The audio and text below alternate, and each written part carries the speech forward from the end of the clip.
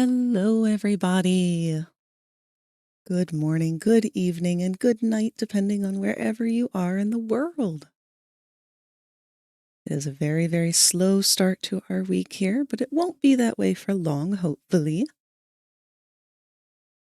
I hope everyone had a wonderful weekend. In case it's not too obvious, I may have been a little bit busy on my weekend decorating.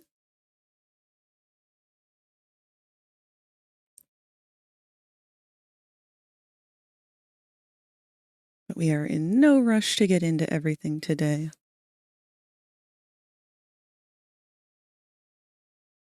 Hello, Q. How was your Thanksgiving and weekend? It was pretty good. Very relaxing. Very little going on. Exactly what I need. But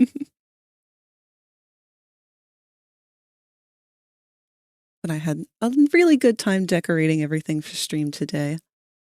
And getting maybe a few other things set up for you guys. But we'll get into that after a little bit. Hello, Zatani. Good to see you.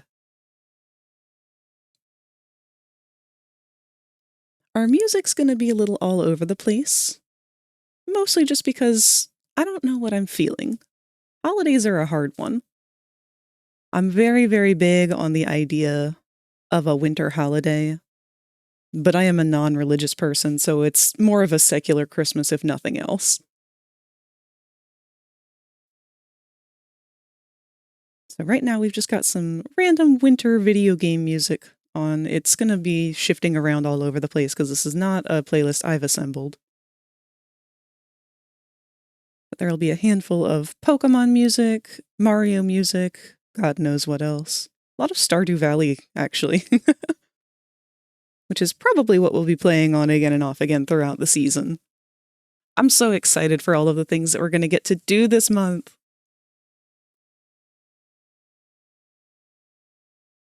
I know I haven't been super vocal in the Discord, and that's mostly just because we were spending all of the weekend trying to make sure that we organized everything and got the gist of it set up as quickly as we could.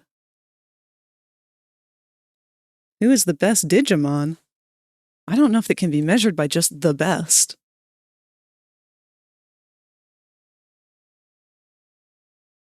Oh man, I was going to say Beelzemon's obviously the hottest, but there's a lot of really hot Digimon.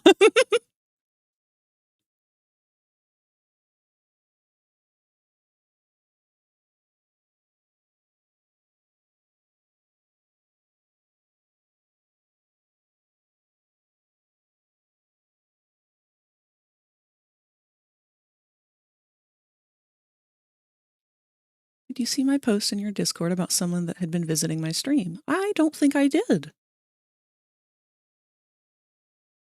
There are over 1,500 different Digimon. Oof. I can only remember 2 Digimon off the top of my head, and that's Agumon and Shoutmon. Unfortunately, I wasn't a Digimon kid growing up. I was a Pokemon kid, so I didn't learn the Digimon names as well.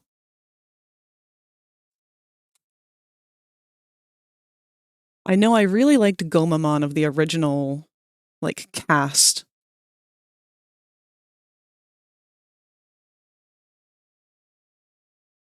What was the bug's name?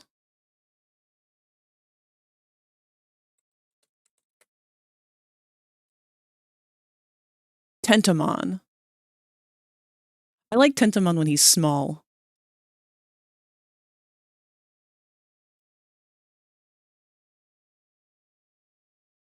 A fellow that does dinosaur puppeteering. I linked to their website and the look what I found. Let me see. I don't recall seeing that before. I might have just glanced right over that.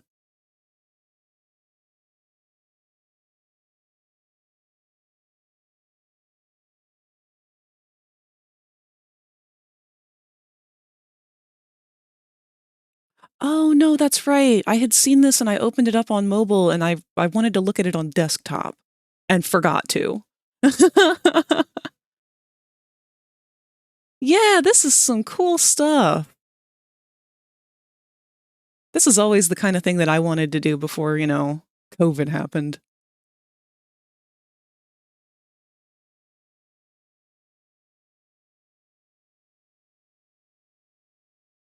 Jurassic-sized fun for the whole family.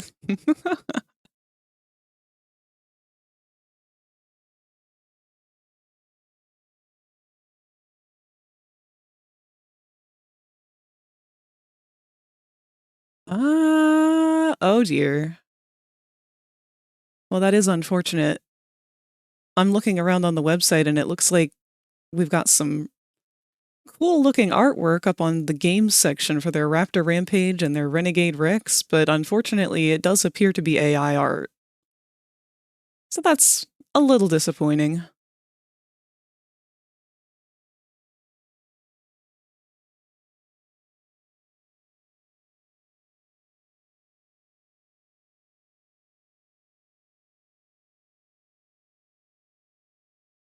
I like Gabumon and Renamon.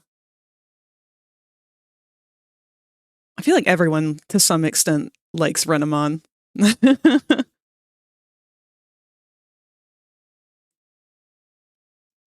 Honestly, same, which is funny because Digimon was one of the first animes I watched as a kid, as we had the first 4 episodes on VHS.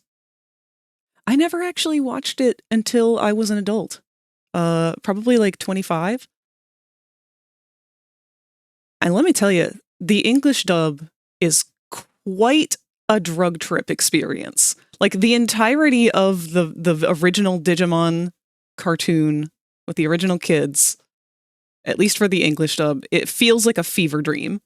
And the dub itself kind of feels like what is it, that one Ghost Hunters or whatever, Ghost Stories. It feels very much like the voice actors were struggling and just kind of having a good time with it, which isn't a bad thing.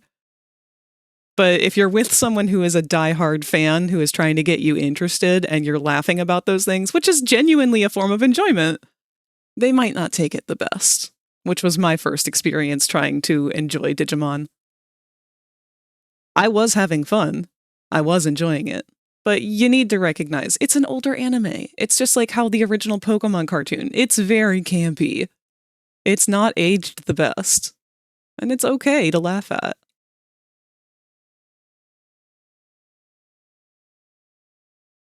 Other franchise, who is best pony? It's a tie for me, between Rarity and Fluttershy. I didn't go to that section, but now that I see that oof, well, he's in my stream and was dropping some bits. Nice guy. I shouted you out, so I don't know if he followed you or not. That's perfectly fine. Honestly, when it comes to small artists and using AI, especially when they are running businesses like that, I have a little wiggle room for forgiveness because as a small business owner myself, I understand how difficult it is to have to run everything. And in this competitive world, I recognize that sometimes you don't always have to do the most ethical thing in order to keep your head above the water when it comes to the competition. Those things, they're all situational. None of this stuff is completely black and white. Right now, we are living in a world where everyone is doing everything that they can to survive in any way they can.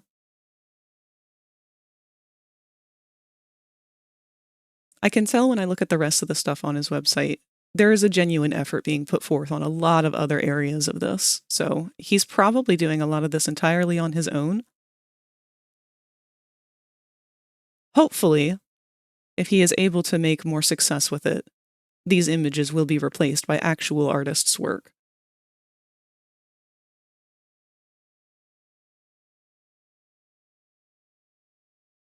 Way to go, superstar! I knew you could do it. Oh, wow. Hello, Ninji. Good to see you.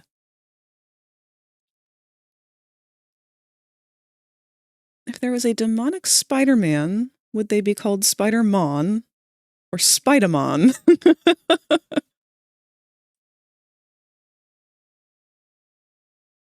How was your weekend? It was pretty good.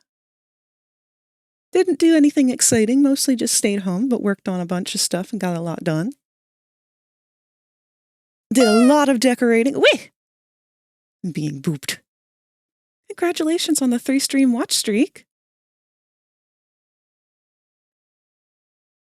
When he first mentioned the puppets to me, I was thinking those big body walking ones. But he said he wants one of those. But for now, it's the handheld ones. The handheld run around 1,300 each. but the big walker is more like 7,000. Oh yeah. I believe that 100%. That's actually the stuff that I used to make before I ended up doing streaming and whatnot.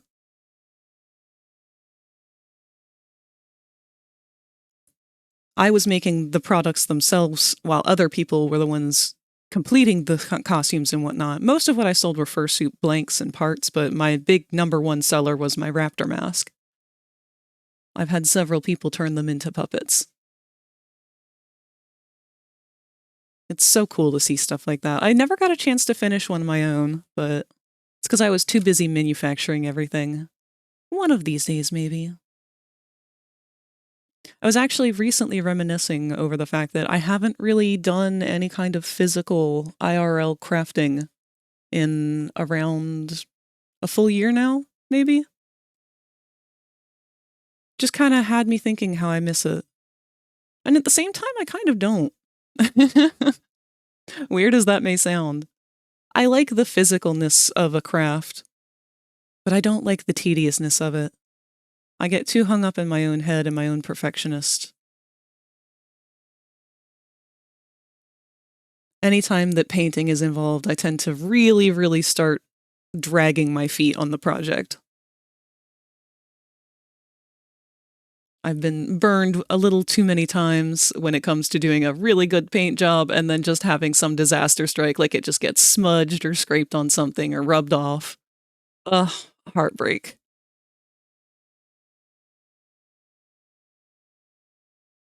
It's sort of the trade-off between learning to do it digitally.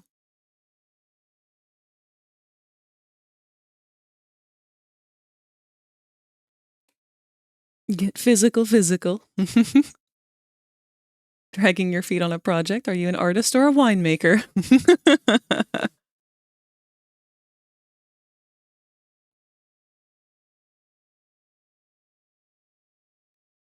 Ugh, no, hold on. I was gonna say something then, but we don't need that kind of audience. Let's just say, I'm sure there's a furry winemaker out there somewhere who is leaning heavily into a fetish content.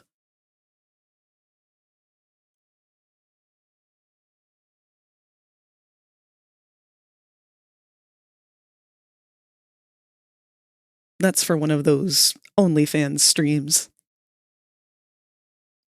Only furs? Do furries have their own, like, separate version of that? I feel like they probably should.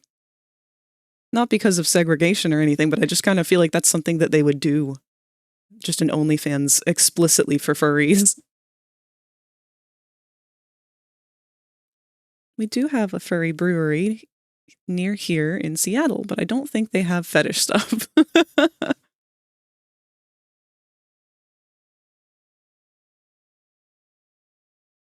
There were some old soda companies that had some stuff like that for a while there, back when the anime cons were first sort of coming into their uprising. I just remember one that got really popular for a while there, and this was back when I was in, like, middle school. But it was some kind of hentai soda, and their big flavor that they advertised was tentacle grape. Definitely a product of its time.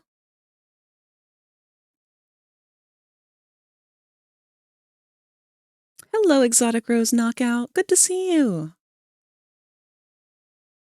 Don't look at me because I'm from Australia. I'm not a winemaker. Oh no, that's a bad pun. It sure is! But it's a bad enough pun to make him famous.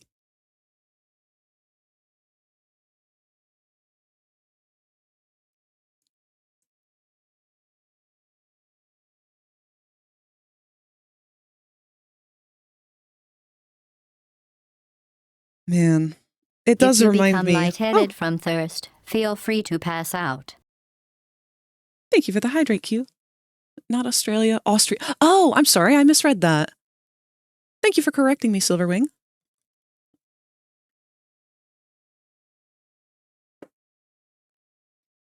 Meep. No, that does remind me of one of the first anime conventions I ever went to. It was a big one. I don't remember which one. But I was old enough that I could go into the 18 and up stuff. And boy, was I excited for that, because I had never really done any sort of stuff like that. Oh, had to do a double take on your name because I read it wrong and got jump scared. Don't worry, you're not the first.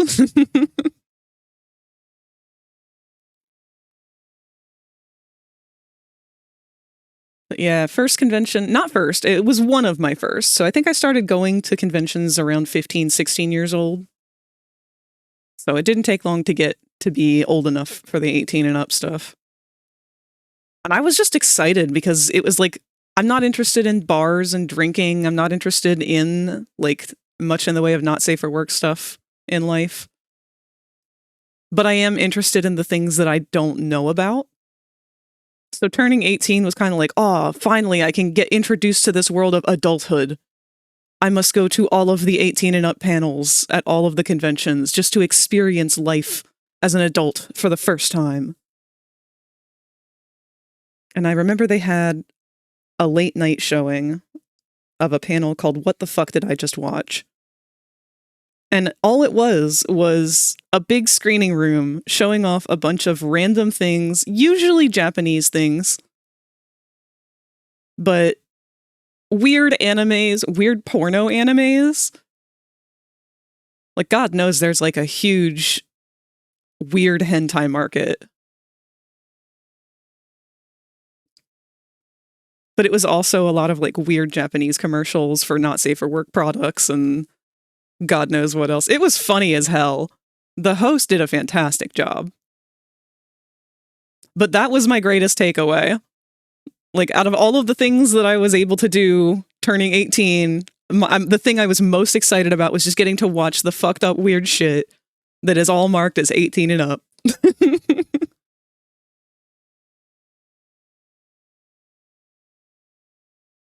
Being 18 does count as an adult.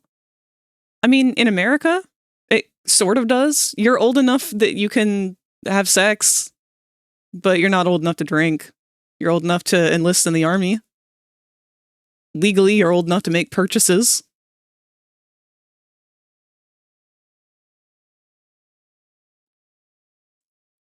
Still never been to a convention ever at my age, except for an anti-fraud one I was forced to go to for work.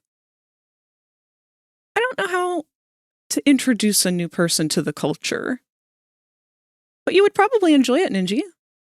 If you ever get a chance to go to one, even the little ones are very nice. Hello, Metalsaur.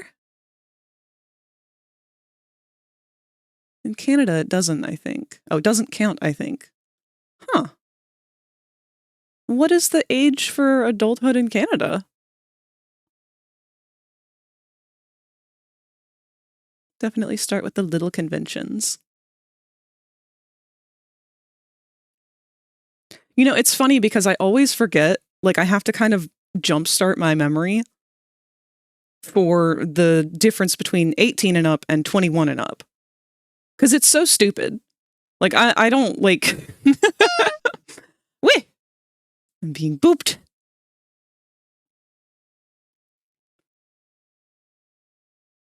But I don't know why we have that weird 3-year gap. To just be like, oh yeah, you can do all the adult things, but you can't drink. Like, man, you gotta face all these adult things all of a sudden, and now you're not allowed to drink.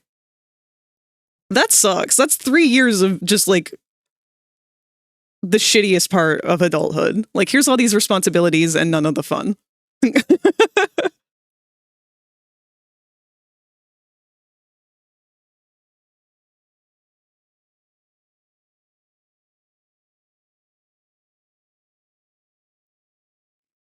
I had more enthusiasm for them when I was younger, but now it's like, ugh, people. Ugh, COVID potential. Oh, yeah. Ugh, I need a nap 35 minutes in. Man, I feel so called out. It does make you feel better. A lot of conventions are designed with a lot of downtime in mind, especially fur conventions. Fur conventions, it's all downtime for the most part. Anime conventions, less so. There's usually more going on to pull you in different directions. Just got to remind yourself to go at your own pace. But I completely get you on the people thing. The last convention I went to, I'm so glad that Tot was with me because, oof, I was getting so overstimulated by the amount of people who have forgotten their convention etiquette. COVID did such a bad thing to conventions by making people forget convention etiquette. Like before, it was kind of the unspoken rules of like, if you're going through the shopping section in the artist alley and whatever, like you take your time, you go in a line, you follow the direction of traffic, you don't shove people, you don't touch people, you don't stop in the middle of the aisle to take pictures of people. That waits for outside of the shopping area. But not anymore. Now no one remembers that that's how you're supposed to go about it.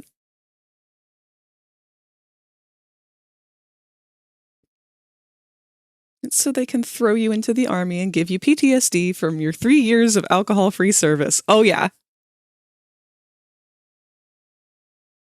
It was a huge social reset. It sure was. In a bad way, a lot of the way. Even before COVID, most people I know that have been to a convention came down with the confunk flu by the time that they got back. Yes. It is very unfortunate and very unavoidable in a lot of ways.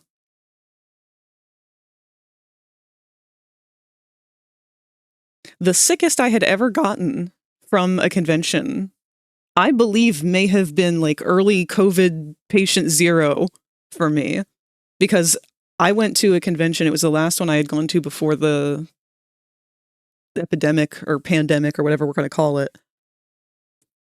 But it was the end of 2019, and I had gone to this convention, and it was huge. And a friend had invited me to go, so that's the only reason I went.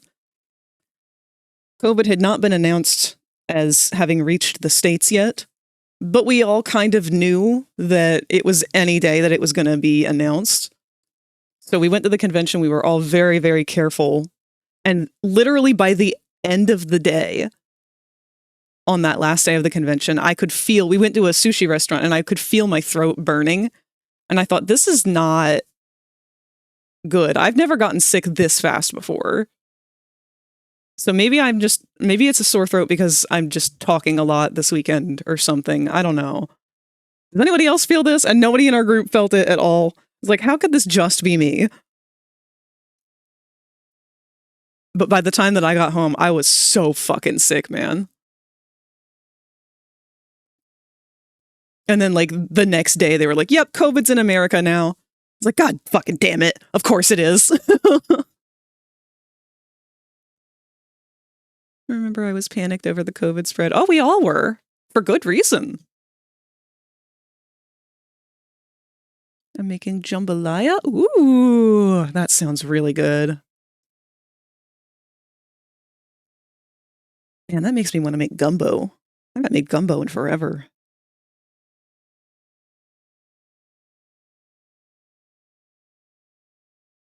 Anyone do any sort of special holiday treats? Let's start hearing some of those traditions that y'all got. I know for Thanksgiving, or the fall festive feast, or whatever it is that you choose to celebrate for the month of November, that's usually when I'll make the butterscotch cinnamon pie from Undertale for Thanksgiving. Christmas, I used to go all out with the cookies.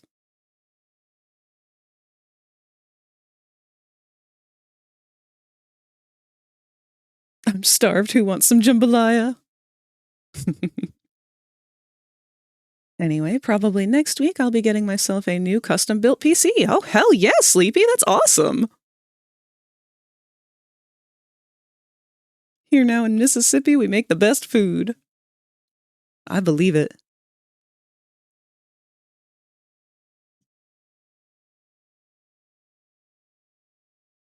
It's been a couple years, and this is, again, weirdly enough, tied to COVID.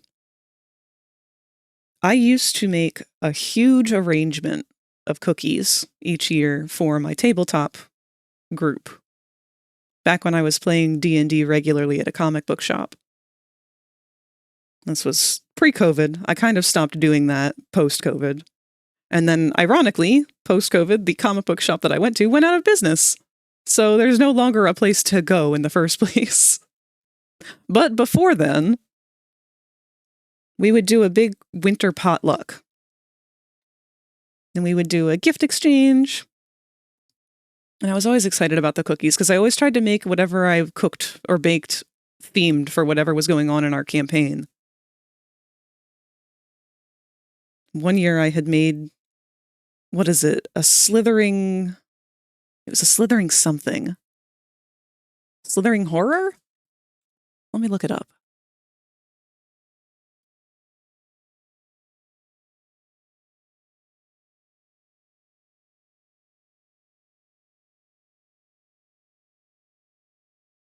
A slithering tracker.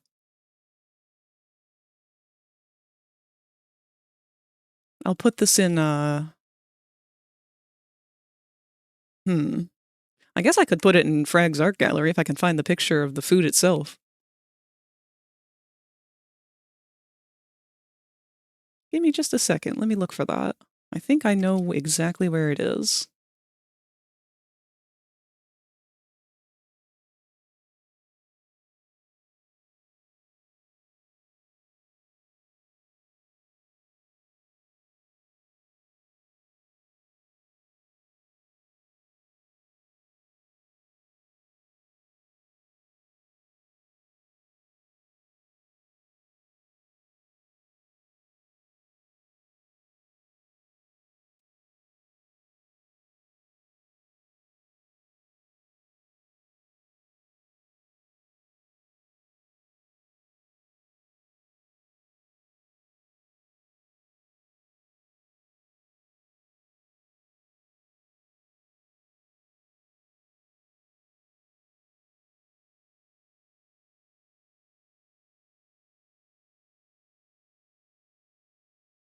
Ha! I knew I could find it.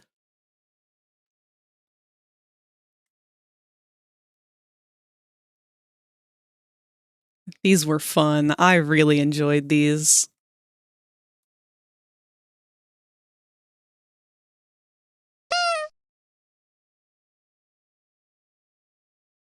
All right.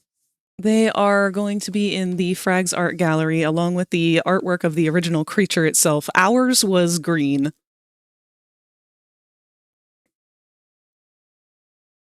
But those were the slithering tracker cupcakes that I made one year. And they were slime-filled with a vanilla pudding inside that had green dye to make it look all slimy to match them.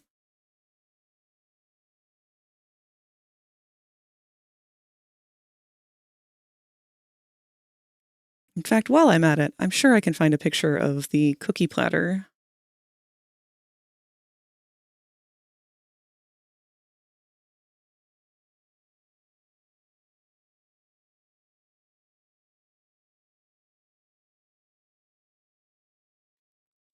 Let's see.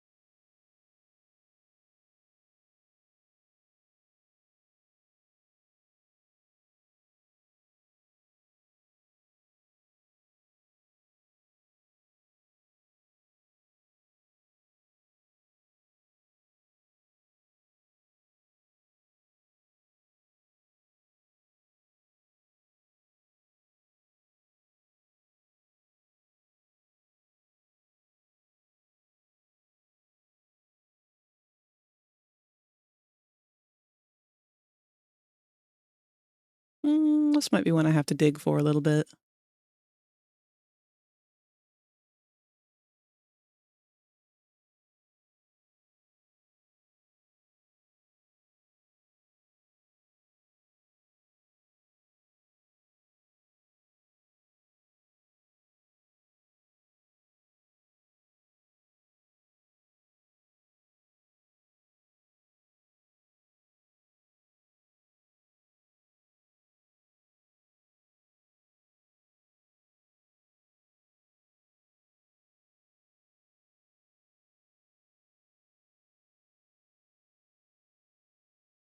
Yeah, I'll look for it another time.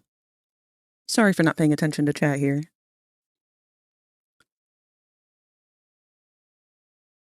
Rin and I just got a new couch. I have to put some pics of the boys snoozing on it in your Discord. Hello, friendly. Good to see you. How am I? I'm doing good. I'm excited for today's stream. And hello, Lewis. Welcome to December. Expect big things happening this month. I do retexturing of avatars, only the color textures. I would love to see some of your stuff if you'd like to share in our Discord sometime. If you haven't already.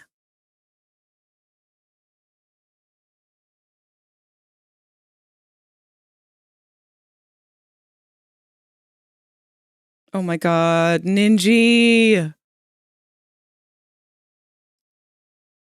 These kitties are so fluffy! I haven't had a long hair cat since I was a kid. I just want to bury my face in that belly. It's a very nice looking couch, too. Looks very comfy.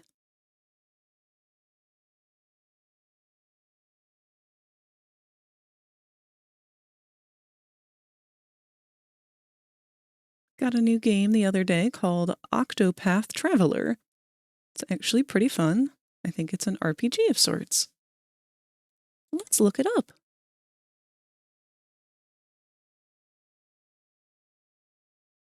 Octopath Traveler.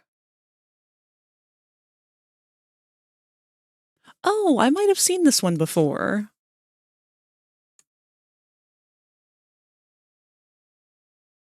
Yeah, it's kind of like a Chrono Trigger or a Final Fantasy style, but it's rendered in Unreal Engine, so it's a mix of both 2D and 3D. It looks really pretty.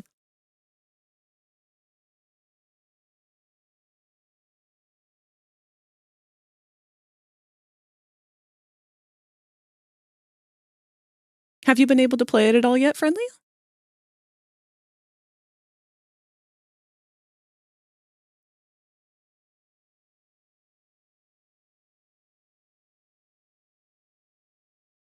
I'm almost positive I was given an ad for this one not too long ago. Man, people, if this game like gets popular, people will go apeshit making paper art for it because holy shit.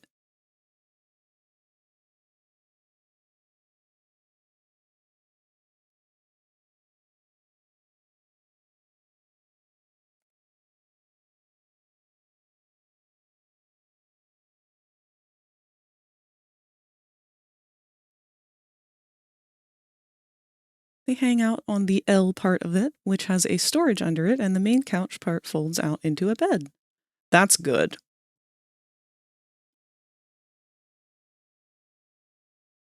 I kind of miss having a futon.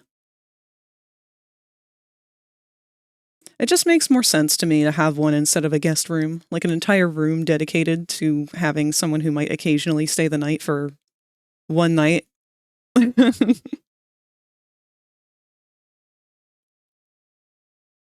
I sent them? Let me go take a look.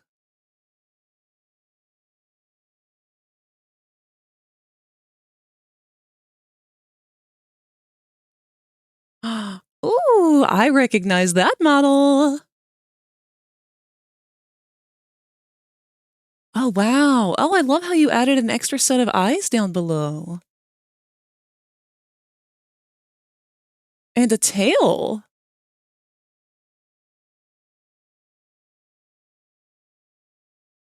That's really cool, Rose. That's a fantastic recolor. Good job. Thank you so much for sharing.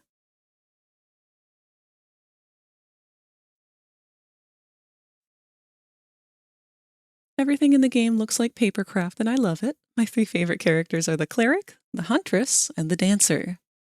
I currently ship the cleric and the huntress, and I've just barely started it. I've acquired a new game. I've gotten Mario and Luigi Brothership. Brothership, which one is that?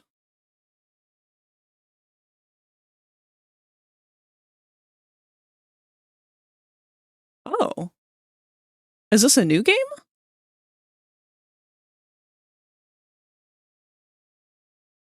Oh, what the fuck? These models are so cute.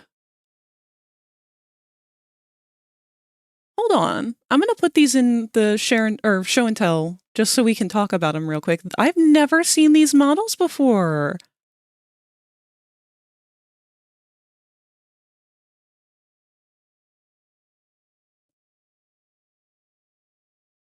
These are adorable. They're designed after the 2D artwork, which I feel like Nintendo hasn't allowed themselves to do anything stylized or like redesigned or new in a very long time.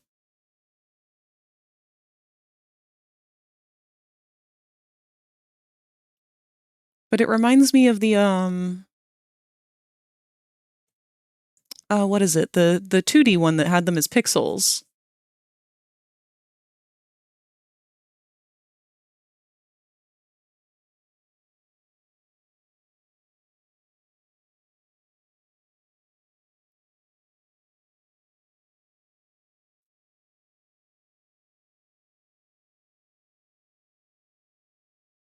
Hello, D. Cruz. Good to see you.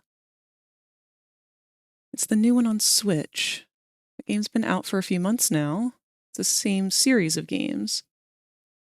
Wow, I'm shocked that Nintendo has done nothing to advertise this. Because it looks like a direct 3D sequel to whichever one I'm thinking of.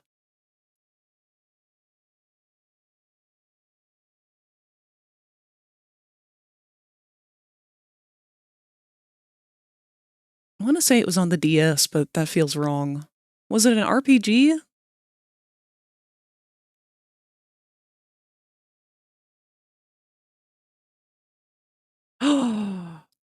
Ooh, bitch! The models are already on the model archive.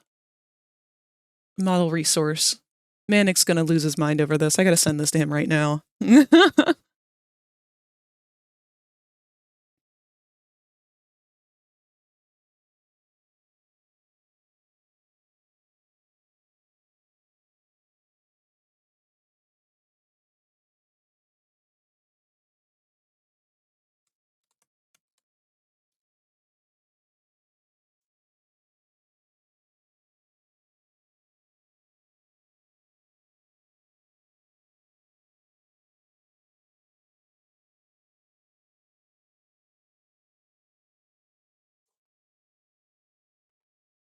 There we go. Also, I apologize if you can hear Bronx barking. She must have seen a squirrel or something.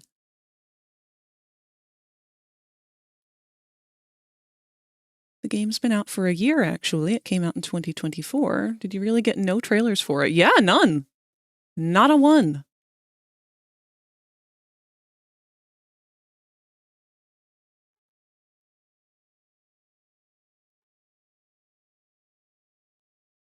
Like, I'm kind of floored that this is my first time hearing about it whatsoever.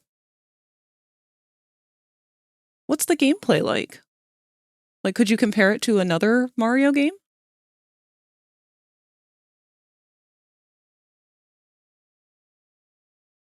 Actually, that's smart. I should just watch the trailer.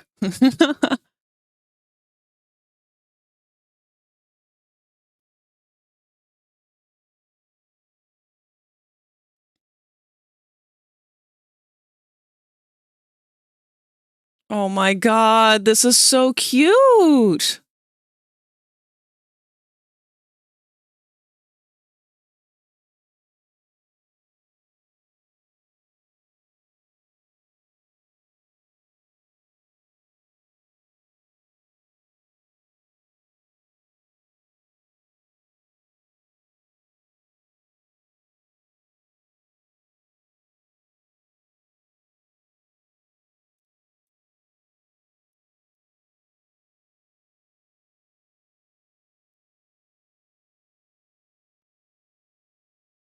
Oh my god, this is adorable. Is it co-op? Like, can you play co-op?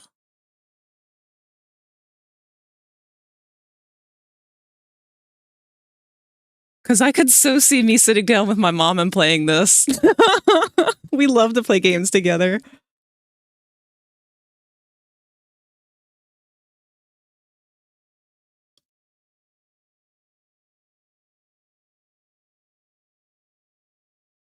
It was in the directs from around that time. So I'll be honest, I kind of tuned out a lot of everything Nintendo for a while here because the last several games that I bought from them were completely unfinished and I just kind of gave up on the Switch.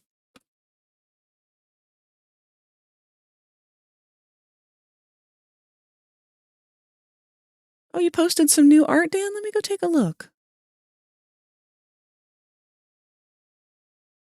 Oh, Smolder! That's so great! Man, I really need to go back and finish the final season of My Little Pony. I never knew where to watch it. It never came to any of the streaming services that I had.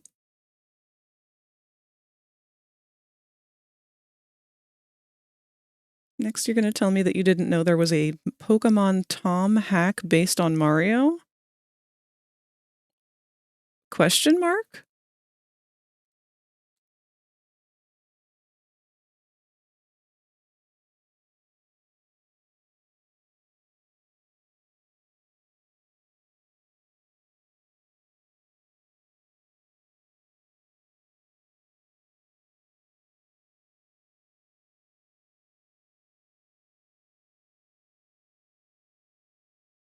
A what on the what in the what? Oh, ROM hack. Yes. Oh, okay, yeah. No, isn't that by what's his name? Shit. I follow him on YouTube. He does a lot of stuff with Jaden.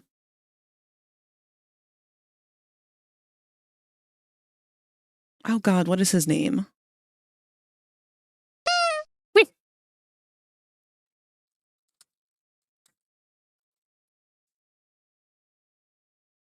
Alpharad. Isn't he one of the people who worked on it?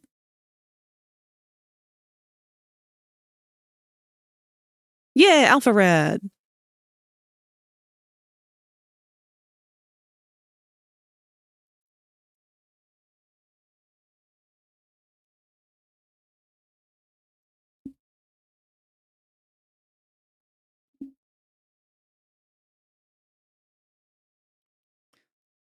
It's that one and the too many types, I think, that he worked on. I only know about these because they're things that Jaden has played.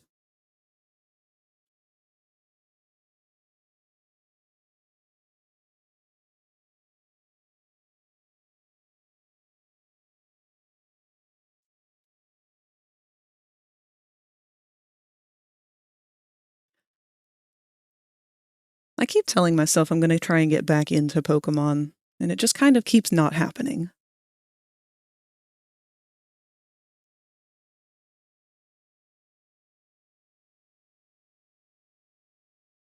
Maybe I'll do like a Pokemon drawing stream one of these days. I think my favorite part about the Mario ROM is there's a way to get unlimited shinies. Well, as we all know, a game simply won't be complete without exploits. You can get infinite shiny bullet bills.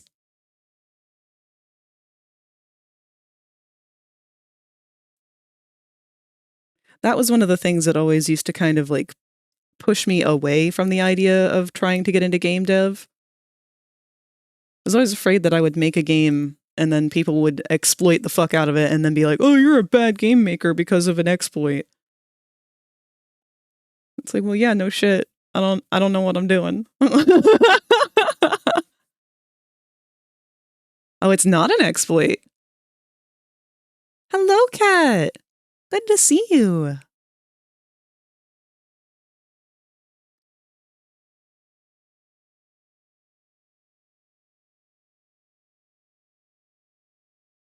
My earbuds are running low. I've got a dip so I can charge them. Have a nice stream. Hello. Thank you, Friendly, for letting me know. It's very good to see you for what little time you were able to be here.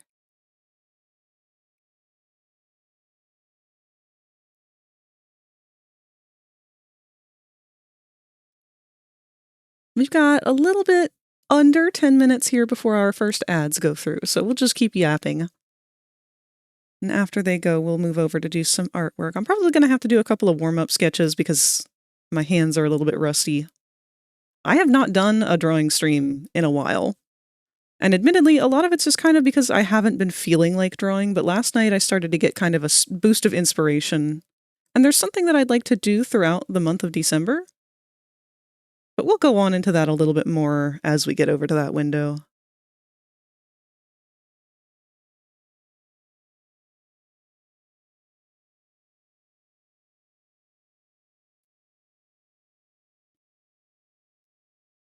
So real, Frag, cheering you on. You've got this. Thank you, Cat. Actually, I can go over some of the stuff that we have planned for the month. So if you guys remember, throughout the month of October, we did our monster movie marathons on Fridays. And that was throughout every Friday, throughout the whole month. We are going to be doing something similar throughout the month of December. So there will be more information about that as things have been completely solidified, but we're trying to plan ahead this time and not be flying by the seat of our pants quite as much. But Rosie, Spooka, and I will be hosting movies on Fridays, every Friday this month. I believe we're only going to be doing one movie at a time. But we've got 2 or 3 of them. I don't know if we solidified the final movie picked out already or not. But there will also be an additional weekend movie that Spooka wants to include. They're all going to be holiday themed. It's more so going to be us trying to share either movies that we really like that are not really the conventional Christmas movies or holiday movies, but that are special somewhere in our hearts. Please tell me that one of the movies is going to be Home Alone. Unfortunately, no. That being said, though, I am all on board for if you guys would like to do movie streams and whatnot at any point in the Discord server.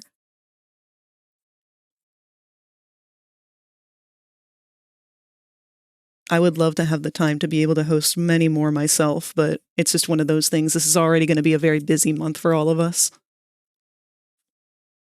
So just not able to guarantee that time. Starscream is my favorite Transformers Prime character. I didn't a remake look of Starscream Transformers Prime? Prime Starscream's also one of my favorites. I actually cosplayed that one. It was my first ever mecha cosplay, and it showed.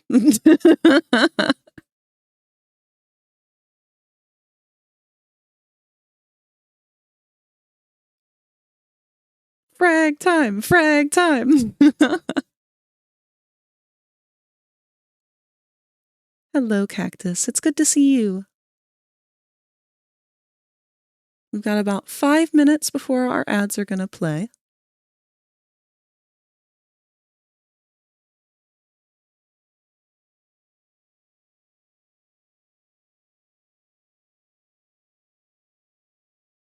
Ooh. That's a really cool design, Rose. Beefed him up a bit.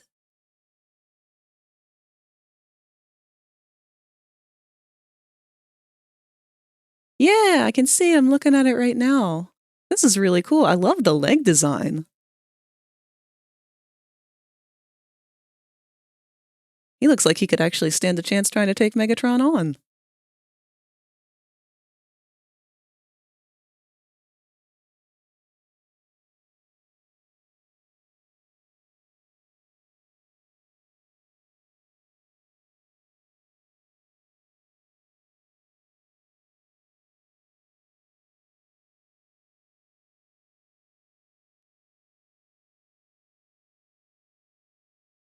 One thing I am excited to tell you guys about is what we'll be working on today.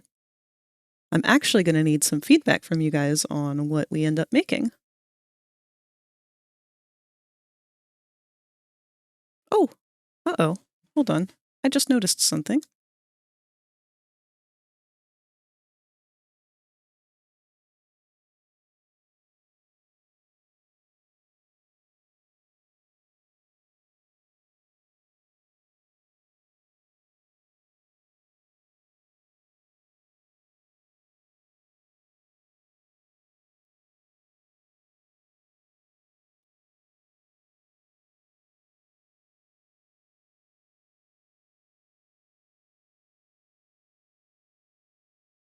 Sorry, I realized that our stream avatars, for when we switch over to the next window in just a moment, were not set up properly.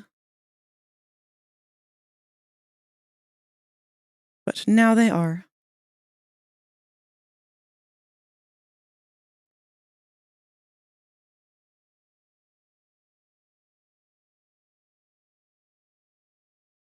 And they should be good to go.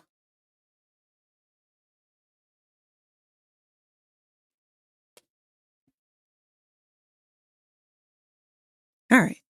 So, one of the things that I have planned is I want to make a picture. Ooh.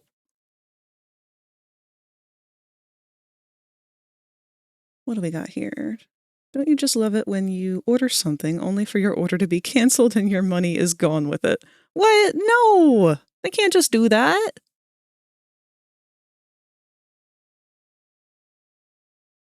Trying to do a rework of Knockout. Man, I love Knockout. I feel like he's kind of been... He's around still, but he's not been in the limelight like we had with him back in Prime. He's a once-in-a-generation kind of character. I'm glad that we got him.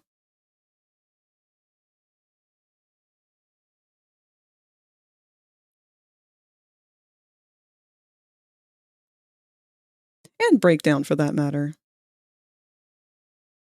Breakdown's more than just Knockout's boyfriend. But we all know, at the end of the day, he really is just Knockout's boyfriend.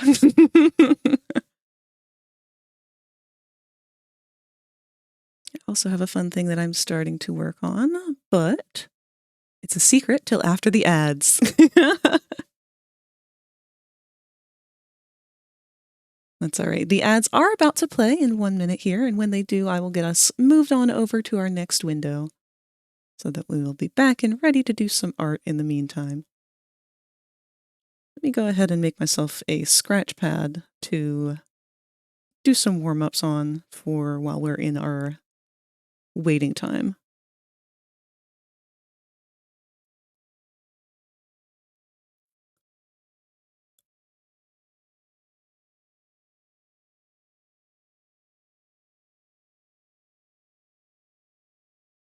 All right, ads are going to start up any second here.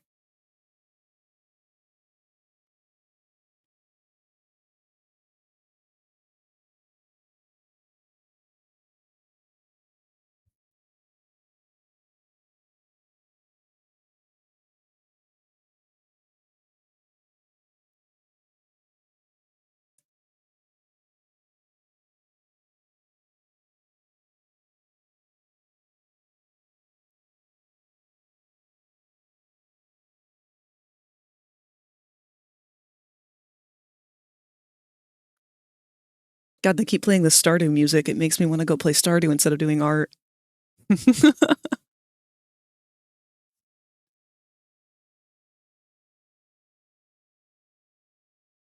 All right, well, while they're taking their sweet time to get up and running,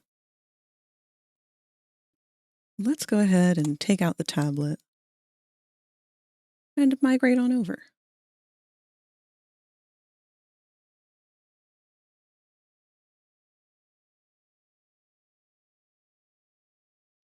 Don't know why I took a minute to show up there, but sure. All right. Is our Spotify broken right off the bat?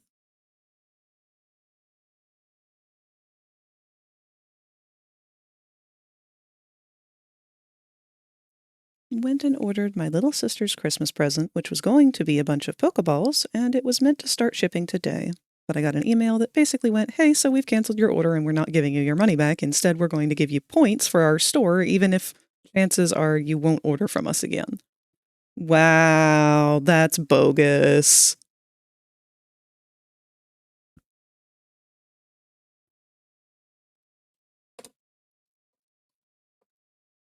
Hopefully you'll be able to at least order the Pokeballs again, but even then, that's crummy of them.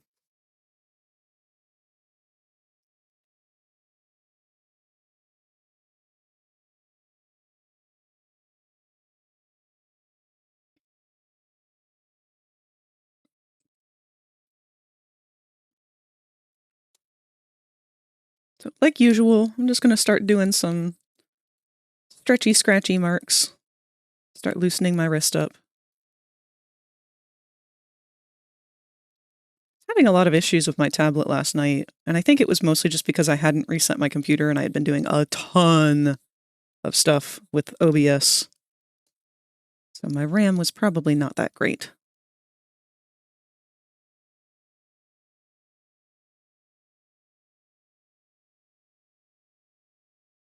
Bloody piss take. No, because the Black Friday deal ended yesterday. Wow, fuck that. I wonder how many people they did that with.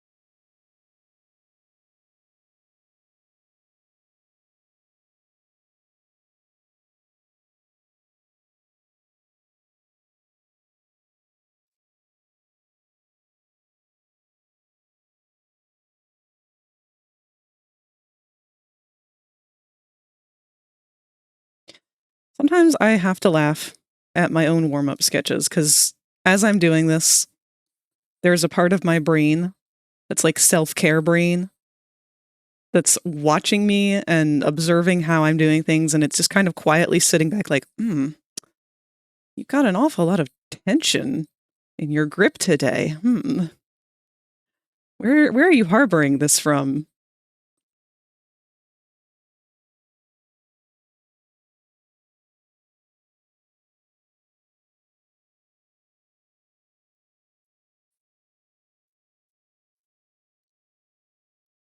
Of course I've got tension in my wrists.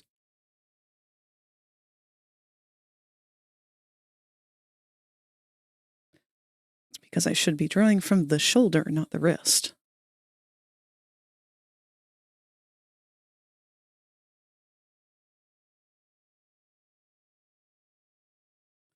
I don't need to be using this iron grip either. Loosen up, loosen up.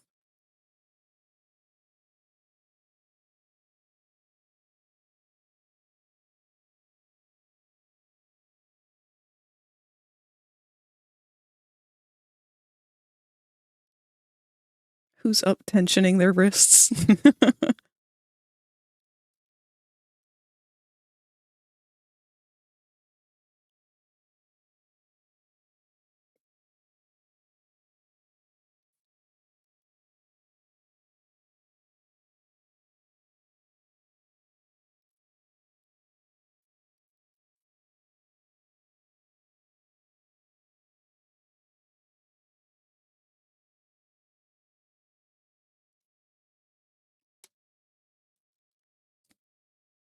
All right, here's the secret. I know I said I wouldn't make another PNG tuber model for myself after CJ 2.0 and Ceratop CJ, but this idea was too good to pass up.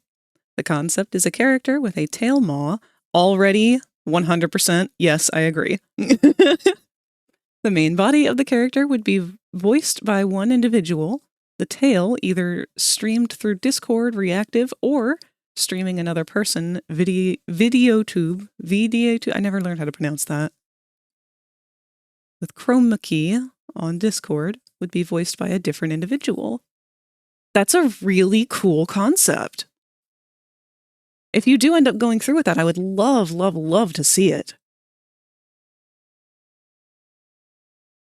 There's so much cool stuff like that that people can do. I feel like we haven't even begun to skim the surface of what can be done with live action puppeteering of digital models and stuff.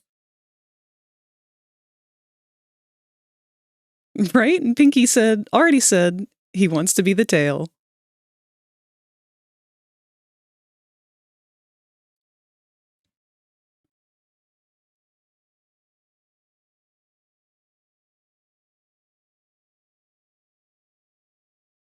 Now, I didn't really want to do a bunch of figure drawing and whatnot today, but I do want to just do some brief sketches of something or other.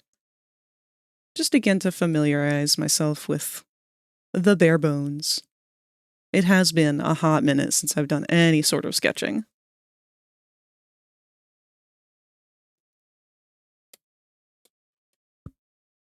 So let me go look up a brief pose reference or something to fit our random character into.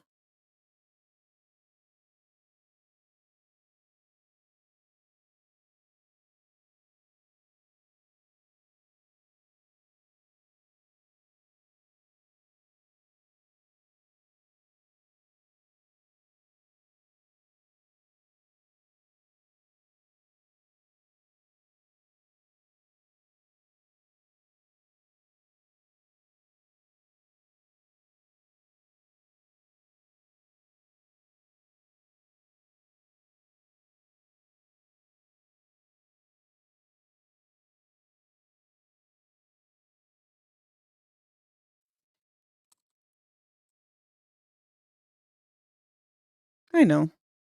I'll do like a Pomni doodle. She's a very simple character.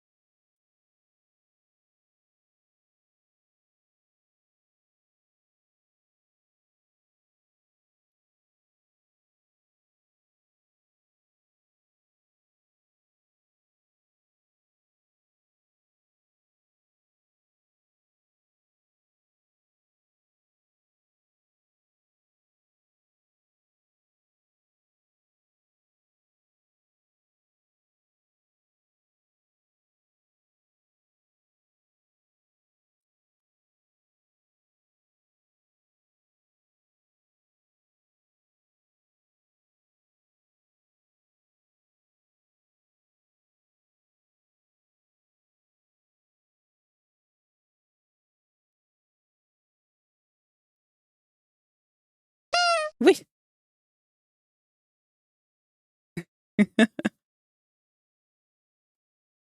Oh gods, I don't like that. I don't know why, but when you're using Luigi's normally, it's the B button, except for when you're picking your action in battle, in which case it's A, the same as Mario. I can see how that would get confusing.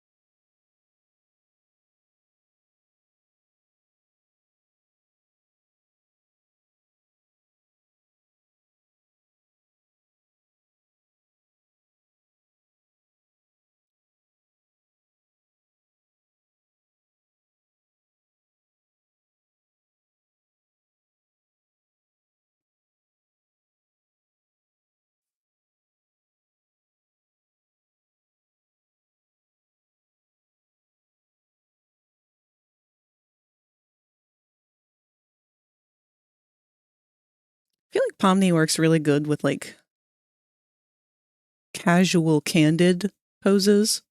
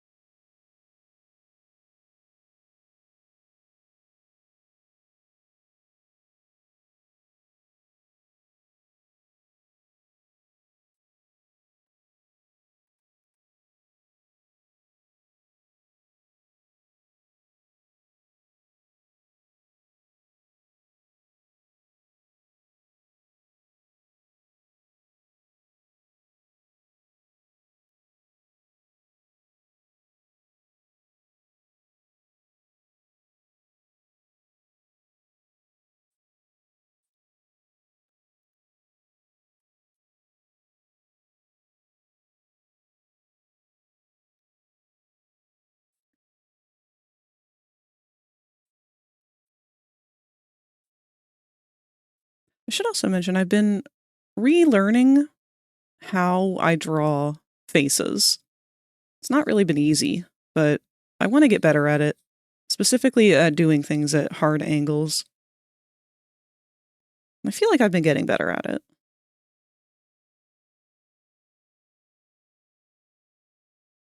Specifically, it's using this kind of half new method, because normally when I would draw faces, I would just start with a circle and then do that plus sign thing based on like whatever angle I think that they should be looking in.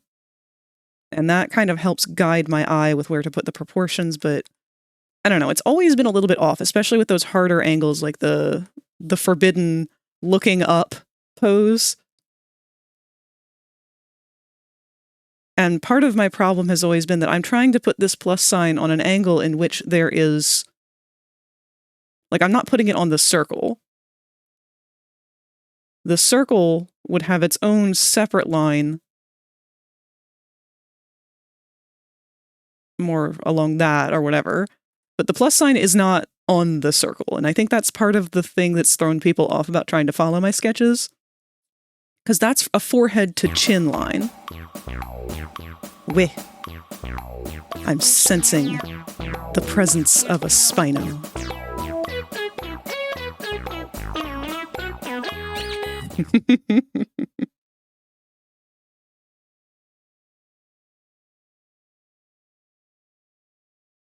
Mario Brothers feel like they're stuck to the ground when they jump. Like there's a pretty noticeable delay between pressing the button and then jumping.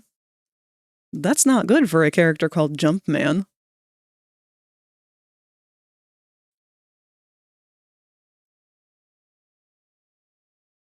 Oh, what I was saying though, this line doesn't represent the line of action on the sphere. To me, this line has always represented this is the forehead up here, and this is going to be the chin down here, which is going to be extended from the circle. Like this is telling me where the middle of the head is, this little midline, and this is telling me where the chin will be. So for me, I can tell like our chin is going to come down this way. There's our forehead. So now we can start to build that structure a little better off of our circle. Have our neck probably here. I don't know. I'm just making this up as I go real quick. I don't know. It's always been a difficult thing for me though. Head angles.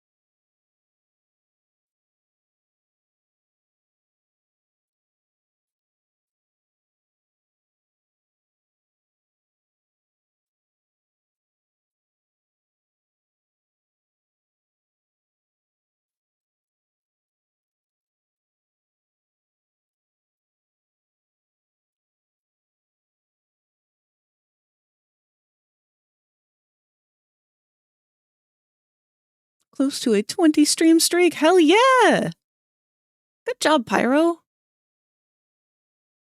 And how have you been? Getting ready to do anything fun for December?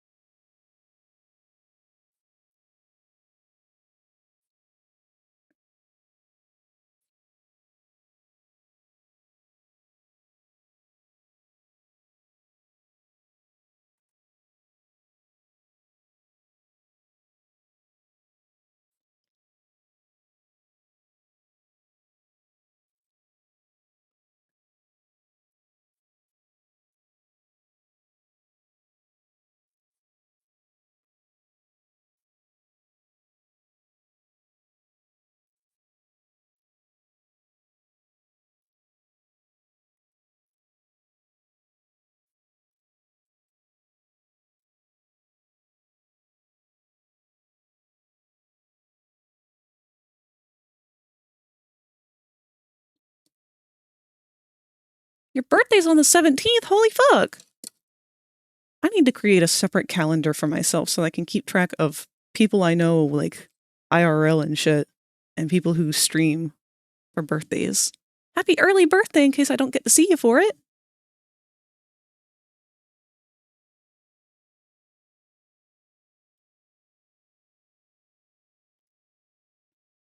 2-0!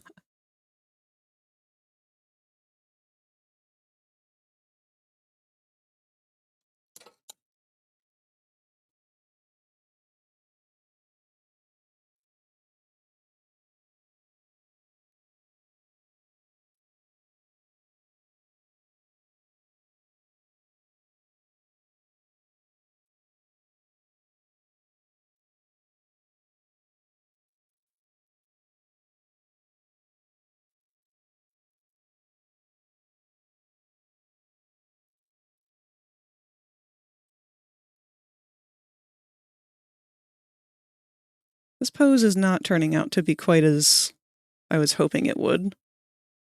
Kind of depends on the perspective of human anatomy for these hips. Not clown anatomy.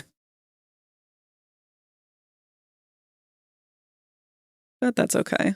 We can just do it as a gesture sketch and call it there.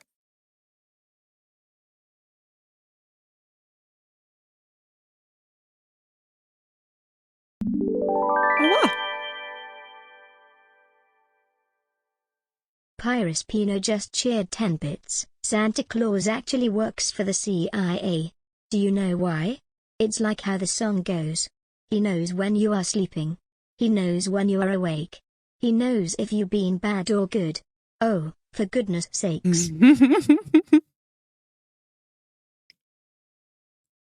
The hips when they did in fact lie.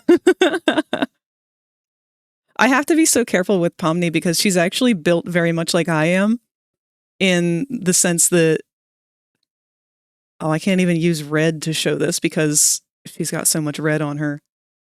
But her shoulders are wider than her hips. And that's how I'm built, which I love. I appreciate this rare body type being a representation.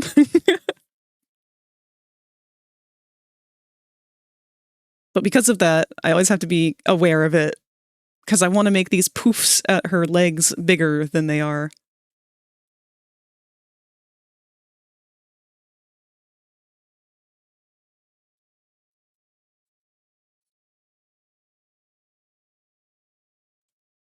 It's fucking Christmas morning. Pyrus Pino just cheered 10 bits. Did you know that Santa Claus was actually arrested? He has serial charges of breaking and entering into people's homes. Why down the chimney though? Because that's where it's easiest to break in and enter. If you become lightheaded from thirst, feel free to pass out. Thank you for the hydrate, Rosie, and for getting festive. Our new redeem for winter.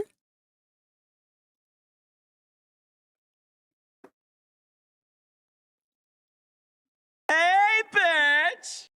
Hey, bitch. What happens to the people who are in the apartments? So there's an old video or an old episode of The X-Files about a man who has, I don't know if it's rubber skin or just no bones or what, but he can like flat Stanley his way under a door. And that's what I like to imagine Santa does for people who don't have fireplaces.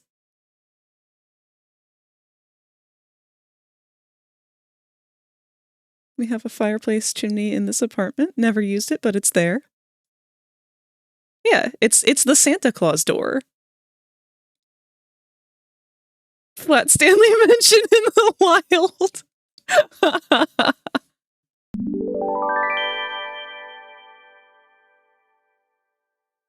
Pyrus Pino just cheered 10 bits. Santa Claus is actually in jail now along with the Energizer Bunny.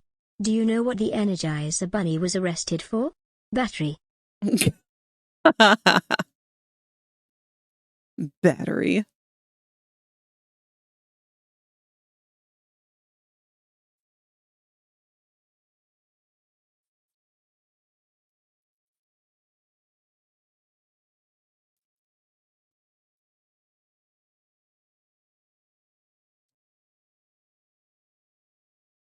Who's up flatting their Stanley?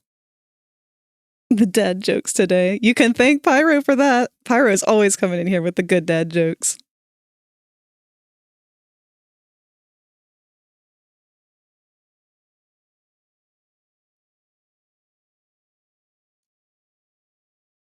No one can outpun me.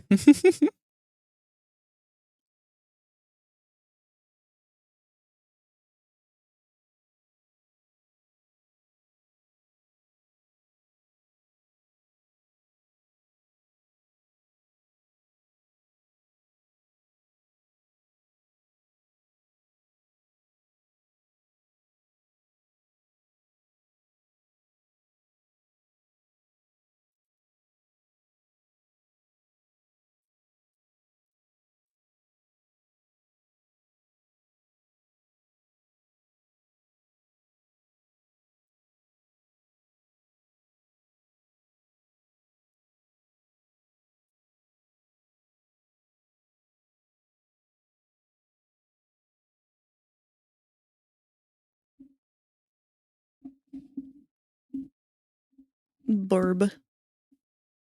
Did you know that Santa is real in the DC universe? Every year he makes his way through Apocalypse just to personally hand Darkseid a lump of coal. What kind of name do you think I should name my OC Seeker? The one that you made the avatar for? Perceive me. I'm perceiving you. I thought you said you weren't going to be around, Rosie. Somebody has a date today. Sent you something. What'd you send me?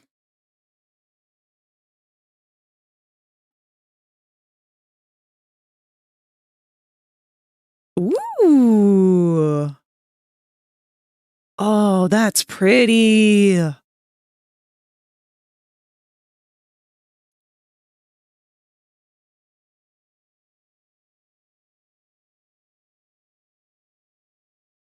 That looks amazing, Rosie. I'm gonna turn the dress red for Santa. Aw! That'll look cute.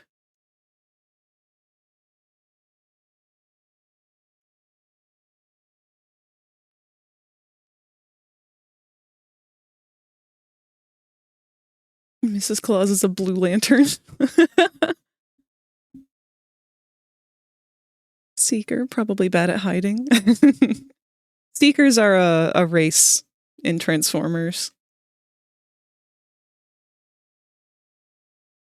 I've never really been good with Transformers names. Usually their names have something to do with their powers.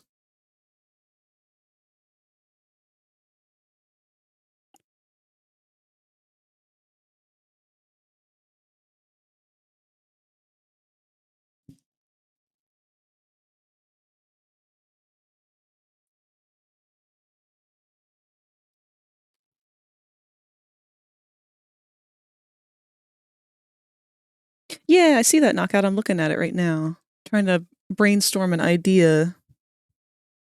It's been a long time since I've thought about Transformers names. I'm willing to bet any name I come up with is actually already a Transformer name. I wouldn't be surprised. That is also a very real risk. It's funny because for the longest time, there was no Transformer named Clicker. And very few OCs that were Transformers OCs named Clicker. There were a couple, but it was just like a handful of us. And then over the last like 5 years here, at some point, they added a character to the comics named Clicker, who is an absolute fucking twink, just like my character, and I'm so mad about it.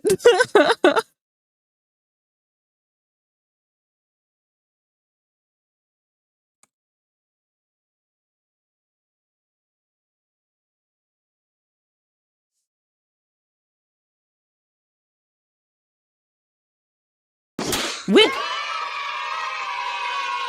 Oh, wow. Jumping me this early.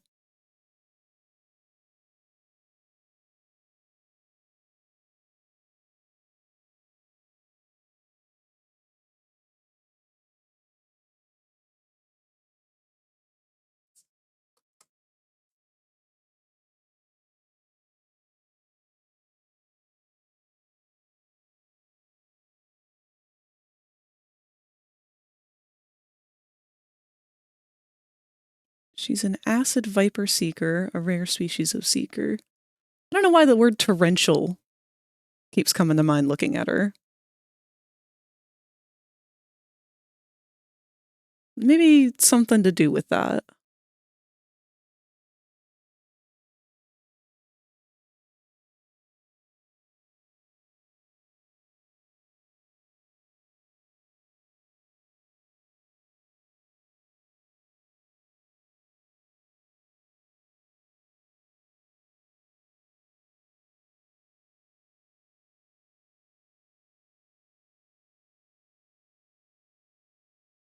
You're right, this is Skyrim.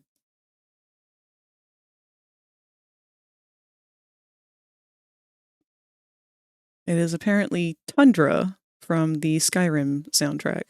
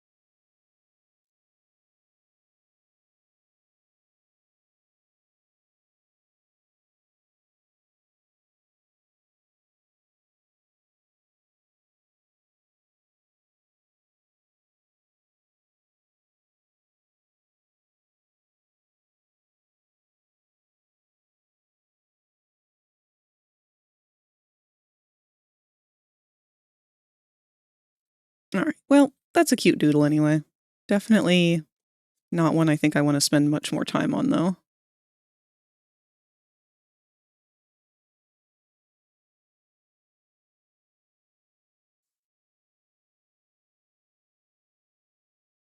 A good little warm-up sketch. Enough to get a little more familiar.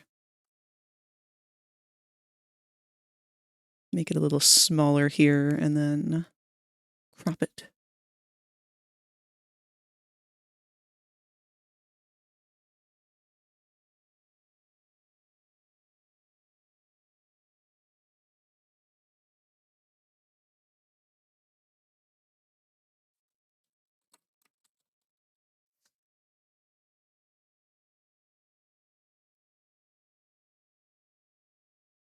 All right. So, here's the thing. I want to do something a little different. And what I was thinking was, I think I'm going to make an extra page for us to check throughout the season of December that looks a little something like this. So here's my idea. I want to do, I don't know if this would count as a subathon, because I don't plan on being live for the whole thing, just on our regularly scheduled things. This is just sort of like an additional thing for the season. But what I'd like to do, and this is kind of my brainstorming day, because I have not solidified this idea in the slightest.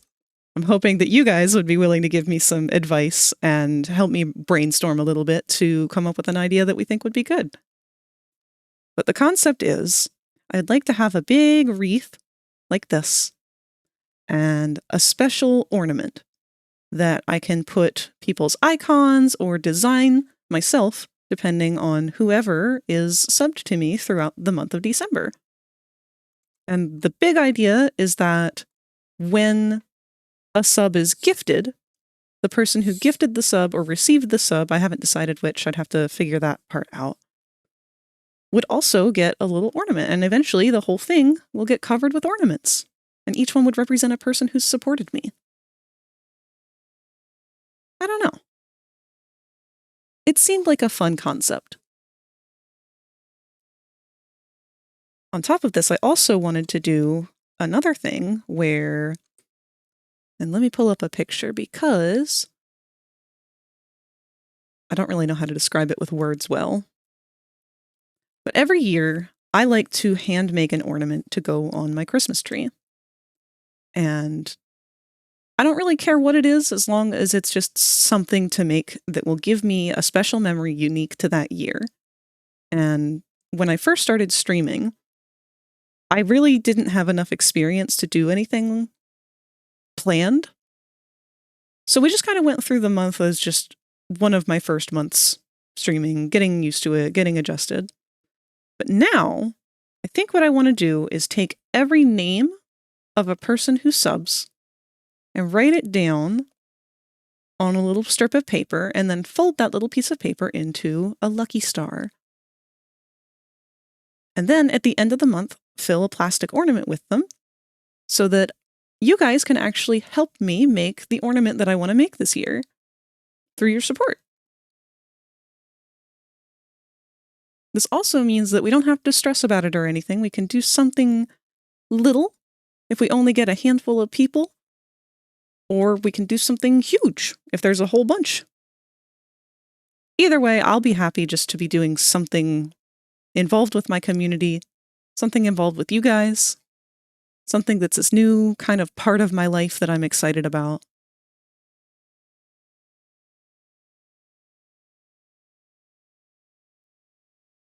So am I an ornament? Well, December started yesterday. And I haven't completed the idea for this project, so I don't know if we will fuss too much about who's going in and who isn't just yet. I'm not going to be very strict on who's allowed in and who isn't. Let's just leave it at that.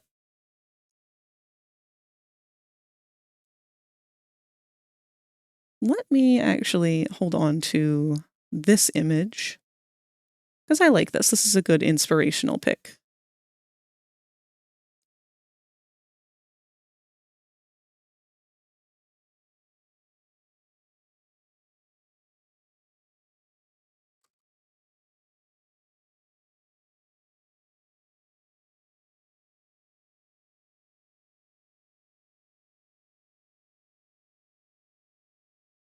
So the idea is I'll have a little message that'll pop up in the bottom, somewhere up down there. And it'll cycle through every once in a while, and it'll show a little star, and it'll say 1 sub equals 1 name in a star, or something like that.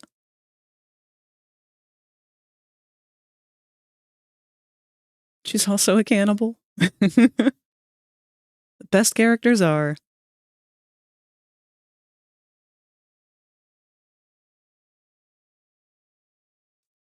Well, I figure I'll worry about the logistics of it later.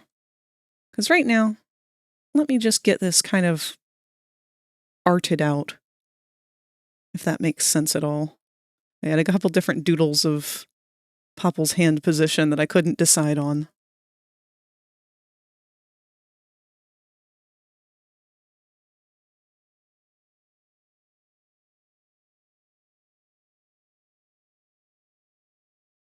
I might keep that hand, actually. I kind of like that one.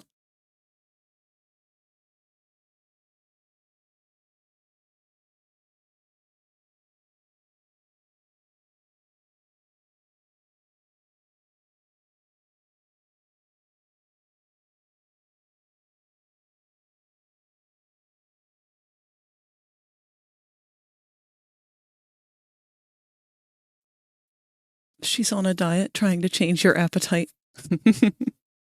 Hey, Rosie, what's up?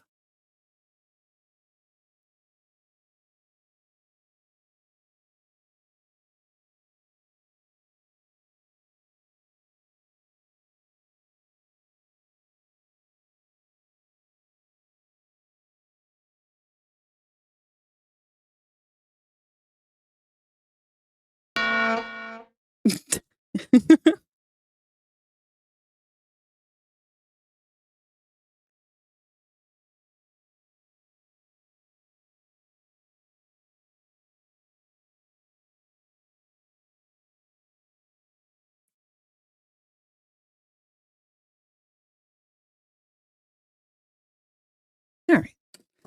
Well, if nothing else, I at least want to ink this wreath, because I know that's what we're going to use if we do anything. I am going to make it a little bit tinier, though. Just because I don't like how close it is to the edges.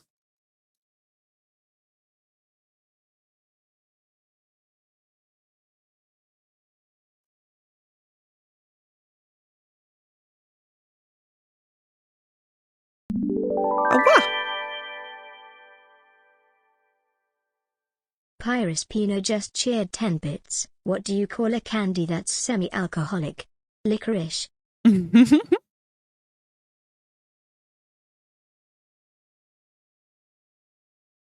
Not to mention the movie stuff we're doing together. Also, I figured Wednesday, post it at 6 p.m.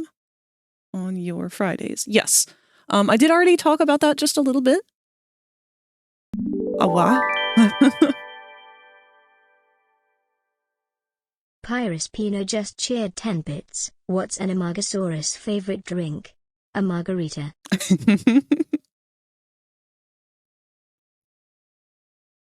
Popple, you're already about to be overflowing with peppermint. You must be living the dream. Thank you, Pyro, for spoiling Popple.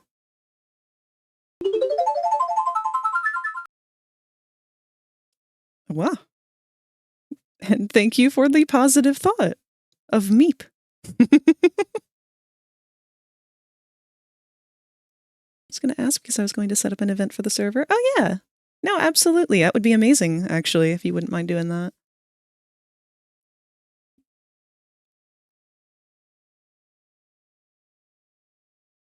Actually, should I go ahead and have a message across the screen like we did throughout October?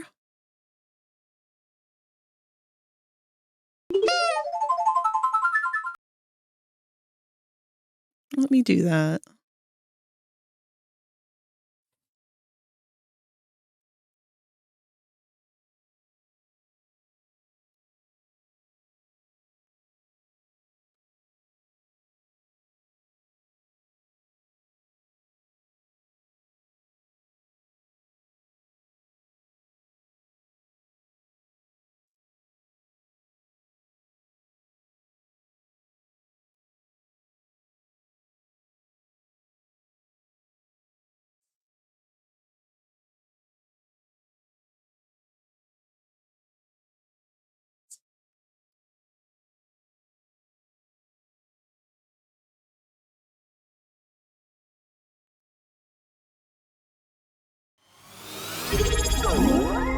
Whoa, hello, huh? What is that?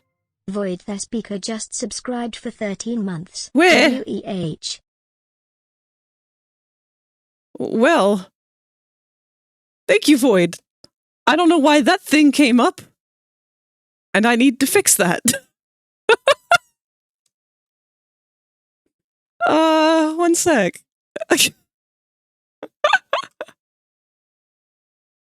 What the fuck was that?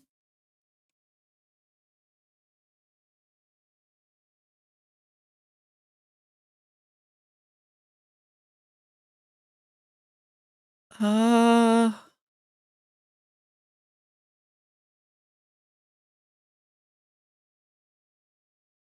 no, you're fine. You're fine. It's on my end. It should be set up to do something a certain way, and it's incorrectly doing that.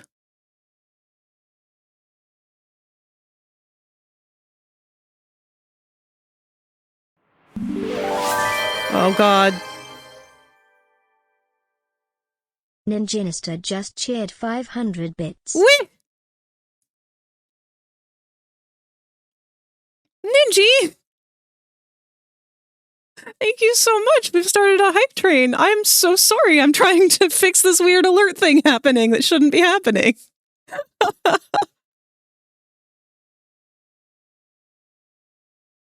Oh god, there's so many of them. Why are there so many? Oh, this is not good.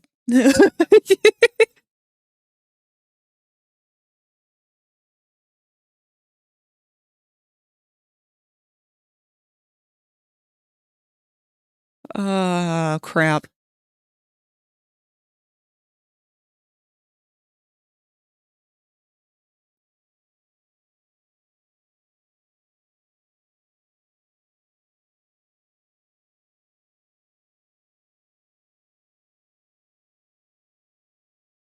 I didn't know I'd have to do all of this.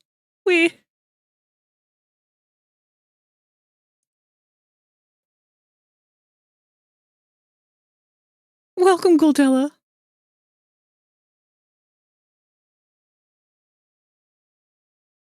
Do I have to tell it to not do any of this? Don't do this. I didn't think I manually had to tell it don't celebrate every little thing. Oh no, it sure does. All on its own. Ain't that nice? Oh boy. Oh god.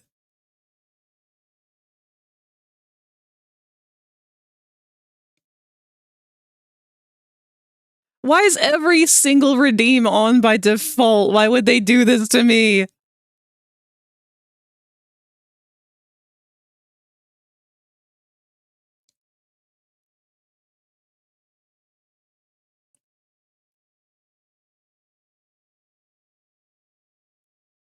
Fucking Twitch. This was pure evil.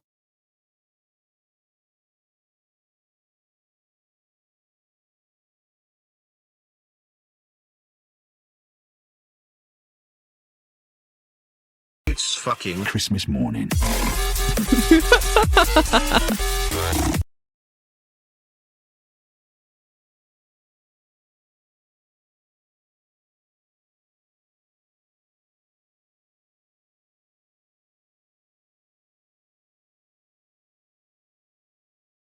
This music's hitting me square in the nostalgia feels. Oh, is it from something?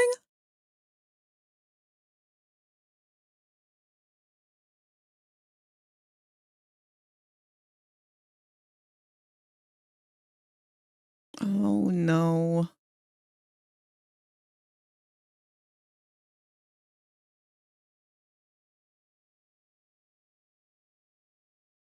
It's gonna take me a minute, I think, to fix this actually.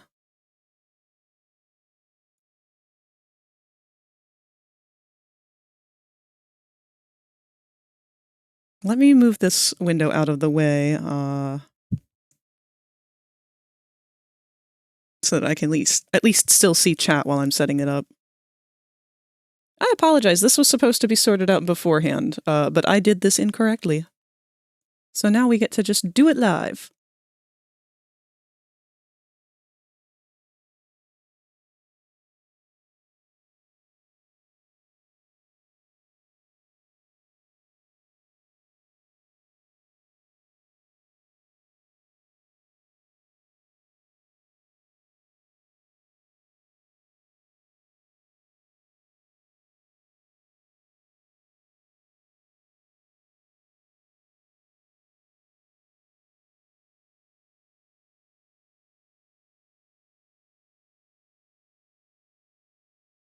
And naturally, it's going to have all of the colors changed, 'cause why not?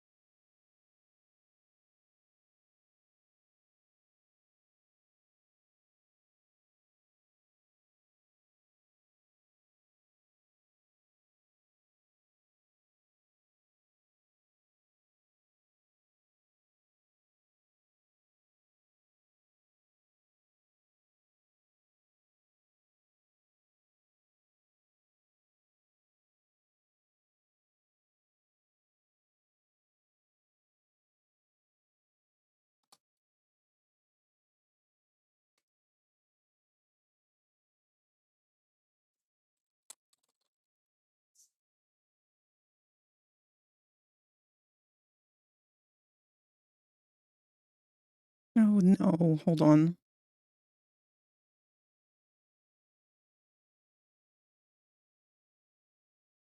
I'm so sorry. I feel like I should probably move to the away screen while I work on this, but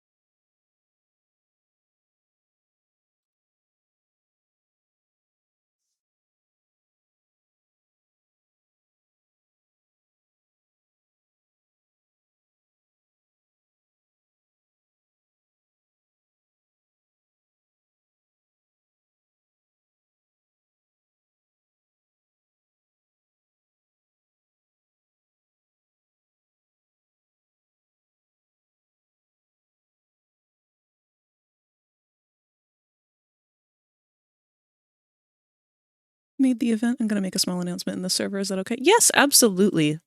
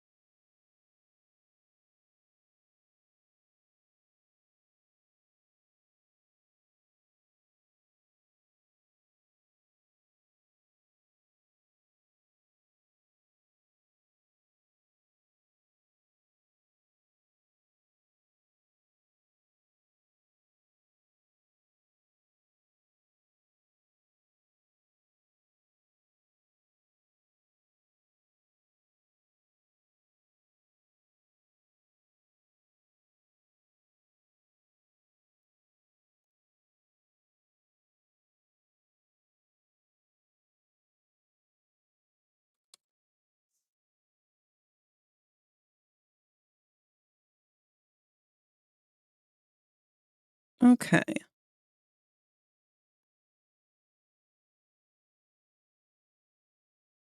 I think it's working now.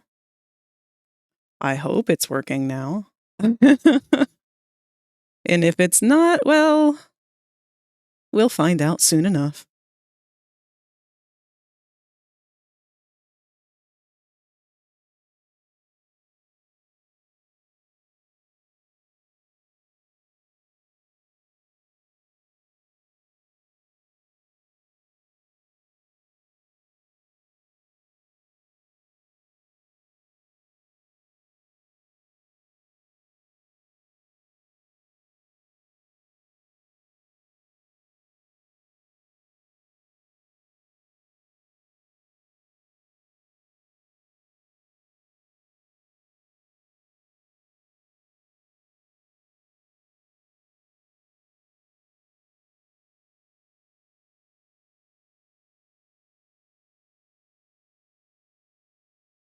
The one thing I don't know how to do is change the name of the redeem.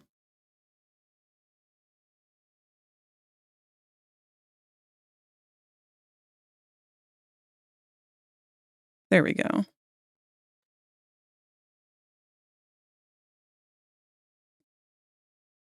Okay. That should do. I hope anyway.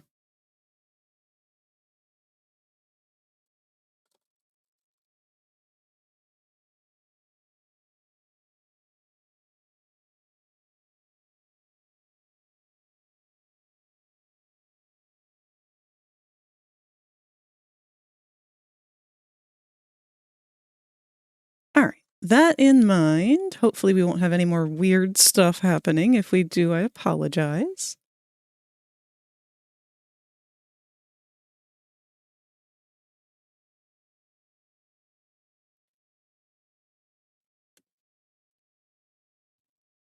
For now, let's try to get back to doing what we were doing, which is inking this wreath.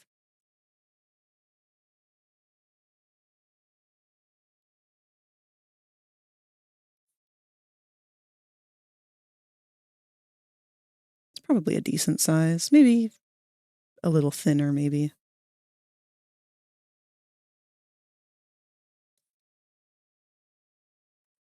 Trusty size 8. Although I guess I should double the resolution.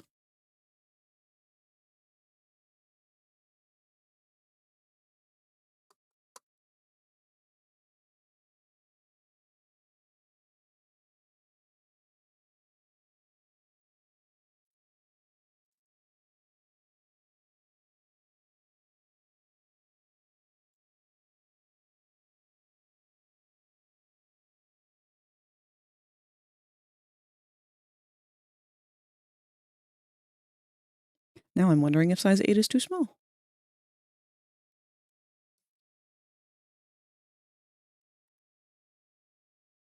Split it down the middle, we'll go with 10. There we go. I don't want to stress too much over it. I don't want to spend a whole lot of time perfecting it or anything. So I'm going to go ahead and turn my stabilizer up to about 5. And we're just going to have fun with it. By immediately overthinking it.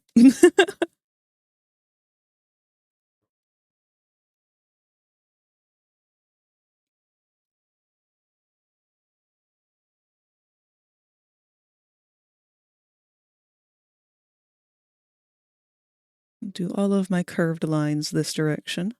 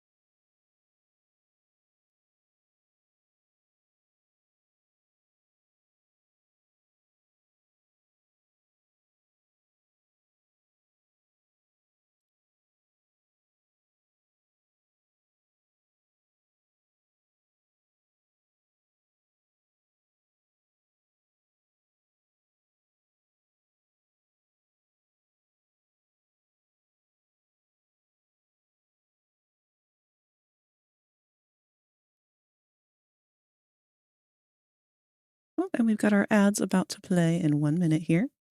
I will step away myself during that 1 minute. I know I just wasted so much time trying to fix up that one spot, but I want to go and grab a snack for while I'm sitting here actually drawing.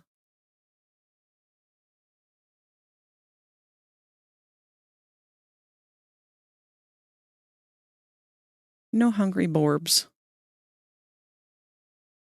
Joining you on the arting tonight, I have a doll dress to finish.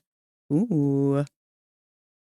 I'm so glad that I was able to discover some kind of doll customizing community, specifically on Twitch. Admittedly, all of it's been through UCAT, and I appreciate that so much. Because I have not had the time or ability to comfortably work on physical IRL stuff in a while, but I'm living so vicariously through you guys. I was actually looking at one of my dolls I need to finish, thinking I really should sew a dress for her. So to hear that that's exactly what you're doing right now, I'm just sitting here like, yes, yes, secondhand achievement.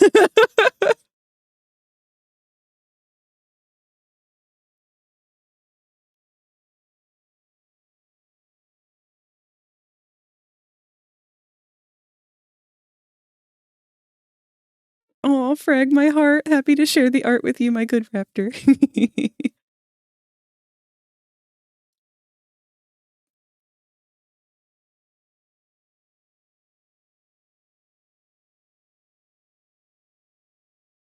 Trying to be a little more loosey-goosey. I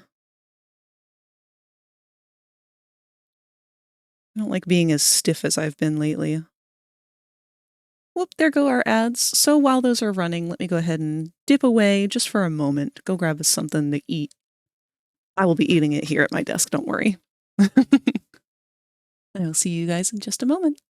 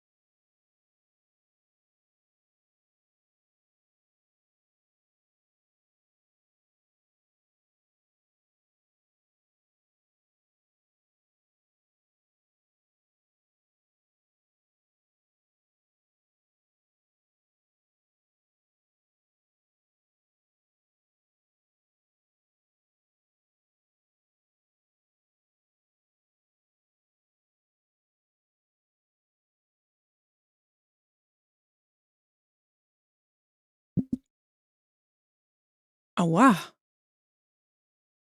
Alrighty. I'm back, sort of. I was going to go get a biscuit, but, Mom surprised me. She apparently cooked some chicken. She's not happy about it, I don't think. But I love dry chicken. I love chicken that's overcooked. It's too slimy normally. I want that fucker burnt. So I am having the greatest dinner here. But I can also go ahead and do some more doodling while I'm at it. I may or may not have, like, fairly scarfed down the first big chunk. I need to pace myself.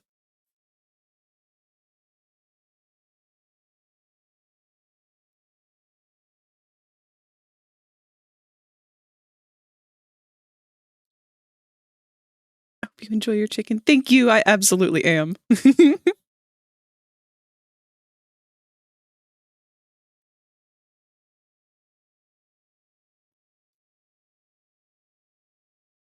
You're having chicken too? Chicken party!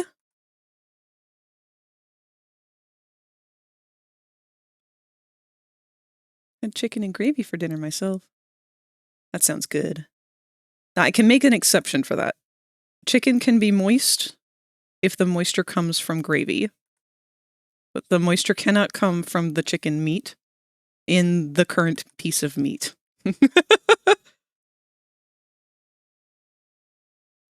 Strict meat moisture guidelines. Cannibal frag. Is it really cannibalism if I evolved first?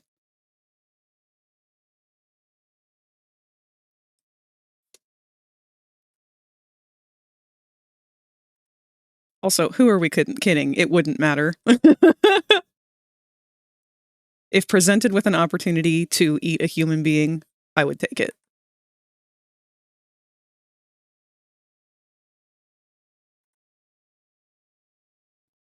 The real question is, what part of the human do you think would be the best part to eat? I've pondered this thought for a very long time.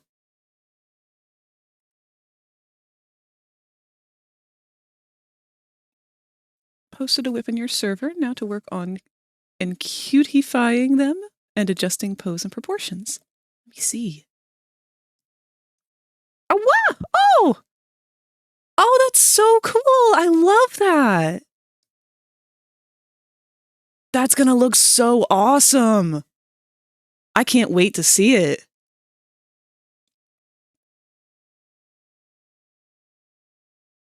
Okay, the thigh and the neck. It's the first I've heard neck. Why neck? Gets the most blood flow, so it would be the juiciest. Wouldn't it also be veiny, though?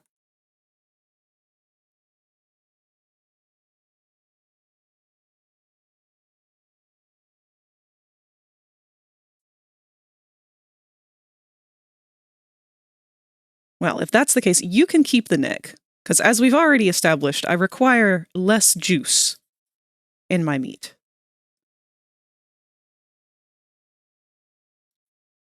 Thigh's not a bad option, I don't think, but I feel like that would probably be darker meat. If I were just to get a chunk of human, I'd want to eat the hand. Specifically the thumb. Not like the thumb itself, but like the base in the palm. That's like, to me, that's the prime best part of the human. It's like cracking open a crab claw.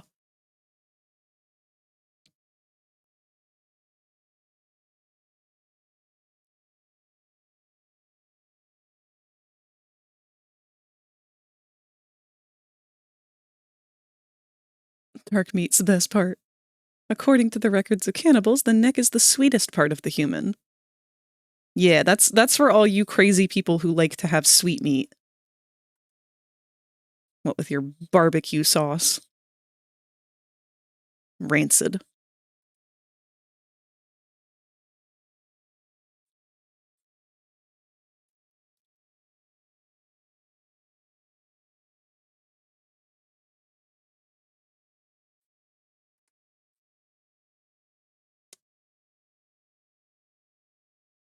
Maybe this is why vampires bite necks. True. Drink Sweet Baby Ray's straight from the bottle. Ugh, no. You're just like my mom.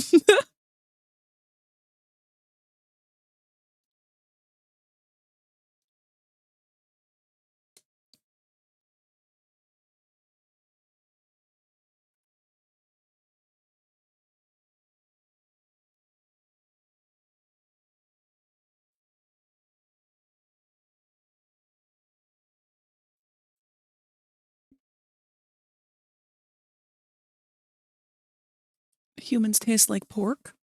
See, I would need to cook human dry. That's one. I can't stand moist pork chops. The drier the better. I want it to taste like a desert. I want it to practically be jerky.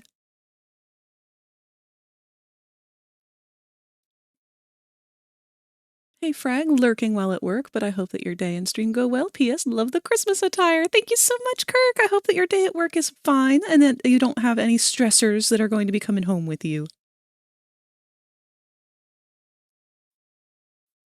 I've learned not to wish people a good day at work because that's oftentimes a difficult thing to achieve, so an okay day is better.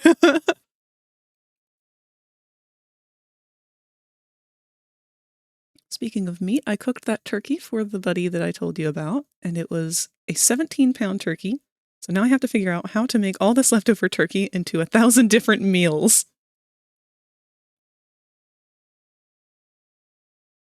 I ran into that problem with chicken earlier throughout the year. We ended up getting like a bulk chicken order. It was one of those things where like we were just trying out a new supplier who one of our neighbors goes through. But in order to get the meat, you have to like order a crap ton of it. It's like, I guess, restaurant amount. And we were going to do some bulk meal prep with it. And oh my God, I've never seen so much chicken in my entire life. And it was the toughest chicken I'd ever had in my life on top of it. So it was inedible. We ended up having to grind it up into basically a powder. But once it was in powder form, that shit was delicious. Mix that up with some hot sauce or some buffalo sauce. Form it into a patty. That's lunch for the next week. If you become lightheaded from thirst, feel free to pass out. Thank you for the hydrate, Kirk. And a big stretch.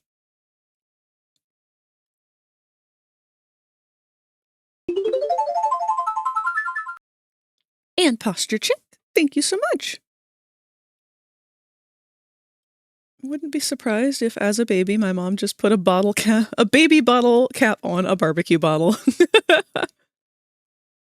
Now I'm picturing a car tire covered in Christmas decor, and the tire has Frag's coloring. This is my tire Sona.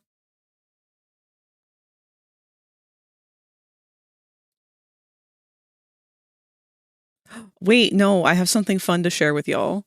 I discovered something entirely new this year.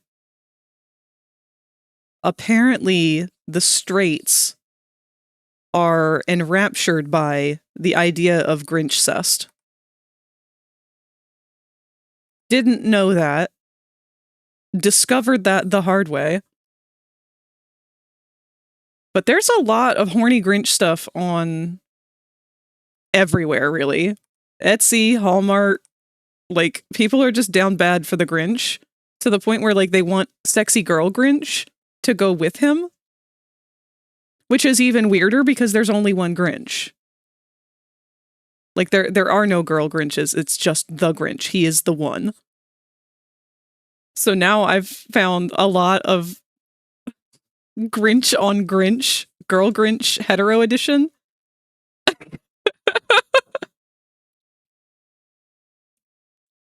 This all happened as a side effect of trying to find something Grinch related for my mom for Christmas because she is a very big fan of the Grinch. The regular one.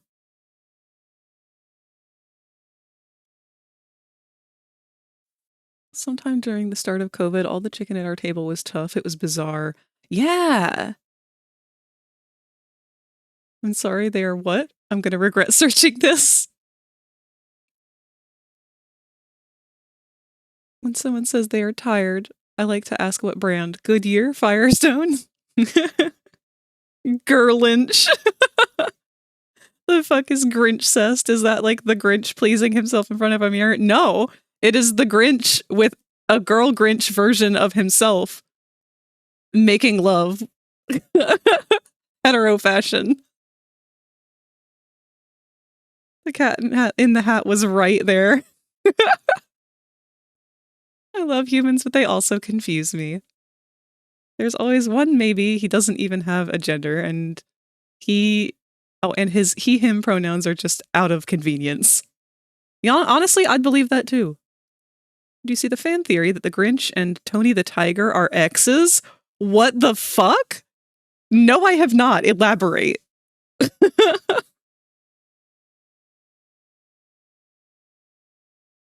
Where is this lore that I've missed out on?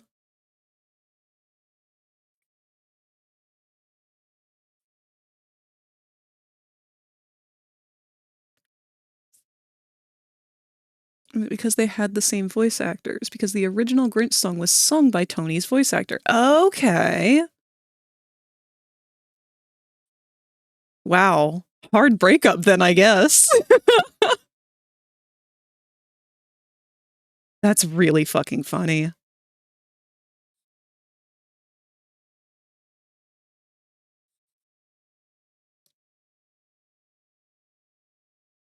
It's a breakup song.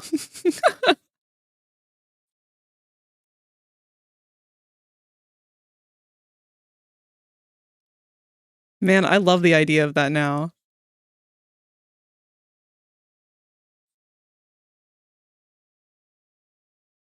Thurl Ravenscroft. One of the dopest feckin' names. I don't know why it posted twice.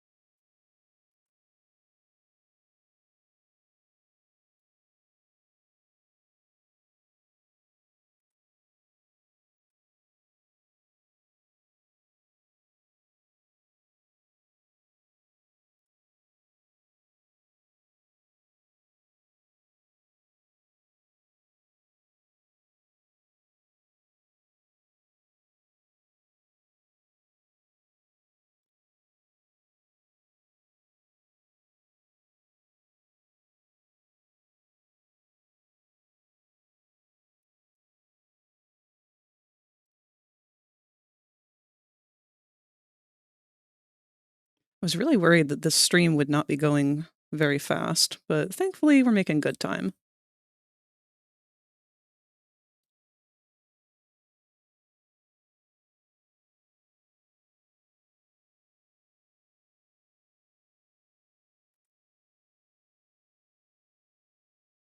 It also helps that I'm just not really thinking about these branches. I did a lot of the sketch work last night to avoid that today.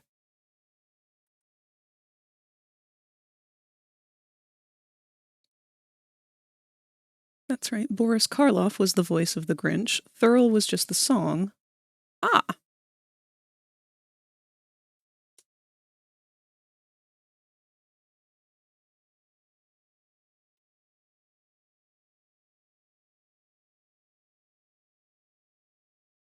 Wonder how the two of them would have met.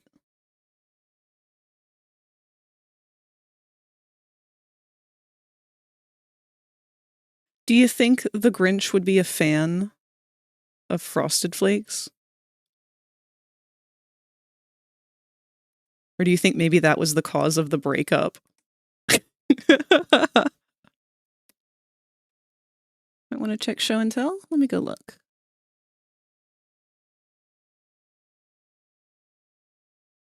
Oh, God.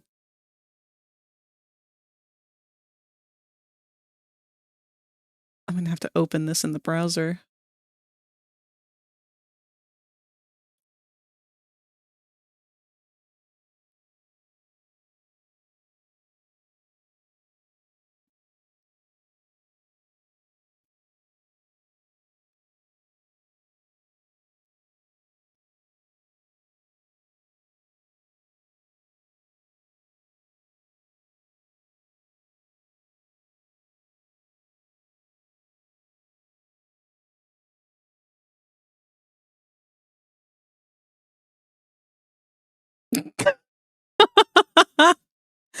Oh, the "you're great" though. Oh no.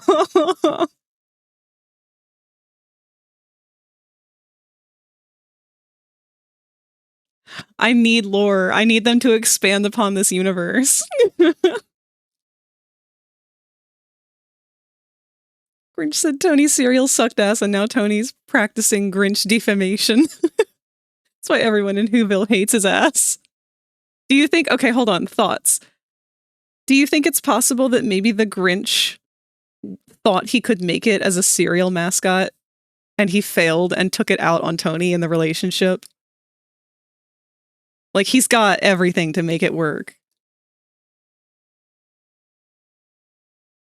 But, you know, the monster market's kind of already been taken over with Count Chocula.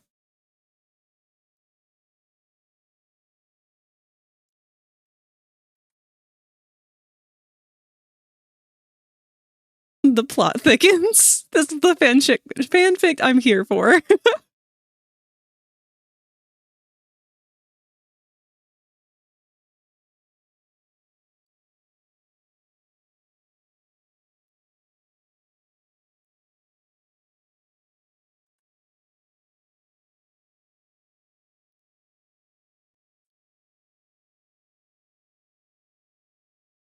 God, what would a Grinch cereal even be?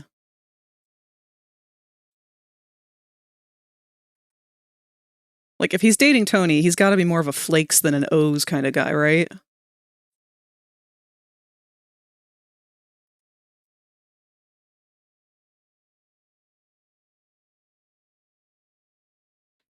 What would the Grinch cereal taste like?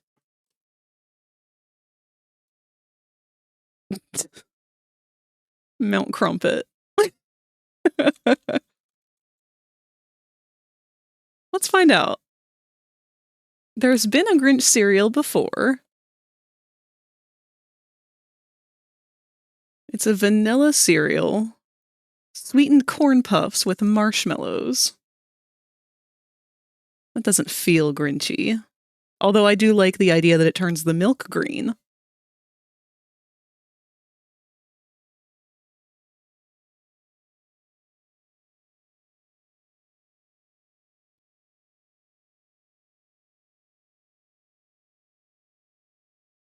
What's like a gross person cereal? Like bran flakes and shit like that. Like the stuff that nobody likes. I feel like that's probably something that the Grinch would get stuck with. Wheaties. Grape nuts. Peppermint flavored Grinch faces. Okay, no joke though, peppermint flavored cereal's my favorite. They made that shit for Elf on the Shelf one year and it was so goddamn good and I'm mad because they changed it the next year and now the Elf on the Shelf is just sugar cookie.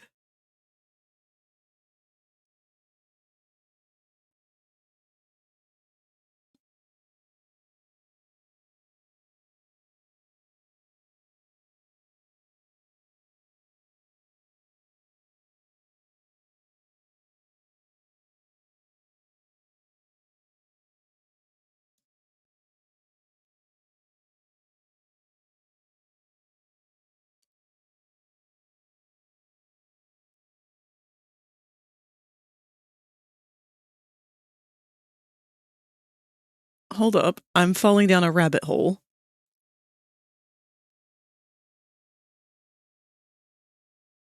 In the year 2000, Kellogg's had a promotion for the 2000 film version of Dr. Seuss's How the Grinch Stole Christmas. Kellogg's had a marketing gimmick called The Grinch Stole Breakfast, where the Grinch went from cereal box to cereal box and put his hand in each of the major Kellogg's cereals. Is this what caused the breakup?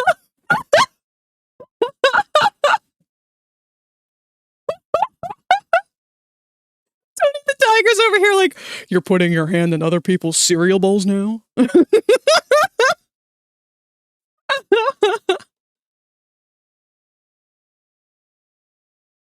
Oh, I love this. These are all the cereal mascots that the Grinch encountered. Coco the Monkey from Cocoa Krispies, Diggum Frog from Smacks, Snap, Crackle, and Pop from Holiday Rice Krispies, Sunny the Sun from Raisin Bran, Tony the Tiger from Frosted Flakes, Toucan Sam from Fruit Loops. What is interesting about this crossover is that Tony the Tiger was voiced by Thurl Ravencroft, who also sang You're a Mean One, Mr. Grinch for the 1966 TV special. Kellogg's also really went all out for this promotion. There was a companion website where kids could play games or get Grinch e-cards or win Grinch-related prizes, such as a special Grinch bowl, a Grinch car, or a Grinch t-shirt. I love this. I've changed my mind entirely. The Grinch does not want his own cereal. The Grinch just wants to partake in all the cereal. Tony was just a one-stop shop of many.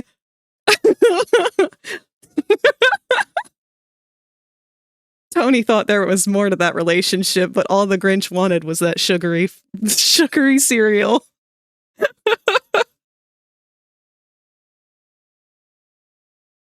A serial killer.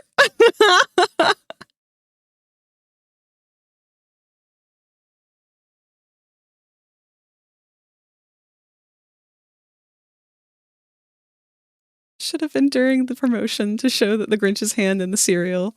Should have added some green cotton candy into the bag. Tony doesn't like being a side piece. Grinch wanted a cereal mascot harem. Oh my god, that'd be such a funny fucking picture, though. Like the Grinch sitting on like a throne with Tony on a leash and the other mascots all surrounding it.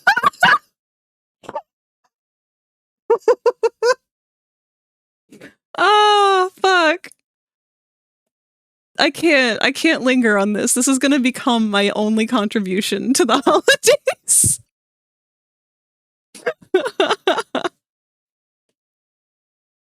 I swore I would never become the enemy, and here I am.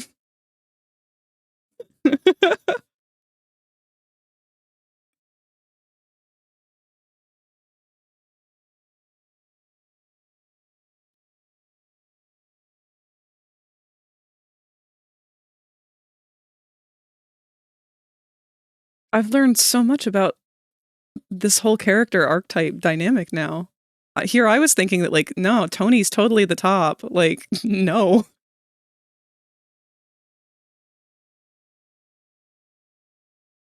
Tony deserved better, let's be honest.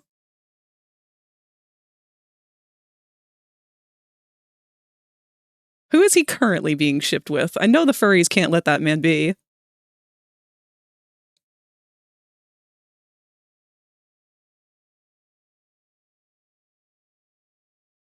I'd say Toucan Sam, but I feel like people have had a little bit of a vendetta against him since his redesign.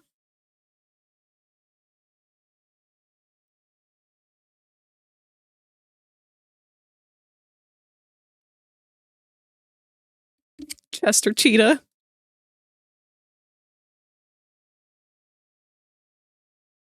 Well, wait, hold on. Maybe Tony's got a type, though. Like, who's the most Grinch-adjacent cereal mascot?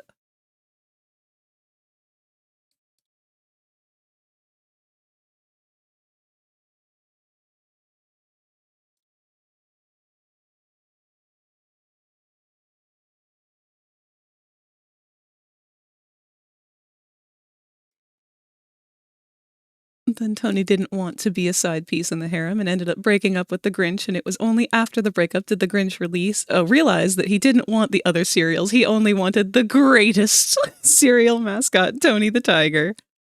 Lucky the Leprechaun, maybe. Oh, there's a good idea. He is green.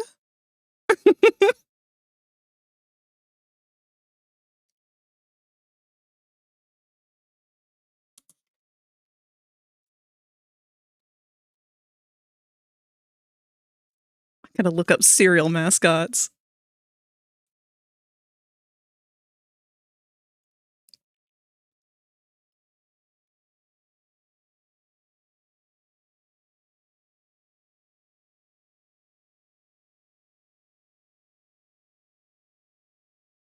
What about the Trix Rabbit? He's kind of Grinch adjacent. He's always trying to get the tricks from the kids.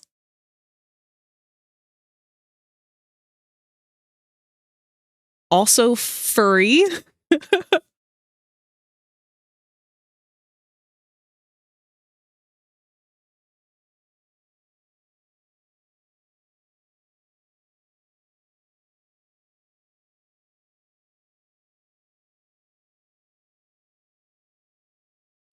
Maybe the wolf coyote from Cookie Crisp. Oh, that's right. He also was always after the cereal.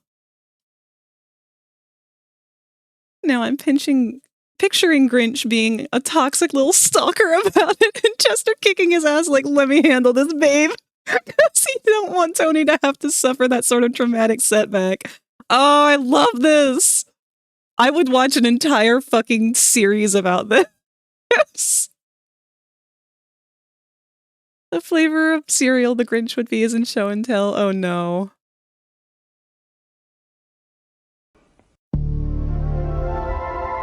Hey, what's up? Hey, what's up, Ink Bleeder?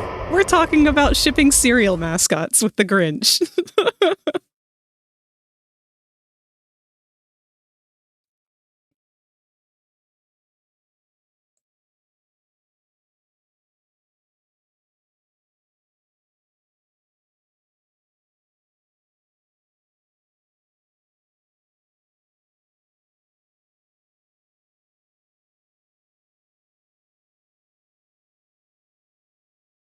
Oh, geez, I can't believe you've done this.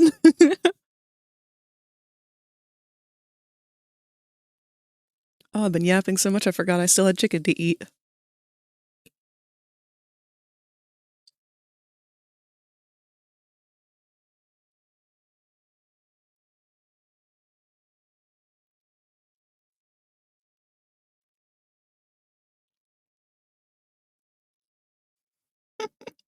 What if Max was originally Tony's dog?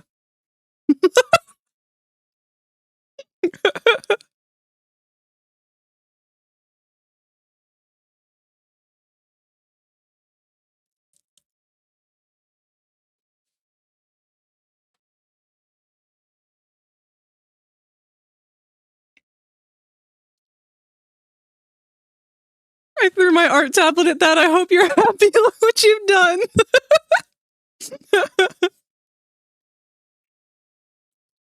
Listen, it's a very intense breakup song. Something had to have happened. It was ugly.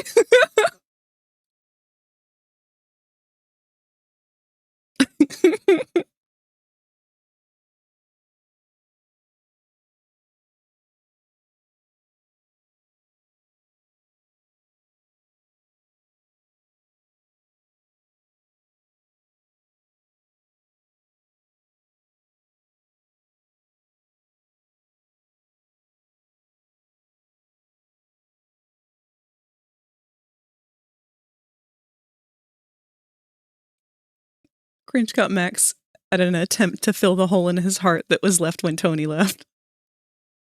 Is that why his heart shrunk 3 sizes too small?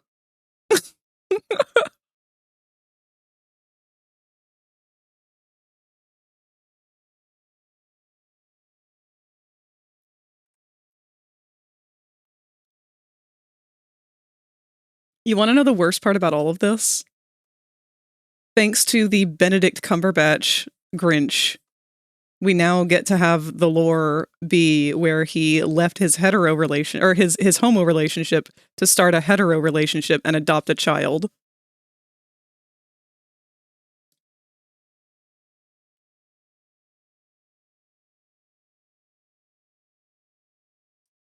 Do you think they got back together after Grinch's heart grew that day, or do you think Grinch had to learn another sucky life lesson that just because you become better doesn't mean you are entitled to the forgiveness of the people that you have hurt? I like that second part better.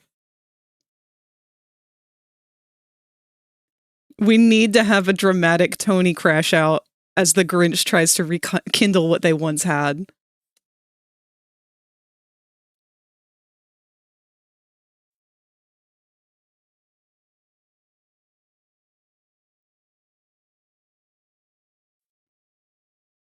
Oh, by the way, Deltarune plans this month. Ah ha ha ha ha ha. I'll be honest, Ink. I haven't even begun to think about it. I'm so sorry. I've been trying to get everything else situated in the meantime. I'm gonna say probably not, because we have not had a chance to test with Parsec and figure out why the controller isn't working anymore. That, and I just expect to be very busy throughout this month, but I will let you know as soon as I hear from Rosie and we are able to sit down and work on it some.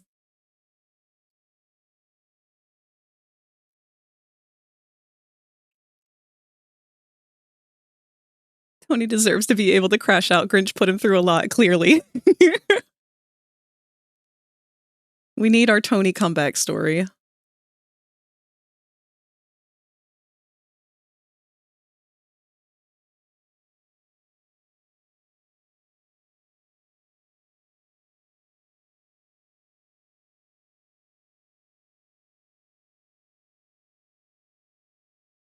Veins popping as I try not to spoil you with Deltarune memes.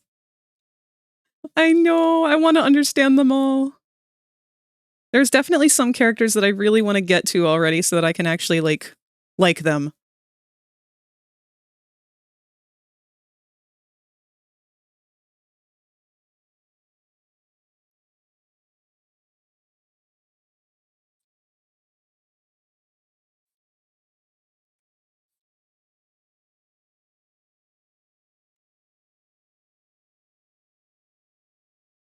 I've gone through half of my 10 kilograms of sweets. That's alright. 'Tis the season. Now's the time to do it.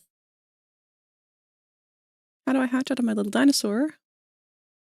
I've been an egg for too long. So there's a twinkle beside my head here, right underneath of the gingerbread man. If you float your mouse over that on desktop, you should have a stream avatars pop up, or icon pop up. And from there, you'll have a menu that will let you hatch into any other dinosaur on the list.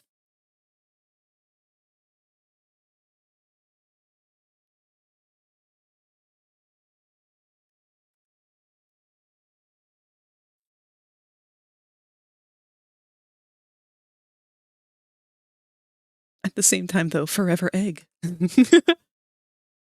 Cactus the unhatchable.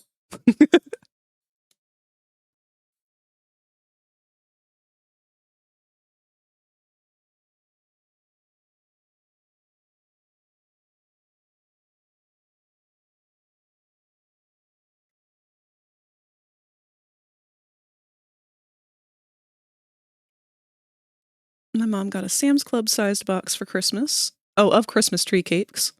I have not had one yet, but oh, the temptation. Man, those Christmas tree cakes are to die for. Did you guys know that they come in chocolate? I had only ever had the vanilla ones my whole life, but I saw chocolate exists last year. I've been meaning to get my hands on some. Yeah!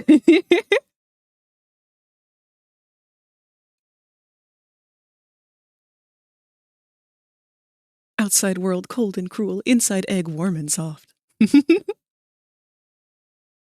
just say that you know a household is broken when even the TV has separation issues.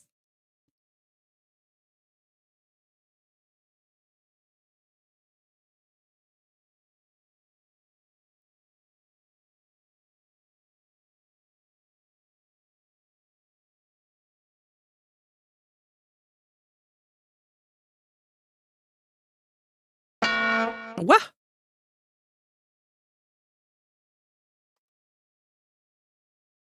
If you become lightheaded from thirst, feel free to pass out. Thank you for the hydrate cue.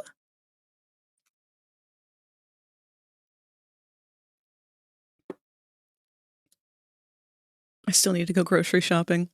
Man, I still need to go Christmas shopping. I ain't got shit for anybody right now. Shopping, this is the hardest year I've ever had. Because normally, in the past, I would make a lot of gifts. But this year, I don't know. I'm having a hard time figuring out what to get for people. A lot of it's coming down to, well, I'm going to have to make that because I can't buy this for a reasonable price this year because economy.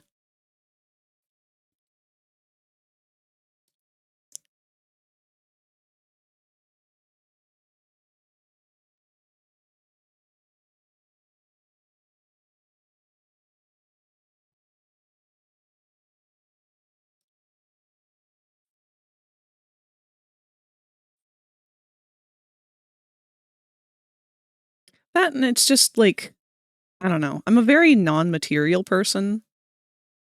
I don't personally want gifts for Christmas time. It's more so like I want to spend time with people or just like do things.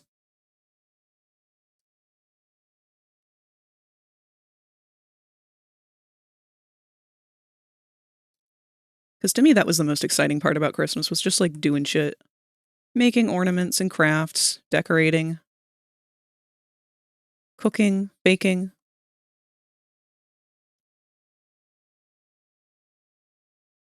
Watching movies.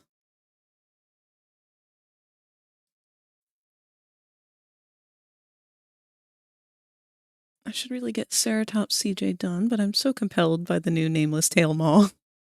Follow the dopamine.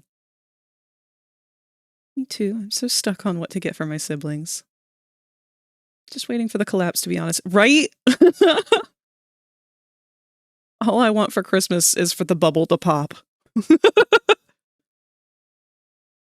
Best gift I ever got in my adult life was last year when my mom bought me a very expensive vacuum cleaner. Yeah! Living that adult lifestyle.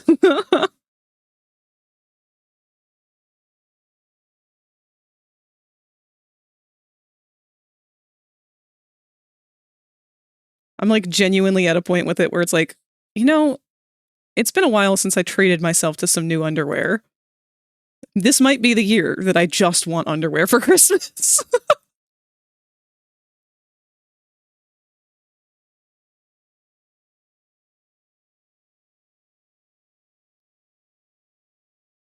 My child self is just over here fucking having a meltdown.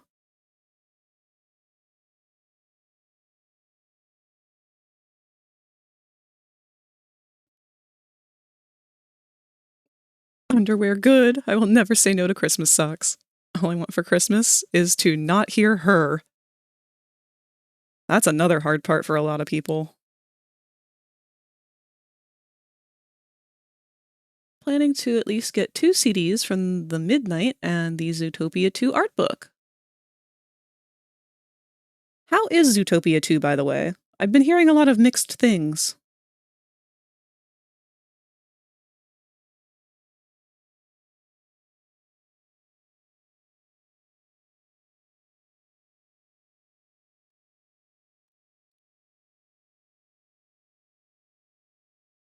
It was good? Good. I love getting things I need to function, man. I wish somebody would buy me my new double-door convection oven so I don't gotta buy it myself. Yeah, there you go. Mood.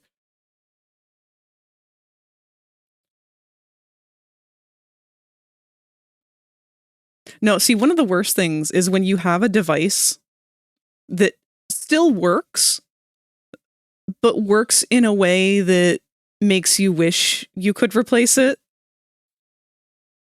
but you just can't because it's not something that needs to be replaced. Like, it's not non-functional, it's just something that bothers you.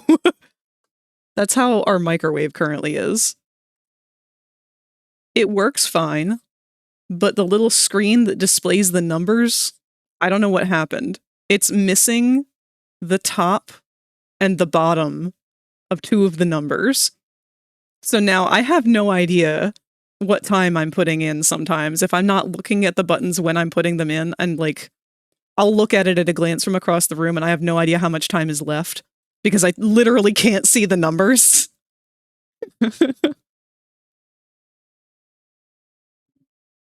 Also, welcome King Cinder? Cinder? I was gonna say Snyder. That was not right.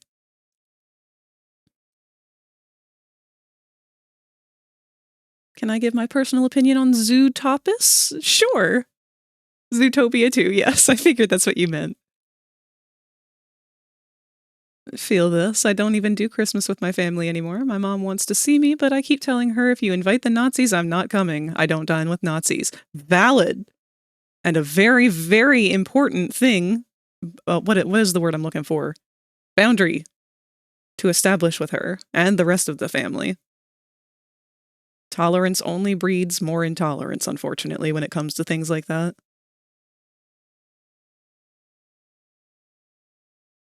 Want to live in the modular Frutiger Arrow future we were all promised. Fucking same.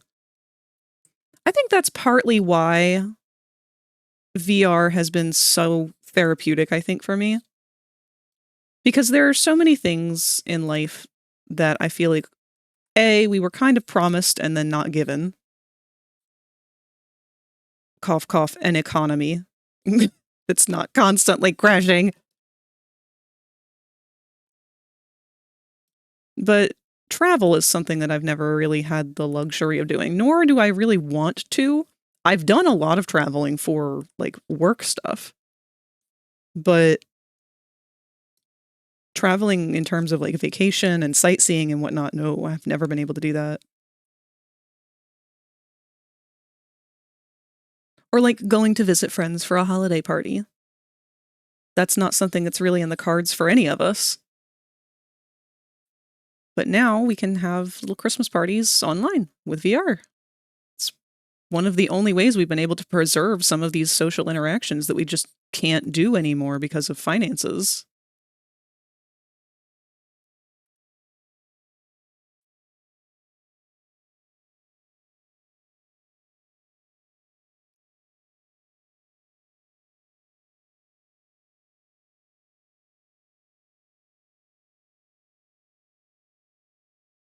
Then there's my microwave, where we have to twist a dial to get the time, and there's no way to know the exact time.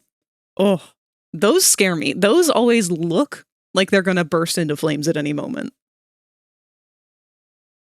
I did love it, but personally I did prefer the first one based on personal taste. First one feels like a big investigation case. The second I feel is less like an investigation, but a bit more like a police pursuit. That's how I feel. But I did love it, and it change? Make change. I'm glad that you enjoyed it. It's hard for a movie to be able to be, like, better than its predecessor version. I didn't really expect it to be better, I guess, than the first movie. Just different. And it sounds like it was. I'm excited to give it a watch.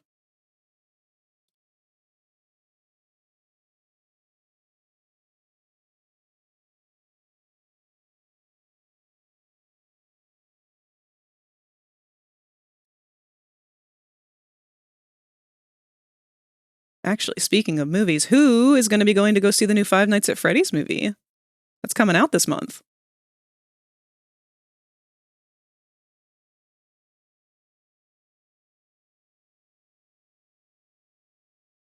Hey, Frag, what's your favorite Kirby ability? Can I re-ask the question, actually? Are we talking ability for Kirby specifically, or ability in the Kirby universe? Because the creatures that Kirby gets his abilities from, I am very fond of. Also, that just about does it for the outside ring of our wreath.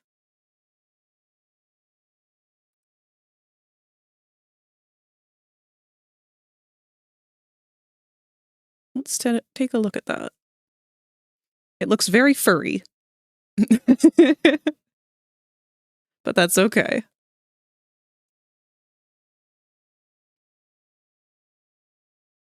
Frag question, should I go the easy route and use Velcro for my dress closure, or further my skills and practice with the metal snaps? If you feel up to it, always, always push. Go for the metal snaps. Because you know what? If it doesn't work out, that's okay. You have a backup plan. An opportunity taken, not wasted. With virtually no repercussions.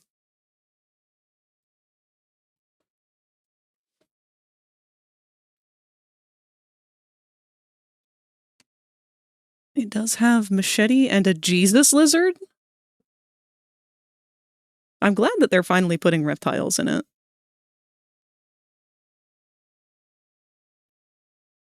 It hit different, but maybe some people will prefer the more police pursuit style. Yeah, like a buddy cop type thing.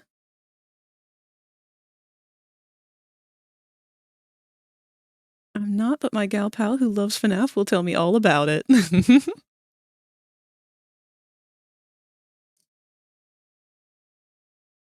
Guys 2 was really impressive for a sequel.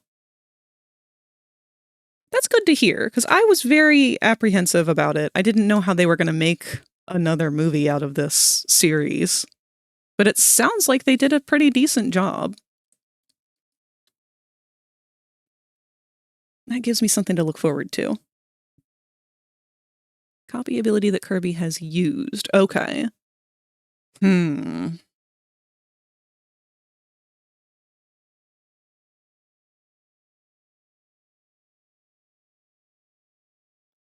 to think of many of the different abilities that I preferred using in the games.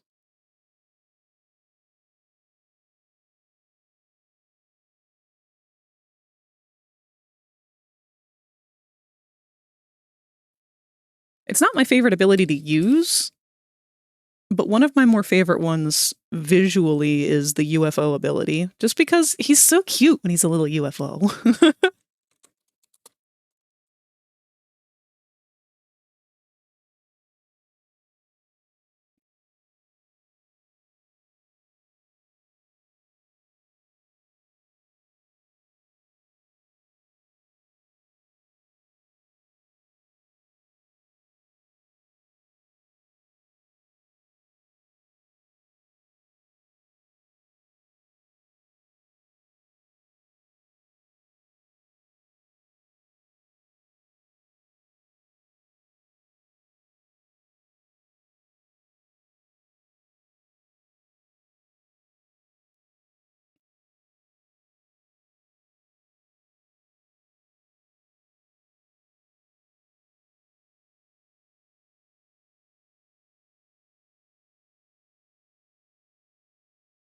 I still remember the ones from Nintendo 64 where, like, he just turns his body into random sharp stabby objects. So my one thought of Zootopia 2 can be summed up If you as... become lightheaded from thirst, feel free to pass out. Thank you for the hydrate, Alucard. Long time no see. My thoughts can be summed up as just kiss her, you fool.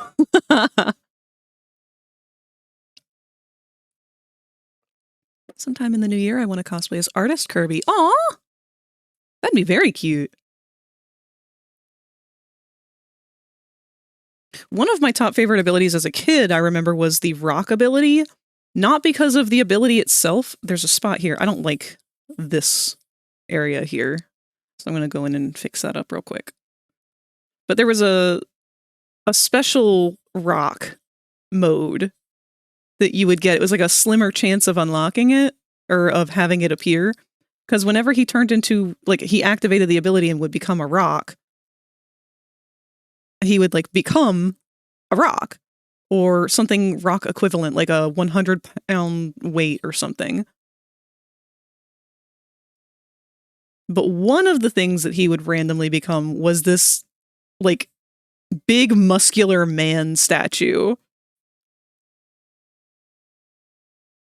And it always made me laugh really hard when I was a kid.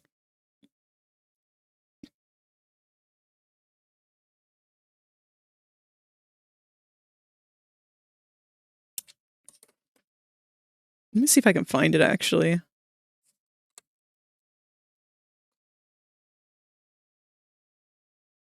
Because the statue would also, like, be in different poses.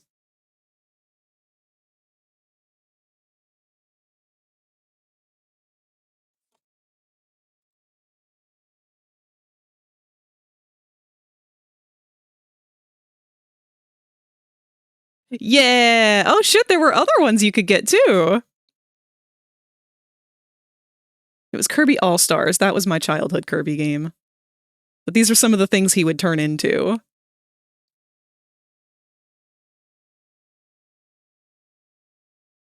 But this fucking beefy dude was always my favorite. I don't know why. I thought it was so fucking funny every time he'd show up. Because he would just go from, like, this little pink blob to this hyper-realistic muscle bro.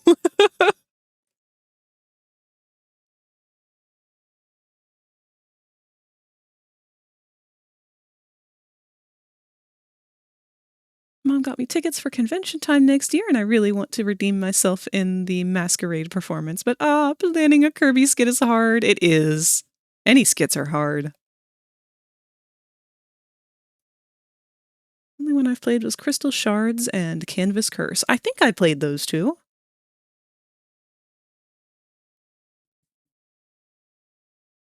This is a cool song. Oh, this one's from that game Celeste that Q was talking about the other day. Oh, and our ads are about to play in 1 minute.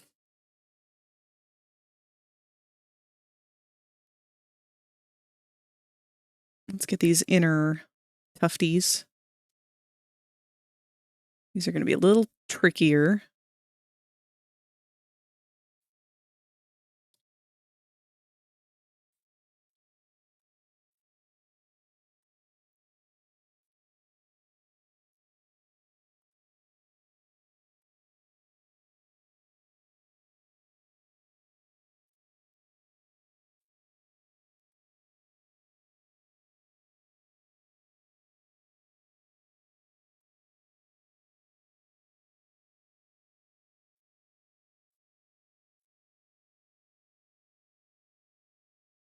Take another bite of chicken while I'm at it. Oh, actually, let me catch up on chat before I do. Speaking of cons, my buddy's going to Midwest Fur Fest in 2 days, and I'm evil and jealous. That's a big one. I've never been to that one, but I've heard about that one a lot. Need to play Crystal Shards at some point.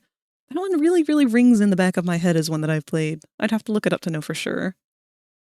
I've been good just trying to figure out the game that I've been playing since they updated it recently and made it harder and added in new blocks, so I have to refit everything. That's bothersome. I hope that in the long run that the updates will make it easier for you, though.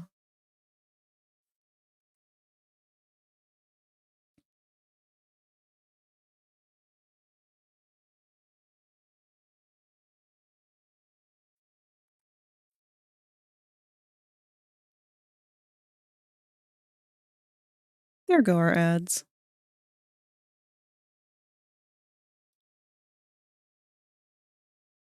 What do you mean, welcome to the chat room? Don't start doing that, OBS.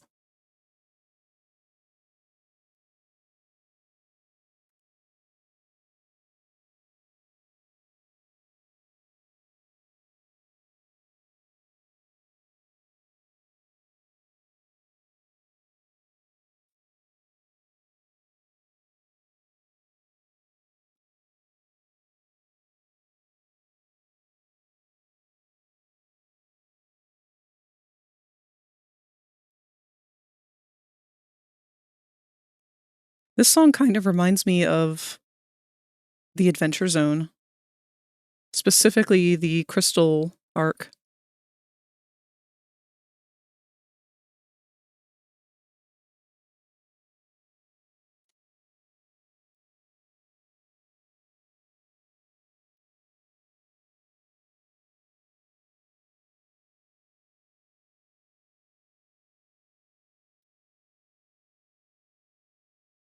It's from Celeste. Yeah, I just mentioned that.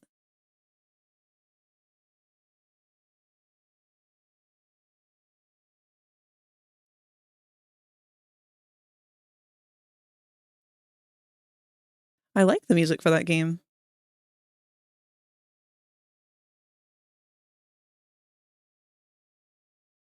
At least what I've heard of it from this.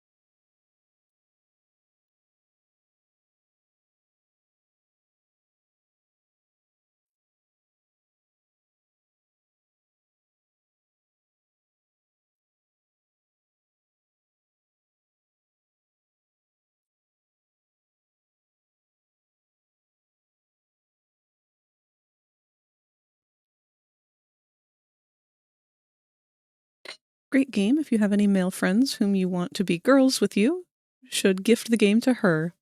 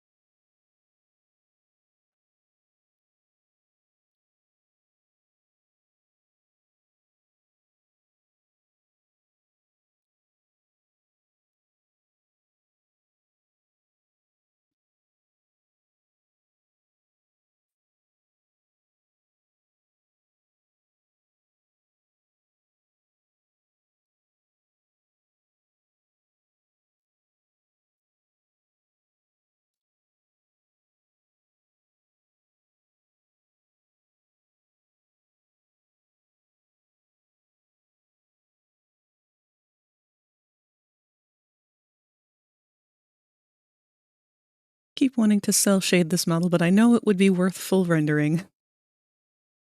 Be that as it may, sometimes cell shading just is what you feel like doing.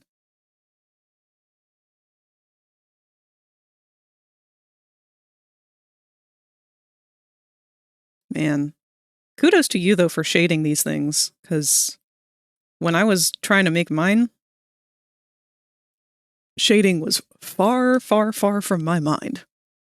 I was like, it was going to be a miracle if I even got the flats to work out. It's a very good example of make it exist first, make it perfect later.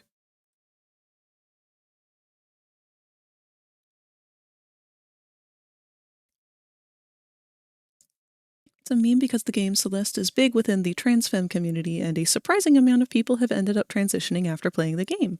Aww! That's so nice! I love when there are games like that.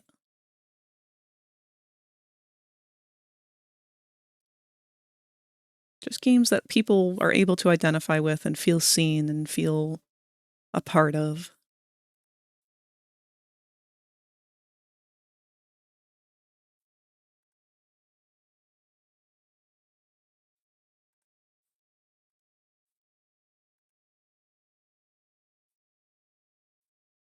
Oh, that's right. I forgot they're making a Mario Galaxy movie soon.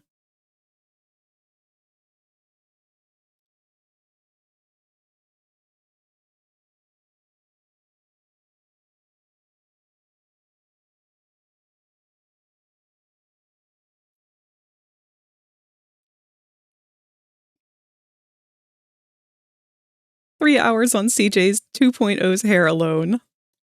Oh no, Cactus, you poor thing!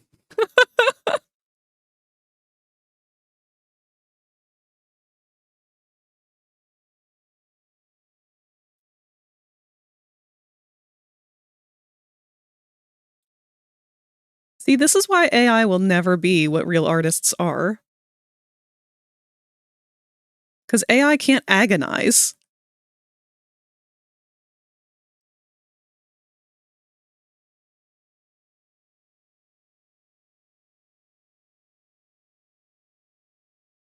It can't be horny and it can't agonize. Therefore, it can't make true art.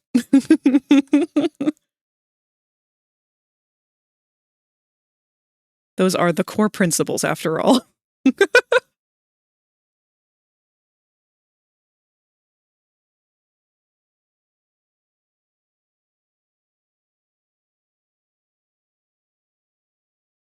And yeah, the shading does take a lot of the time, but I figure I will also be using them for a long, long time, so it's worth the effort. Absolutely! That's the cool thing about them, because once they're done, and now you just get to look at them. And that's the best fucking part! There was an old comic that I had seen floating around, or maybe it was just a comment thread on Tumblr forever ago, and it was something along the lines of, so what are you going to do with your art now that you're done with it? And their response was, stare at it until I hate it. Which is so true. That's 100% what I do. Like, I'm going to stare at it obsessively until the moment that the dopamine stops, and now I hate it. And then I'll do another one, but better.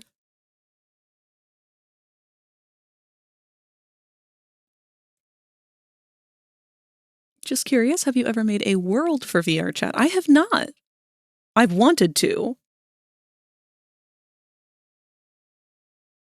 I don't know what I would do, though, is the thing. I'm not really much of a background artist. I kind of hate drawing backgrounds, to be honest. And I like the idea of making a world. But I don't know what I would do. Part of me struggles with it, too, because it always feels like anything that I would come up with wouldn't be worth making, because there's probably already another one that exists somewhere that someone did better on, which is a dumb mentality to be in. If that's where your brain is, like, and that's why I'm kind of like being very open about it here, is I know it's dumb. Because it doesn't matter if somebody already did it. I haven't done it. That's what matters. What somebody else did is what somebody else did. What I did doesn't exist yet. So we'll never know what that is until I do.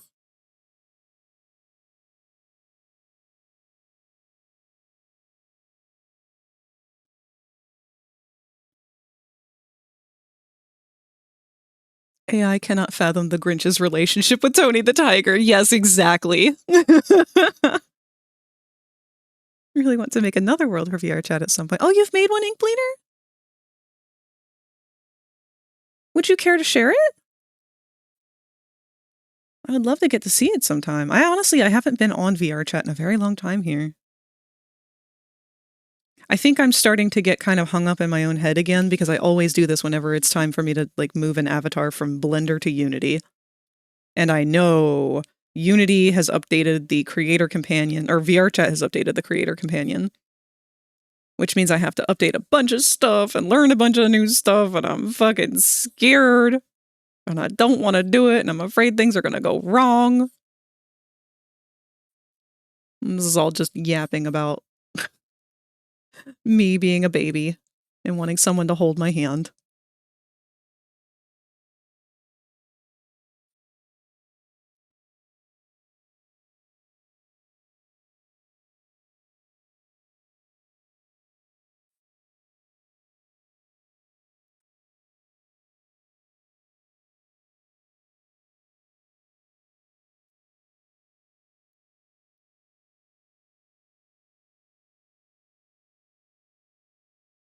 Also, maybe I should make an alt of the tail model where they have a controller taped to them for when me and Pinky play together. Yes! That'd be really cool. The only other thing I could think of is you could have, like, the controller just in the maw. I don't know, maybe they're trying to play it with the tongue. Make something vaporwave. I made a southwestern style home. It's been forever since I updated my first world. There's so much that I want to learn that goes into world making too, and I feel like I've only just grazed the surface when it comes to avatar making.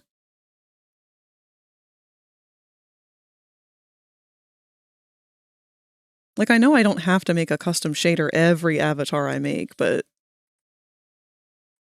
I can, and therefore my brain is like, you should. Because after all, how is it truly yours if not every part of it was made by you?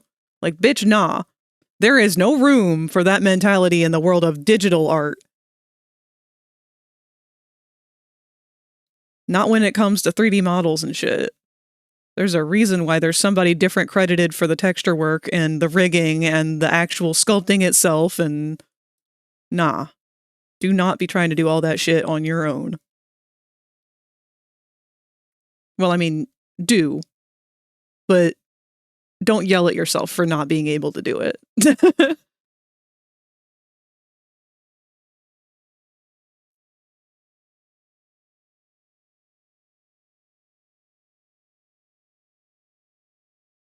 Do it if you can.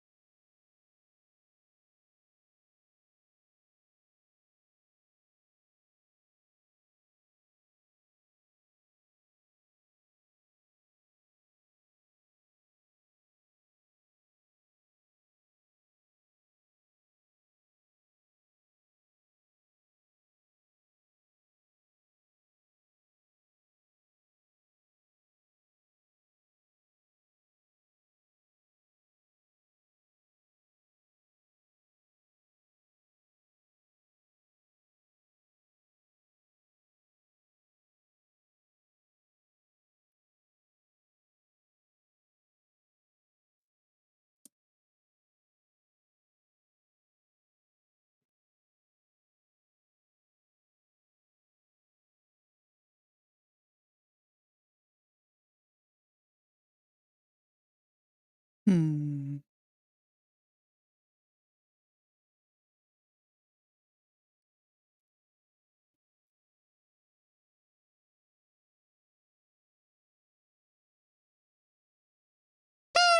Oh, wow. Give me just one moment. I want to make sure that I've got this balanced out good.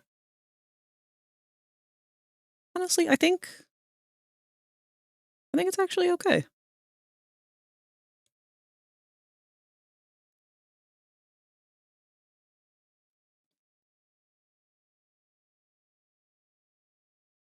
Like me and making a Pokemon ROM hack, plenty of other people have made them, but I want to make my own one because it seems like a fun thing to make. It doesn't even matter to me if nobody plays it when it's done. To me, it's more about the work towards it than the end result. Plus, I want to go through it myself when it's done to challenge myself. Because if I learn how to make a Pokemon ROM hack, then I could even eventually learn how to make my own games from scratch. Fuck yeah, Q! That's really inspirational. I'm still trying to think of a good name. Something like Billy Joe, I think. A hyphenated name.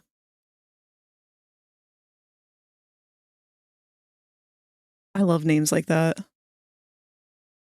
John's always a good one.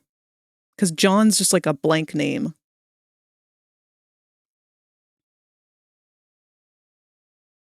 Just now realizing that it's meant to be a wreath and not an Ouroboros worm on a string.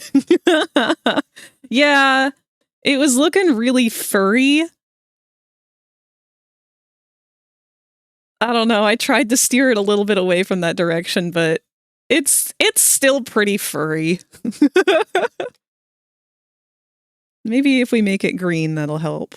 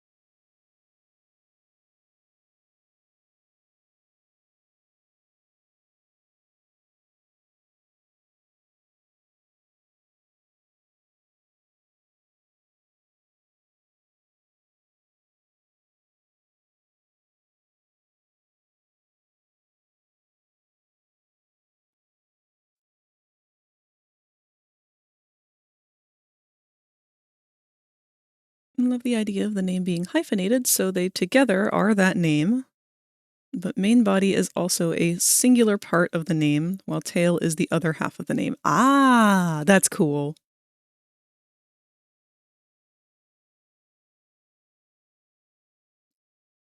Oh, right, Frag, did you know that Ash's Pikachu has a name and is called... What, is that Jean-Luc Pikachu? Huh? That's Ash's Pikachu's name?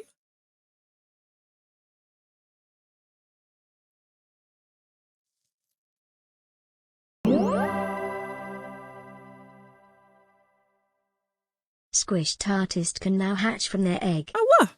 Welcome to the nest, Squished Artist.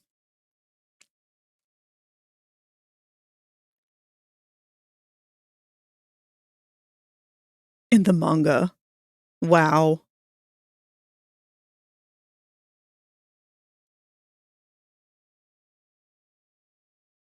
I think the author was a Star Trek fan. I believe it. All right, we've got our wreath. I don't know if I'm going to keep it that color. A lot of the greens I've been going with, I've pushed them more towards the bluer hues, but we'll worry about that after we get more of the image kind of fleshed out. I guess the next thing that we need is to make the little box here for chat.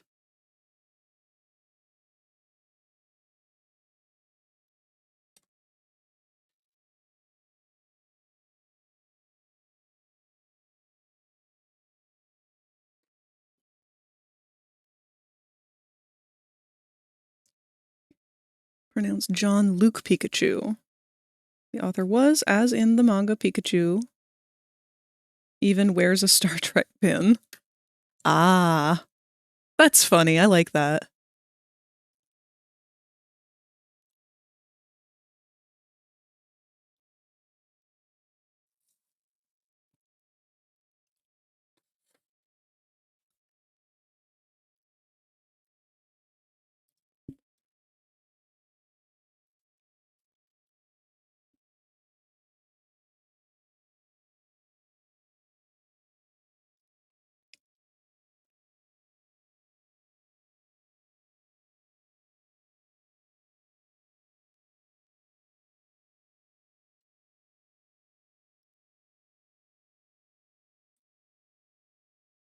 Yes, of course the main bod and tail are dating. Why wouldn't they be? Yes.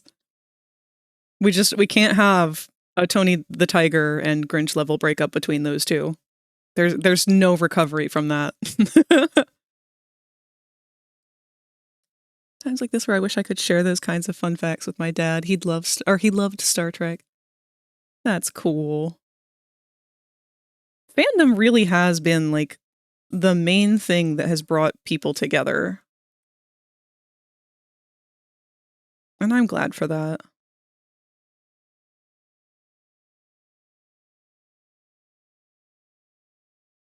This is the dreadful part where I desperately try to draw a straight line and fail miserably. Yep. Oh, okay, that one wasn't too bad.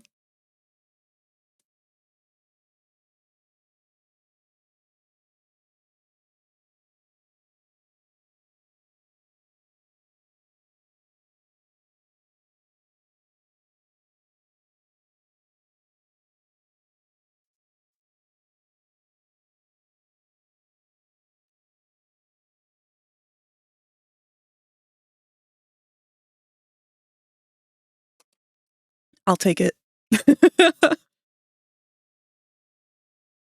Beggars can't be choosers.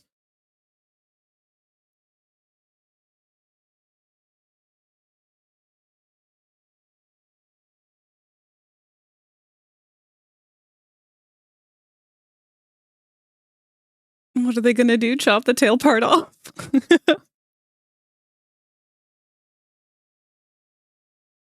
Humans love stories. It's one of those things that makes us human. Exactly, yes. Greg, you can use a ruler for digital art just like you would for traditional. I know, but that's not the same. It's too slippery. No, I should have just made an ink layer and just done, a line. But the trouble with that is I want to have my texture from my actual lines, and I don't really know how to do that in Psy using a vector line layer. I really ought to figure that out. Because I'm pretty sure there's a way to do it.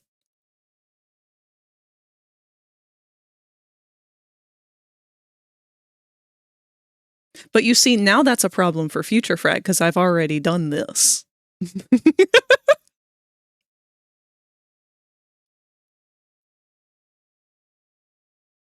I say that all cocky, but I still have to do the inner line. No, I don't. I can cheat.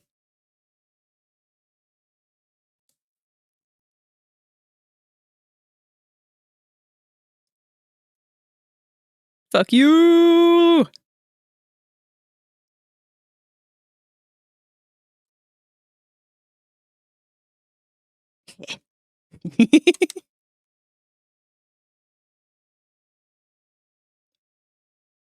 Send an image of the manga panel to show frag. Let's see.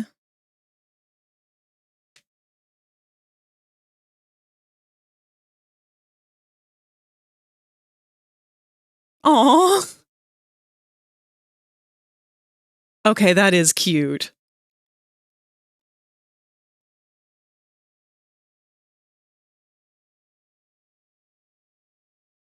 Frag, you are coming with me to my kitchen to cook dinner. Oh, okay.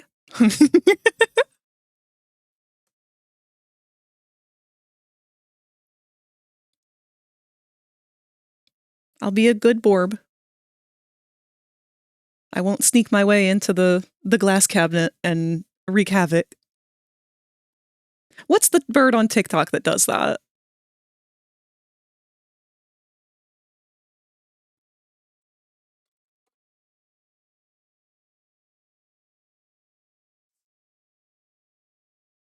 Prince. Prince the lovebird.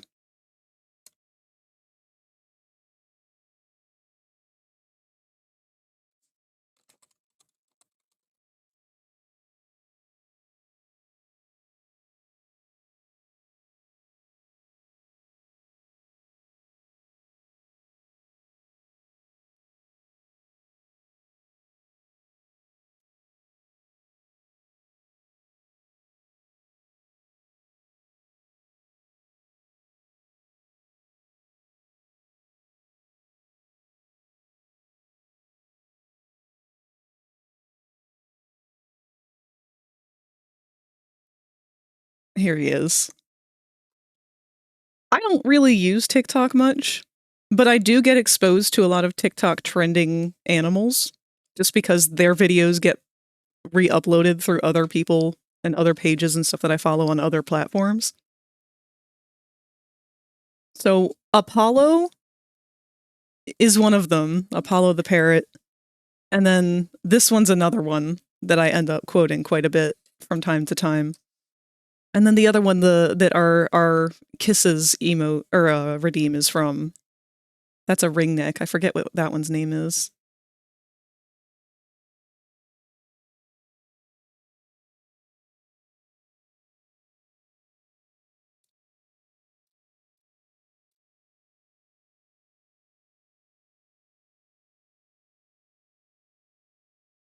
Would it be smarter to just make a big dot?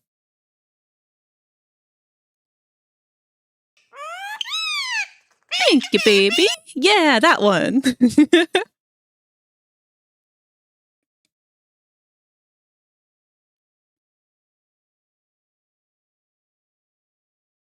I'm going to try something a little odd here.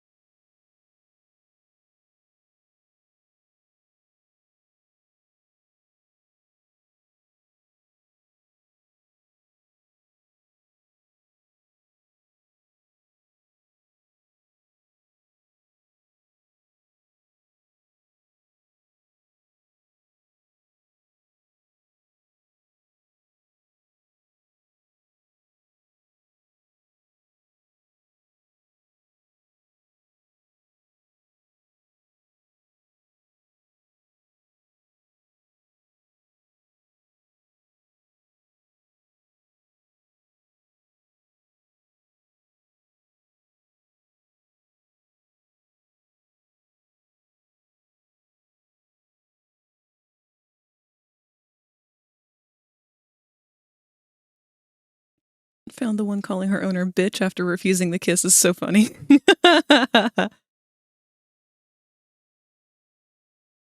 God, birds are great. I've never had one as a pet, and I probably never will. But I love them.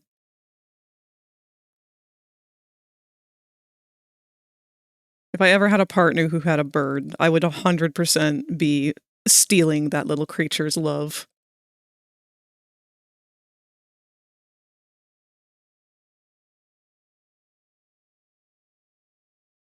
All right, that's going to help me be able to visualize the depth of this a little better, I think.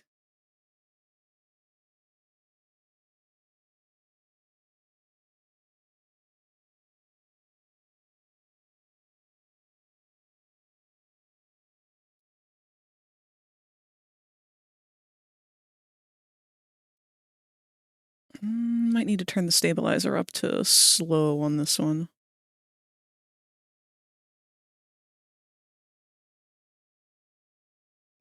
Pet birds are assholes. Yeah, they are.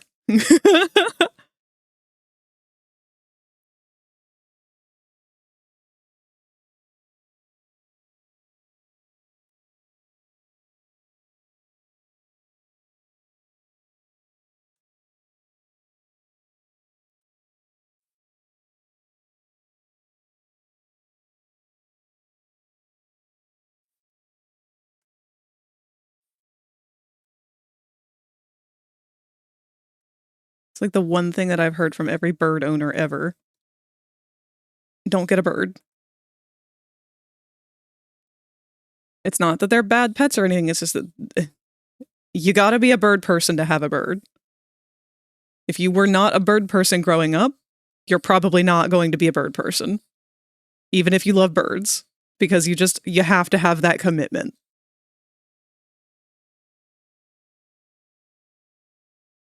It is not the same as getting a dog or a cat.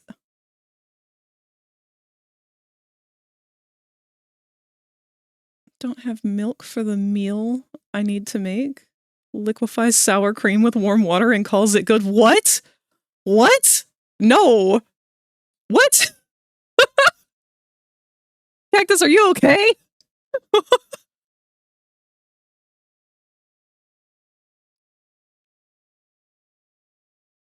Ever seen effin' birds? Yes.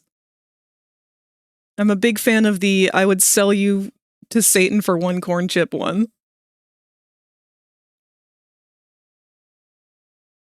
It's Alfredo, it won't ruin the meal. Okay. If you become lightheaded from thirst, feel free to pass out. Thank you, Cat, for the hydrate.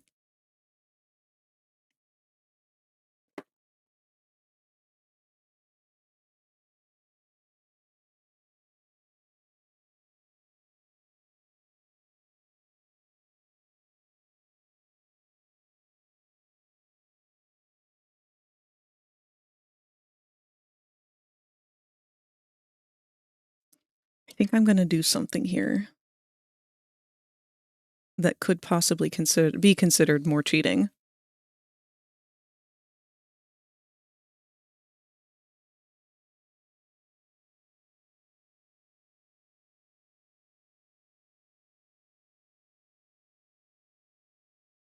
And no one has to know.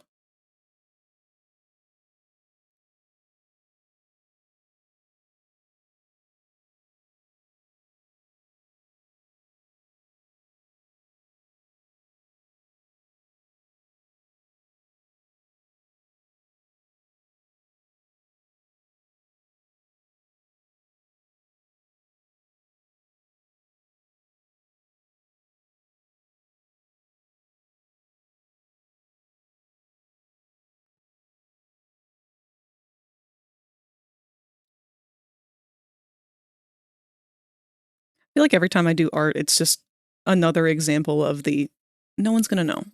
Who's gonna know? That meme, whatever that audio is from.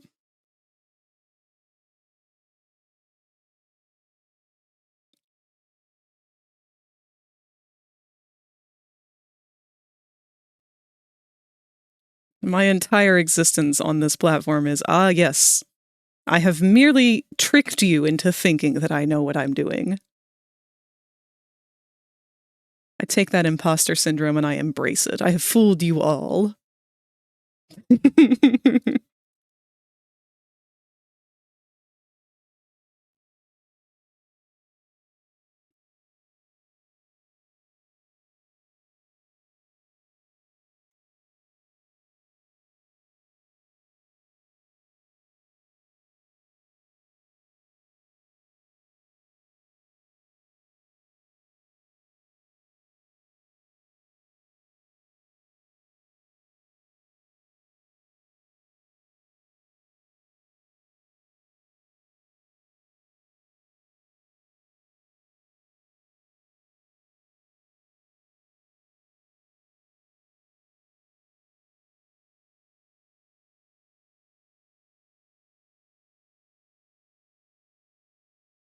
Also gone back to a manga that I haven't read in a while to find out that over 200 chapters have been added. Holy shit.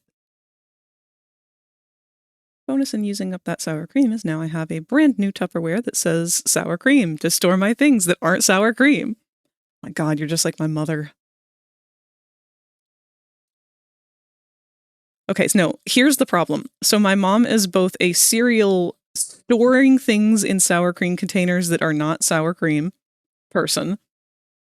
And she's also a serial buys too much sour cream to begin with because she forgot that we already had sour cream.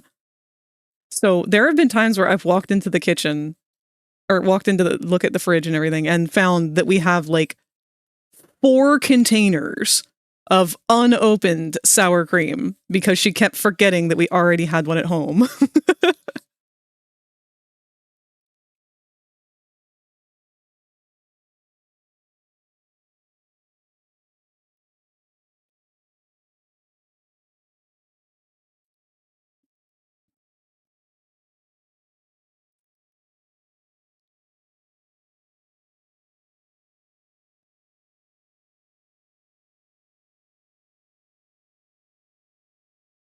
Very Magalore of you. I don't let Pinky throw away my peanut butter jars either. My grandparents do this with the containers too. I'm very about it. Or my instant coffee jars. Who's making money to not save their containers for free Tupperware? True.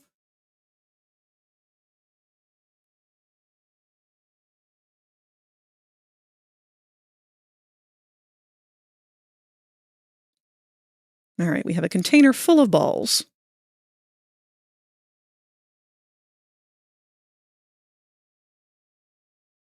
I think we're going to just go ahead and cut them off completely.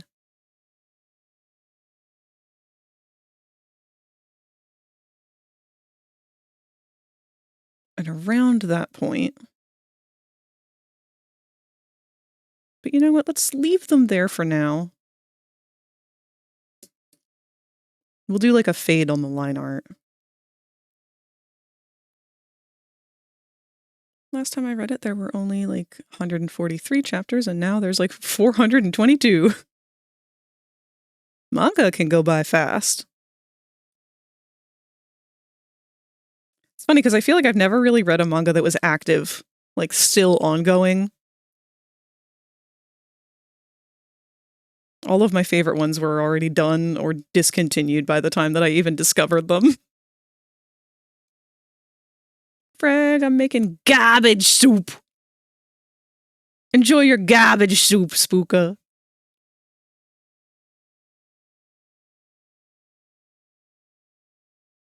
Now, I did a little bit of a fucky-wucky here, because I did, in my haste of trying to get this doodle prepared for today, kind of maybe a little merged all of my layers into one for the sketch. So I can't actually see behind the ornament that Popple is holding. And I had all of that sketched out prior. But that's okay.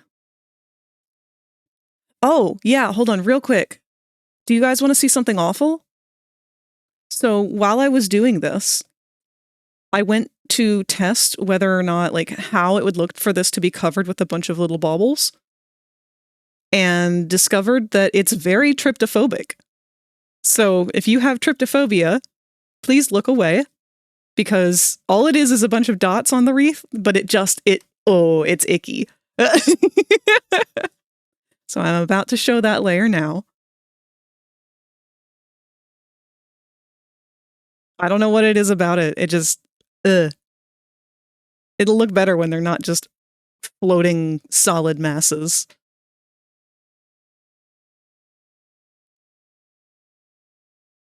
So I have to keep that layer specifically kind of out of sight, out of mind. Blueberries, yeah, sure.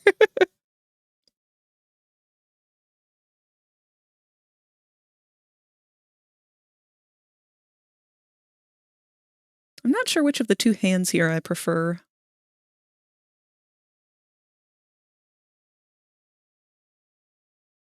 I guess it just depends on how legible they are in the end. We'll see. I'm putting it off because I'm nervous. But no time like the present. Let's start inking Popple. Again with the circles. It's always the circles. I do this to myself.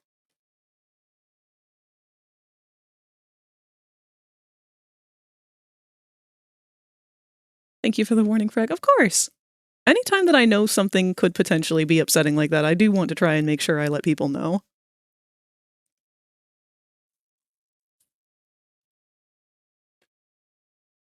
It costs nothing to be considerate.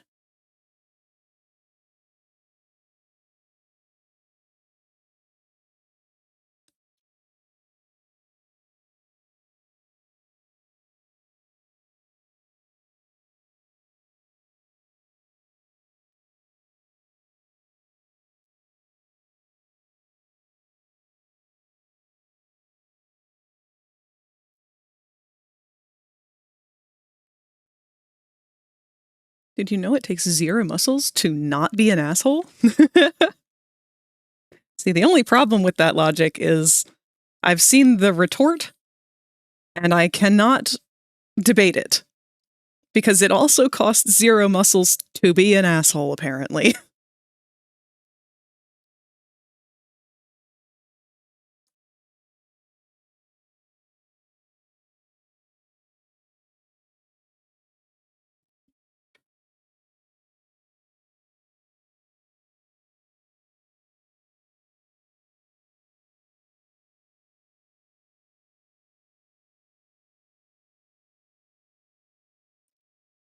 If that were true, they wouldn't have to scrunch their face like that.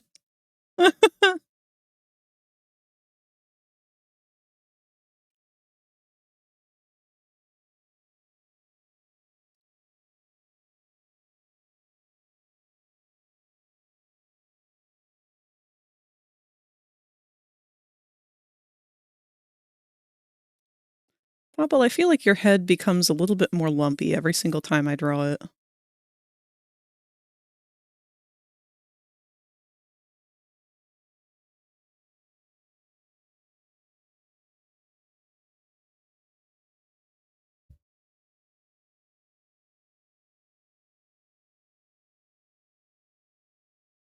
It's also because we learned live that I have that phobia. Due to when people use bits to give Popple a moving afro. Yeah, don't even remind people. He's content right now. He's got his favorite flavor. Oh, actually, I forgot to let you guys know, Popple's got a bit of a side gig this month. So he has a part-time job. He's been hired by Santa to keep track of this chat specifically and report back to the big man upstairs who's naughty and who's nice based off of people's interactions in the chat.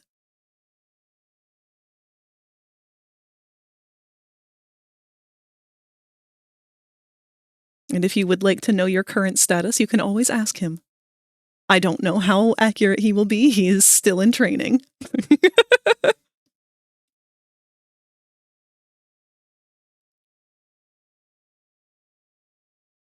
Kevin is sketching Lil Bold as a couple of shoulder consciouses. Uh-oh. Something tells me that Lil Bold is just 2 devils on his shoulder. I don't think there is an angel. I think the greatest part about the manga is that at the end of every chapter there's a meme. Aw. Am I a good girl, Popple? He didn't say shit. Well, maybe it's because of the way that you chose to word that cue.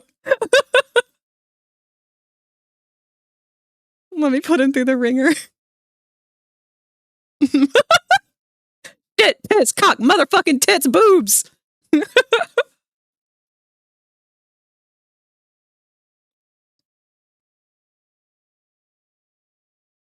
He can only tell you yourself. Unfortunately, you can't ask if other people are. Feet! No! Feet are banned. Ink Bleeder Wolf if he was written by Vivzy Pop.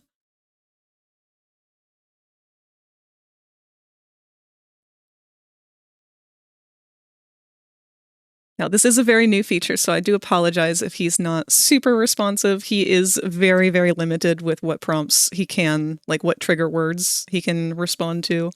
So I will be trying to update that with what common phrases are used more frequently.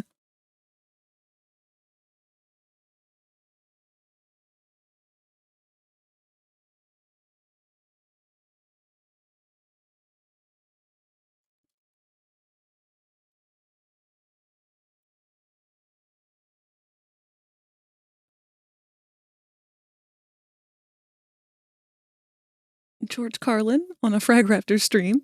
It's more likely than you think. What do I have to say? So currently, the 2 main ones are, am I on the nice list? Am I on the naughty list? And various ways of describing that. Have I been good? Have I been bad?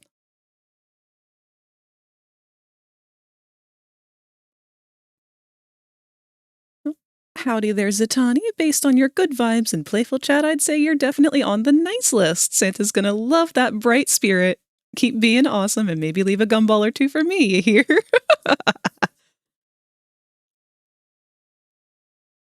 Ink Bleeder, from what I see, you're a good one. Keep spreading that cheer, and I reckon Santa's got you firmly on the nice list. Just don't go stirring up too much trouble, or I might have to add a little extra gumball surprise next time. What does that mean? Popple, no. We've learned the things that you can manifest into gumballs, and we don't need those. Now, I will say, with all of the testing that was done, which was very little, he's yet to find anyone on the naughty list. So I don't know if it truly does keep track of behavior and like repetitive things that are said throughout chat. And I don't know where the bar is for becoming naughty.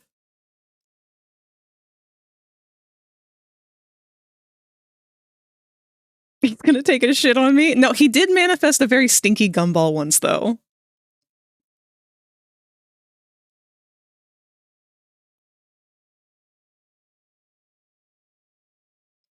Popple, everyone can't be on the nice list. Someone here, I know there's people here who are definitely not on the nice list.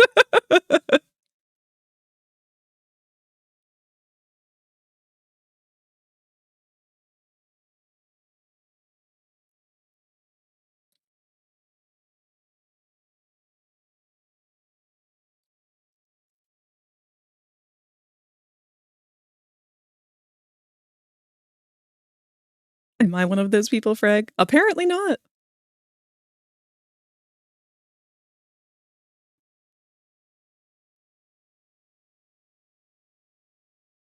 I think Locke is probably on the naughty list, though. Sadly, we have not been able to have Locke join us as frequently as he used to because he has a new job. So his schedule is very different from how it was before.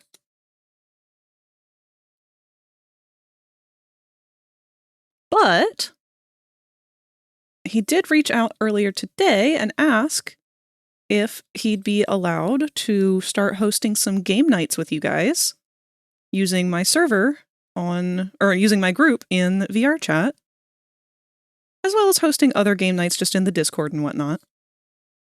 To which I told him to please go right ahead. Be my guest. I would love for him to be able to do that, and I would love to join you guys sometime. Unfortunately, I just don't have the free time to be able to do all of that stuff myself. But I'm really glad that my other friends are wanting to hop in and join with things. Locke has already actually done a lot of group hosting in his own group for a lot of games like Bullshit and Buckshot Roulette?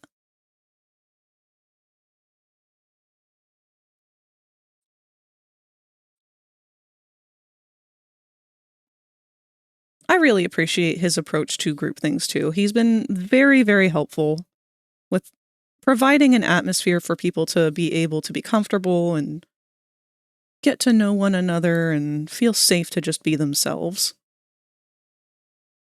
It's always something I've greatly admired about him.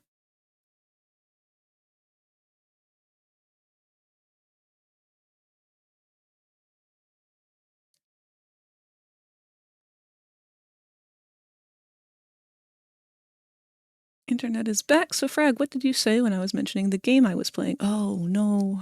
What were you talking about then? My memory is that of a peanut.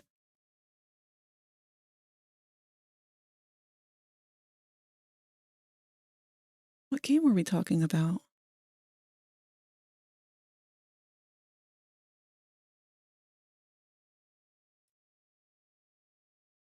Oh. No wonder I don't remember. I don't think we ever actually said a name.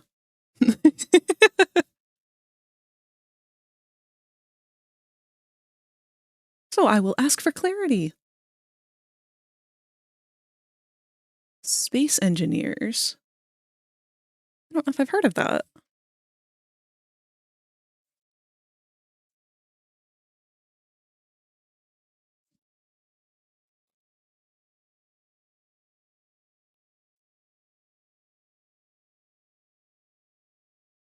Ooh. Very No Man's Sky.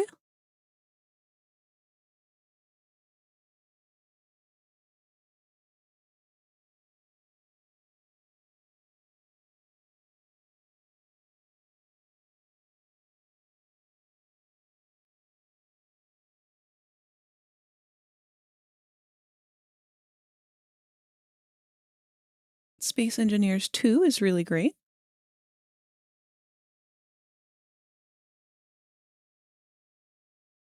Frag, guess what? What's up, D-Cruz?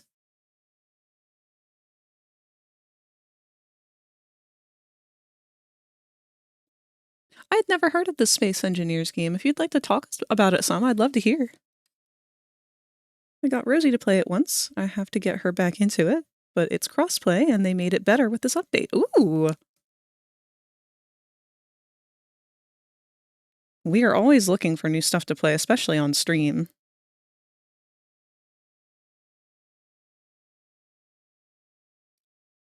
Actually, I gotta look through my library and see what we're gonna do throughout this month, because I haven't decided on anything yet. There's one game in particular that I'm thinking about digging out of the archives. Seeing FNAF 2 movie this week. It'll be fun. Hell yeah! I'm probably not going to get to see it myself this week, but I want to. I gotta call up Tot and see whenever she's free. I'm excited for you though, D-Cruz. Let me know how it is. You should play Dispatch. It's a fun game. A lot of people have recommended that I play Dispatch, but I've looked into it and I'm gonna be honest, I have a very unpopular opinion of it. I think that the writing and the character interactions are very fun. I don't particularly love a lot of the choices that were made in terms of character building and story, and I know they're trying to go the route of, oh, superheroes, so we're playing into the tropes of the sexism as a joke. But I don't know. I kind of feel like they missed the mark for an audience like me. It's not to say that it's a bad game. It's just not for me. And there's nothing wrong with that.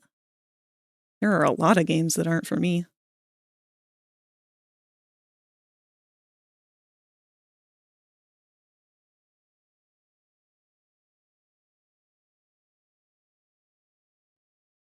There's a lot of voice actors in it that I really like.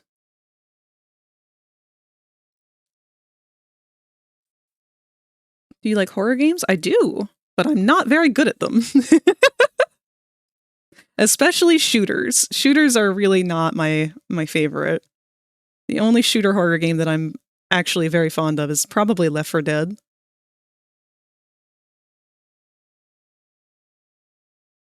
It's a fun game because you can build any ship that you like. I have a lot of Star Wars ships. Oh, that's cool. You missed what I said, Frag. Uh-oh. What did you say up here? Sent some of the memes at the end of the new chapters I'm reading in Show and Tell. Let me go see.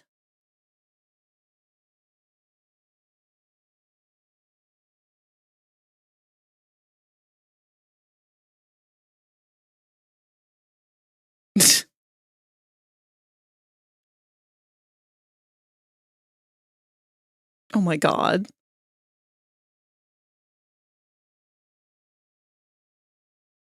What fucking gender are you?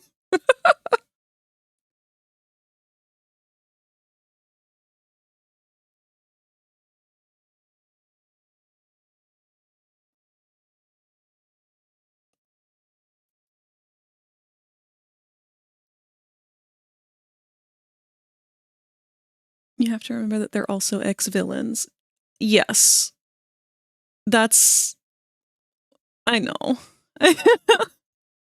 So look, I have, as a character artist and somebody who wanted to do things like this, I take character design very seriously, and I'm sorry, I cannot deal with a series that is going to be like, yeah, we're not like other superhero things because we're different. And then literally every single fucking female character looks identical. I'm sorry. I know it makes me sound like a fucking annoying social justice warrior or whatever, and people hate that opinion, but tough titties. I hate any game that cannot do the bare minimum of having body diversity among your female cast. You've already struggled to have a female cast to begin with, and every single one of them is conventionally attractive.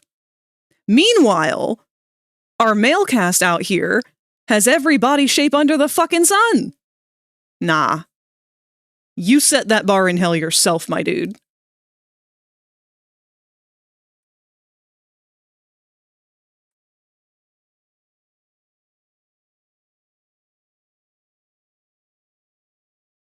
Like, that automatically has told me everything I need to know about the story, about the characters, about the writing, everything. Because it tells me, okay, so male is the default in this world. Female is a whole second type of character. But male is the default. And female is going to be female because it's girl. Otherwise, the whole idea of a woman existing in this world whatsoever doesn't exist. Unless it is explicitly because she has to be female. We have reduced the gender to an identity only. And made this world where women, people with vaginas, people who identify as women, whatever you want to call this blanket term, they don't exist in this world at all, unless there is a story-driven reason for them to be that way. In which case, they're either going to be stupidly hot for no reason, or the designated ugly girl. Like, nah, if that's how you have to write characters, I can't be bothered. I just can't.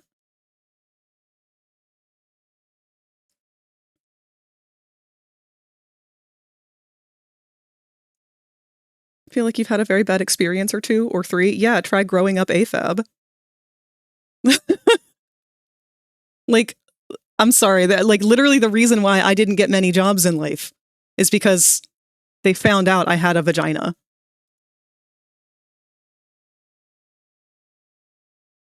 Like, why does my existence on this earth get defined by whether or not I use she, her? My skill is still no better, or no different. It's just as good, if not better.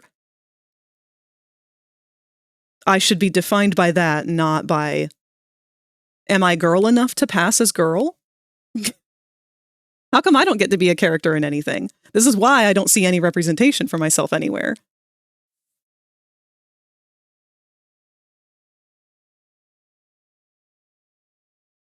Like, if I look at the entire cast of Dispatch characters, I'm only going to see representation for myself somewhere among the male characters, obviously. And that's not just because I identify as non-binary. It's because, look at your female options. Unless you are sexy,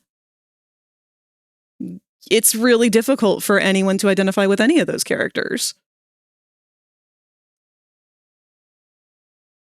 Also, I apologize, I'm ranting, but our ads are about to play any moment. Favorite part of Dispatch is when Flambe was singing. I did see that clip. And like I said, like, I feel like the potential's there. The humor is there. I feel like it could be fantastic. All they had to do was write just one single female character that's not sexy, whose entire existence doesn't come down to, am girl enough to fuck? You had it with all the male characters. One of them has a bat for a head.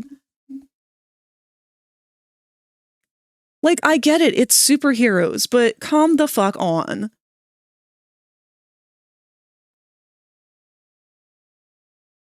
Add to the sort of convo, anyone else pissed at fantasy beast races having monster men and sexy ladies, but their skin is just red, green, purple? Yeah.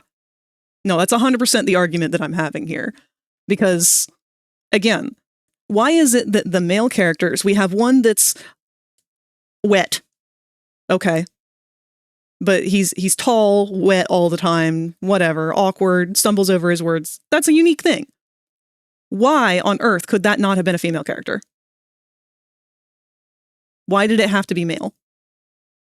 Because at the end of the day, the answer is it didn't. It did not have to be male. We just went with male because male was default. If it had to be female, that's an extra step. And that's wrong. That's fucked up. If the person cannot exist as either gender, your story needs to be rewritten. Unless that is vital to their role and existence in this universe, it doesn't make sense why all these characters couldn't have been any gender, but why all the interesting and unique ones are all men and all of the sexy ones are girls. What about the dude who's just like a big rock? Like an amorphous, vaguely humanoid-shaped dude. No reason why that couldn't have been a girl.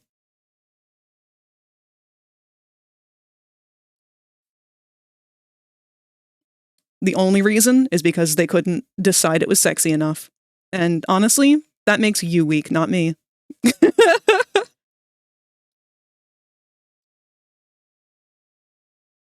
Oh my god, is Inkbleeder getting an ad for the fucking FNAF movie?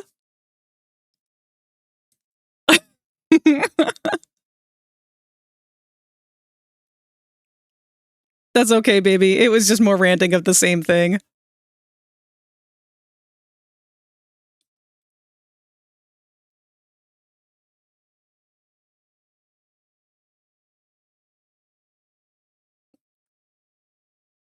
It was literally just me saying, why couldn't any of the male characters have been female?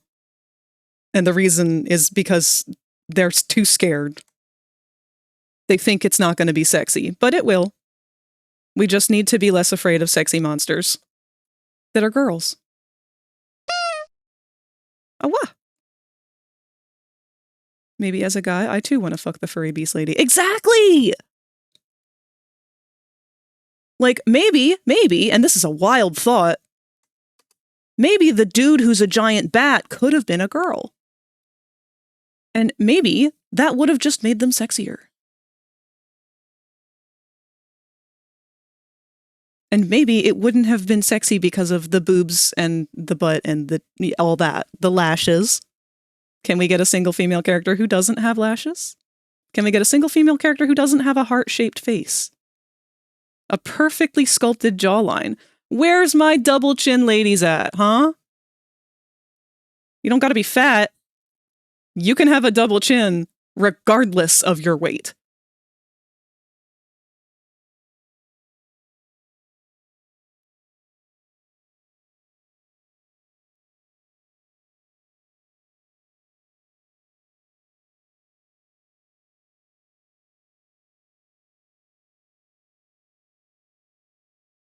Like, honestly, Q, I like that description so much better.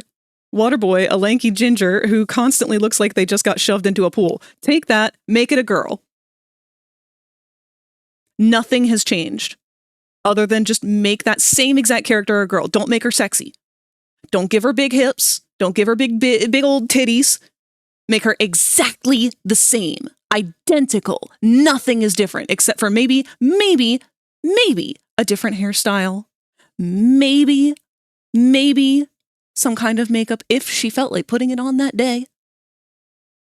Regular girl things. Normal human girl things. Not this fictional made-up entity of the quote-unquote female character creature that only exists in fiction.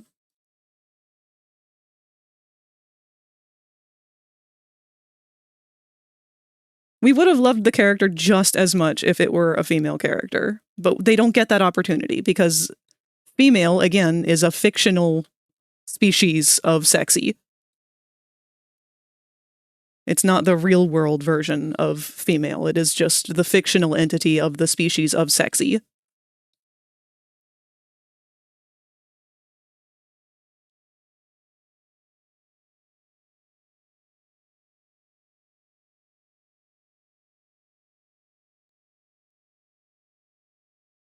Don't remind me of what they did to Echo from Overwatch. What did they do to Echo from Overwatch?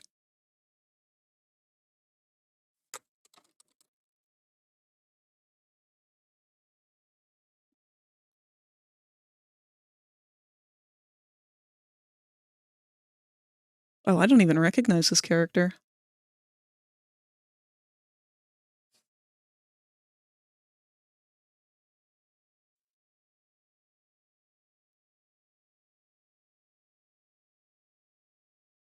Maybe, just maybe, we could have given one of the female characters a non-hourglass body type. A non-cinched waist. I was literally just talking earlier today in stream about how Pomni is such a rare body type, and I love her because I feel seen by her for once. You have no idea how hard it was for me to learn to feel confident about my body being somebody who is more built like a trans femme woman. That made life very dysphoric growing up because I always felt like I looked so mannish compared to my sister, who looked so beautiful and ethereal and elven. She'd put a dress on and she would look perfectly normal. I'd put a dress on and I'd look like that one fucking scene from the Powerpuff Girls of the adult men wearing the stupid mascot costumes. That's exactly what I felt like I looked like. I would always have to have some kind of like jacket or something to cover my shoulders. That's what I was so insecure about. Not anymore. Nowadays, I'm fine with it. In fact, I deliberately went out of my way to draw my avatar to have much more broad shoulders than I felt like would have necessarily been there for a regular raptor, because I just felt like I wanted that to be part of it. I want to see beauty in these things.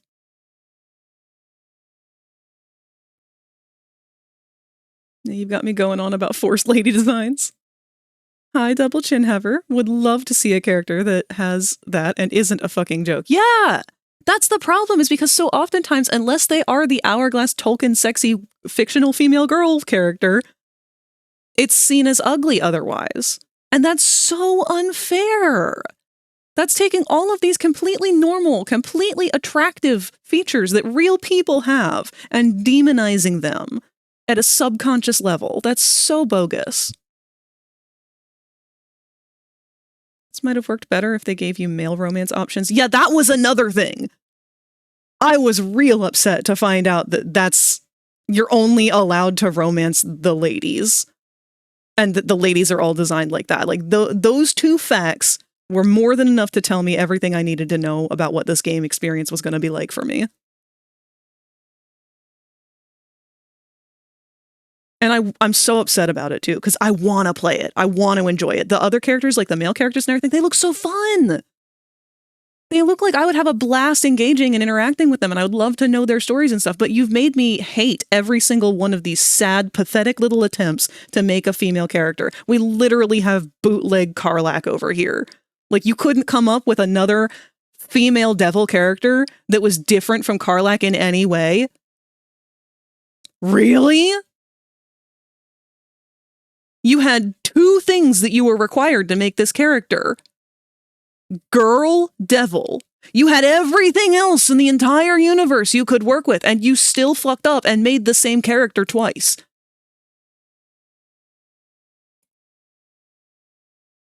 Like, at that point, I feel like you have to be trying to be misogynist.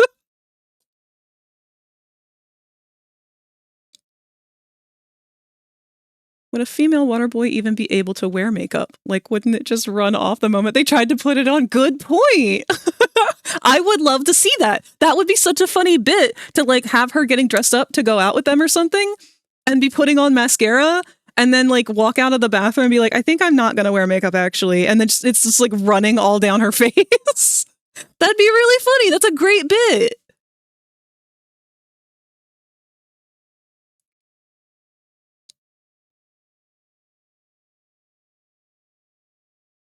Echo was a robot that they slowly feminized her over their concept design. Heck, she originally was fully going to just have a lens camera face, but no, she's got a holographic lady face now. Oh no.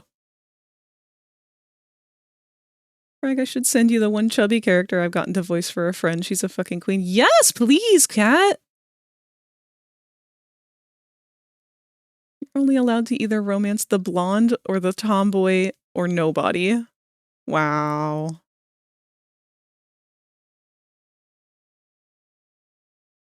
Oh, ew. Aw, man. That does suck. She went from being a really good robot to whammon. I'm not gonna lie though, I do love that she looks like a sky dancer.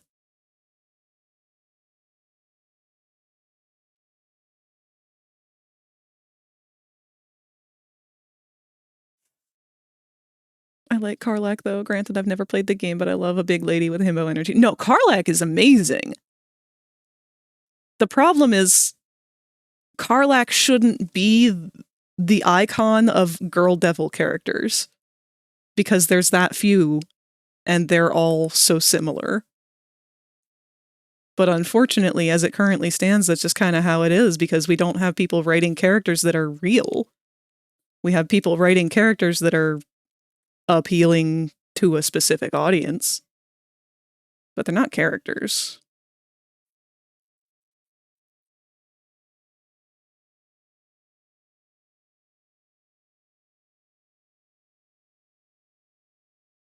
Sky Dancer, that's so real. Only thing is that we gotta hope that Waterboy's power makes him self-cleaning as he can't use the toilet paper. Oh no!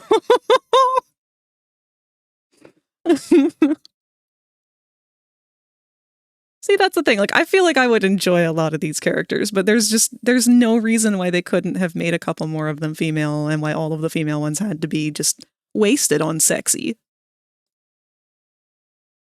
It's so sad. Because there are so many characters that I feel like could have been beautiful, could have been amazing, and really, really just left their mark on the world as something substantial, but they didn't get to because they were reduced to... I don't know, what's a girl again? A girl can't exist unless she's, like, hot, right? Because, like, otherwise, what's the point? Like, nah, man. Let her have complexities. Let her be unconventional. Let her be real.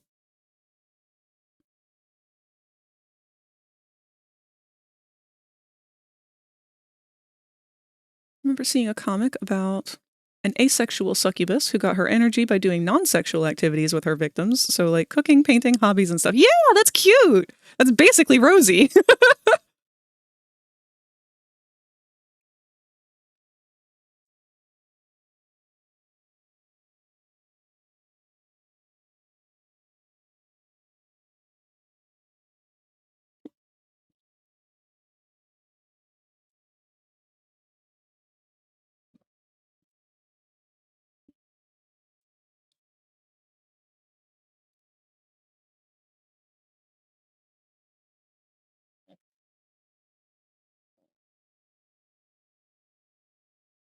One thing I also really would love to see more of is having sexy lady characters like that, but letting them be not sexy. Like, I would love to see more of, like, the preppy, blonde, superficial coming off as sort of bitch. But instead of being super prissy and girly, she's just, like, full-blown a goblin. Like, I want her to be girl failure. That would be so much more relatable and likable to me as a viewer. Like, I want her to be like the sloppy bestie who's always getting into shit, always has some kind of fucking drama going on. She's probably stolen things from God knows who. She's been living off of food found in the dumpster for the last week, but she's just like super chill about it because, you know, it's Olive Garden. Why would I pay for Olive Garden? I can just get it for free. Like, unapologetically girl disaster. I love that.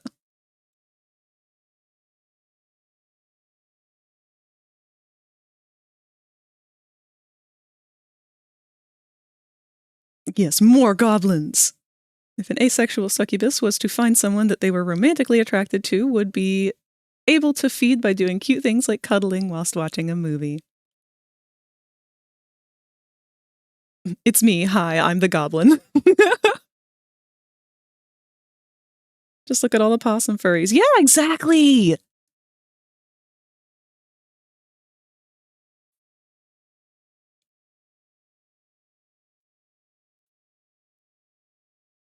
Like, that's the part of female characters that we're missing. I just started watching Fiona and Cake. And I put it off for so long because I thought that Fiona and Cake was purely just a slice of life cartoon about Fiona and Cake living in the real world and having all of like the human drama of relationships and dating and blah, blah, blah. So I just never really bothered with it. All I saw people talk about was Gumball and Marshall Lee and how they were dating and everything. So I just wrote it off as something that was not for me. But I'm so glad I've started watching it because holy shit, man, it's so much better than the fandom let it on to be. It really has like fucking filled my heart from where Adventure Time left things off.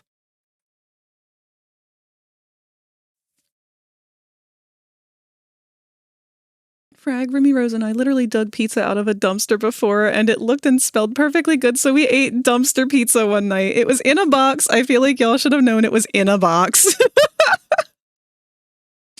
See? That's the kind of rep that we need. There's a season 2 now. Yeah, so I'm working up to it. I don't know where I left off last night. I was actually watching it with Spook.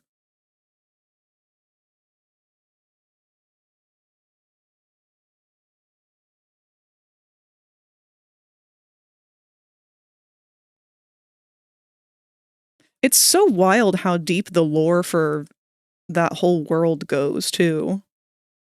Like, I thought it was going to be really confusing when they started up with the whole, like, multiverse everything. But nah, it ties everything together so well. I'm really enjoying it.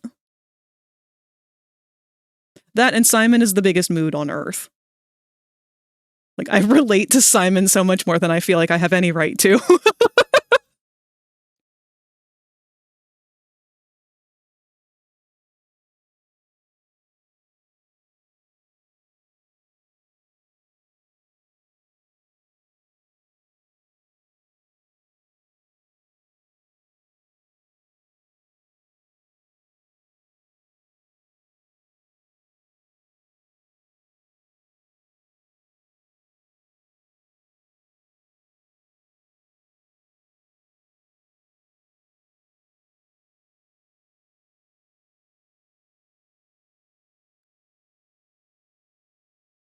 I love Cake's voice actor. I'm shocked they were able to get so many returning voice actors too, but at the same time, I'm also not, because, well, unfortunately, voice actors have not been paid as much as they should be. So they tend to be more available for taking on smaller jobs.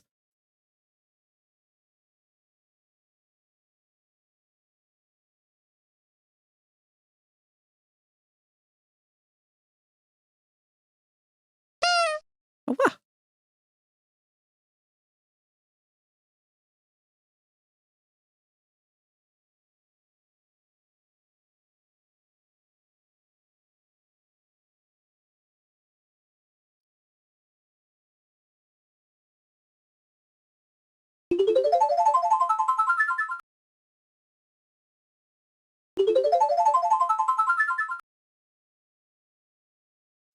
Wait.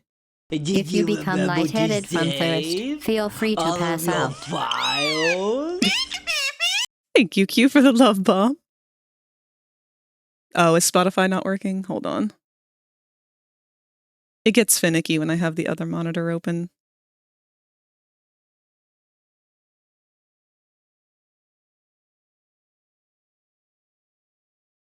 Why pay them? AI is right there. That is an unpopular opinion around here. As a goblin child, before they started packaging mushrooms the way that they do now, I used to snatch me up a mush and nibble it throughout the store if I was hungry. Oh, I love that! Replace every ounce of human creativity and passion with soulless slop, please. What a world that would be to live in.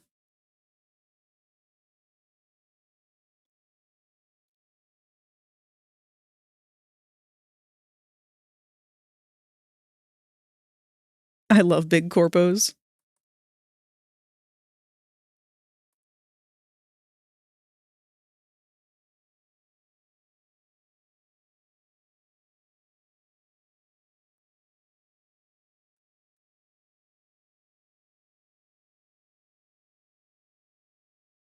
I put his bow tie on like a weird angle here. Normally I'm a bit more precarious with that. That's not the right word. What's the word I'm looking for?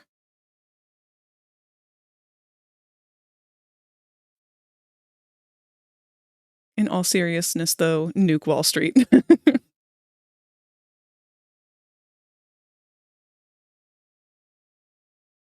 Time to party like it's 2023.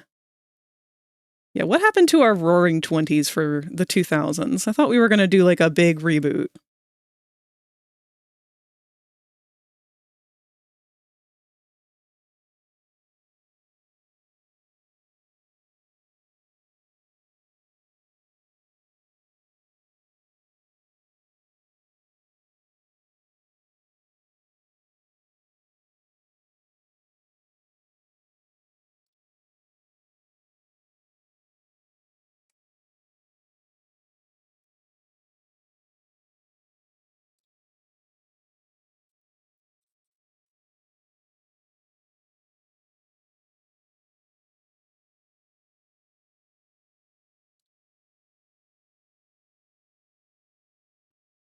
Did you hear the good news? The AI English dub of Banana Fish was taken off of Amazon.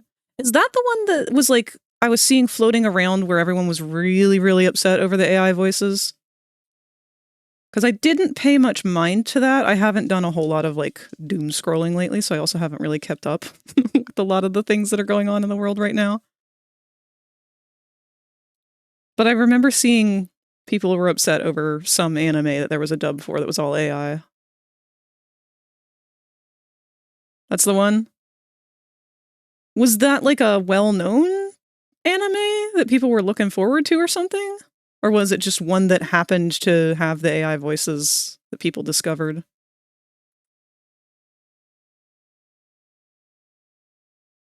We're not the roaring 20s, we're the warring 20s. Yeah, that's a good one, Q.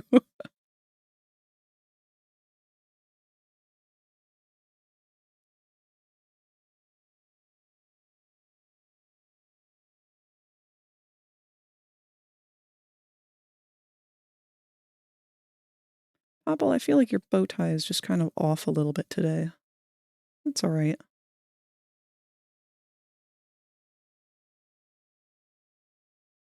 Oh! Well, too late now. I was going to decorate him in his Christmas outfit. But, I've already started the line work, so we'll just keep going with it this way.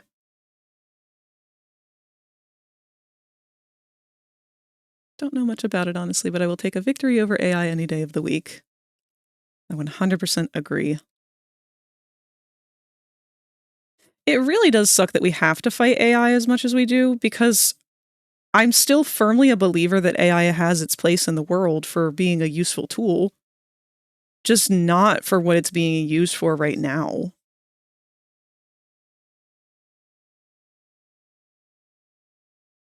Like, I would love to have an AI NPC of Popple that is explicitly designed to be an NPC that would still have limited actions and not... Like, I don't want it to be realistic. I don't want it to be something that's going to cause psychosis and that people are going to fall in love with because they're weirdly attached to an inanimate object like a Roomba.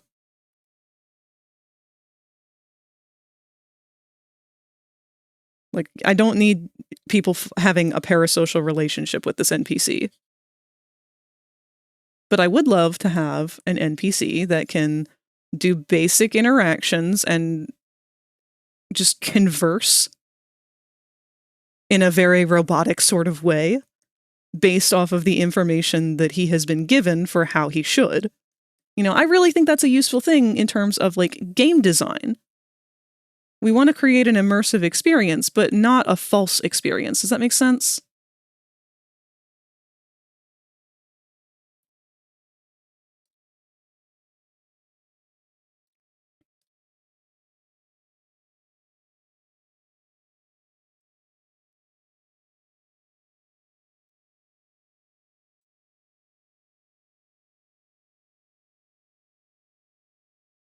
And just like with art tools, I want the AI that knows, okay, you know, say I accidentally merged my layers and my line art has been merged with my sketch layer.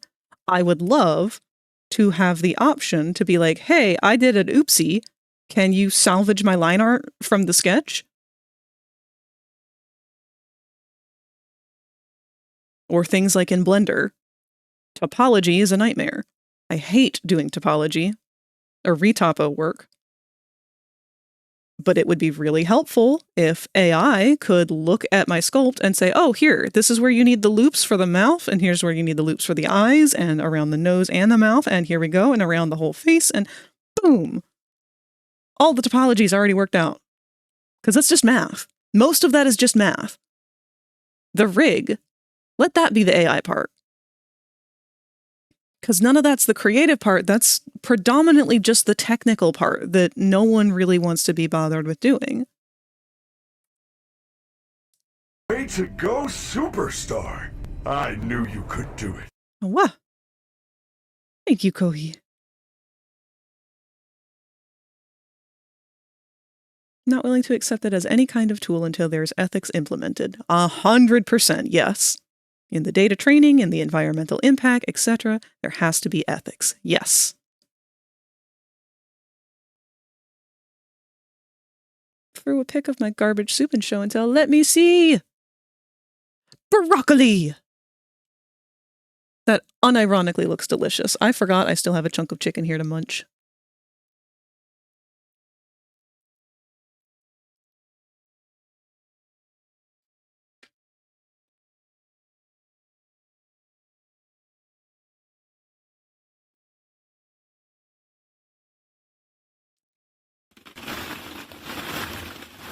Ah, where? Not when I'm distracted eating chicken.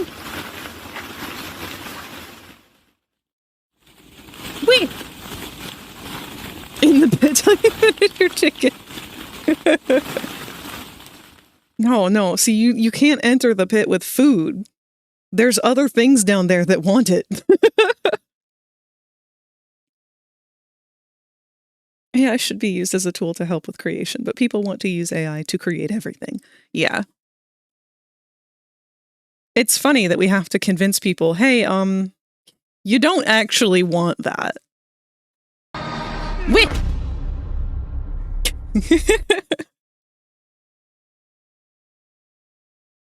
You think you want it, but you don't.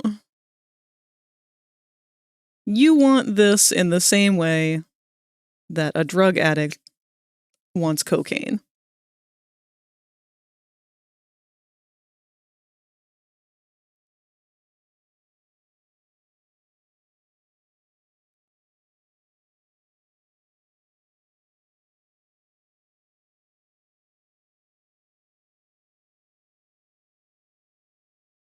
I feel like I should redraw this hand, actually. I don't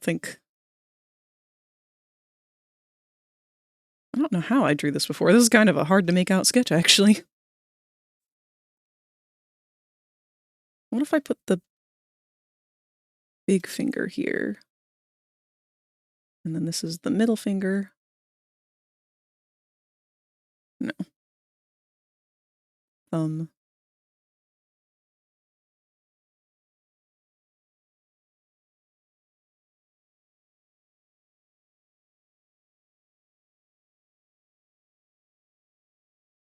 Maybe.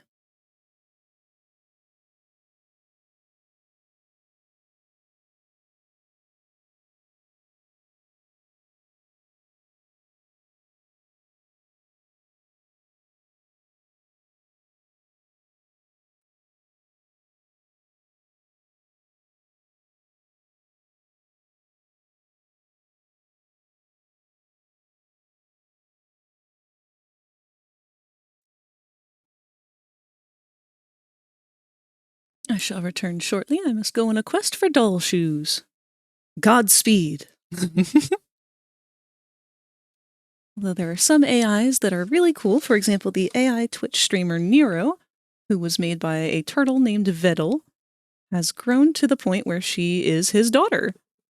Yeah, stuff like that's cool. I do like seeing how it can grow.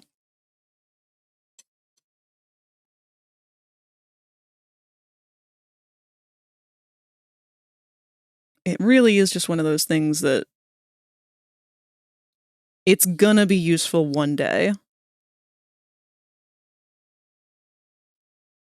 I firmly believe that.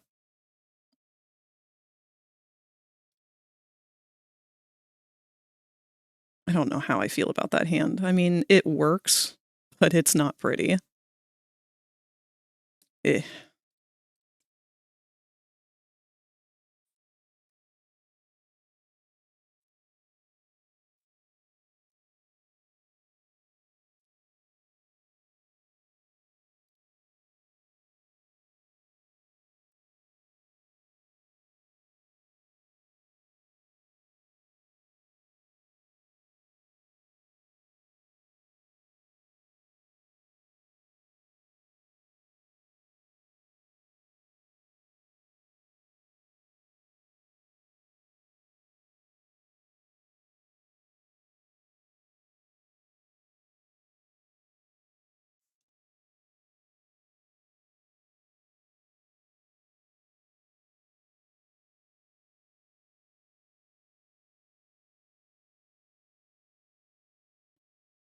AI can be useful, but it's also something we should be more wary of. After all, there's enough shows that show the consequences of trying to play God.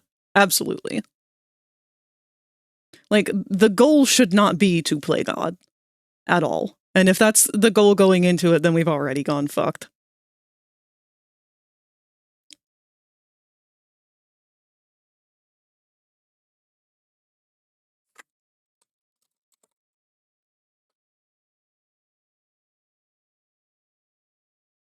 Let me find a reference for the resting position of this hand.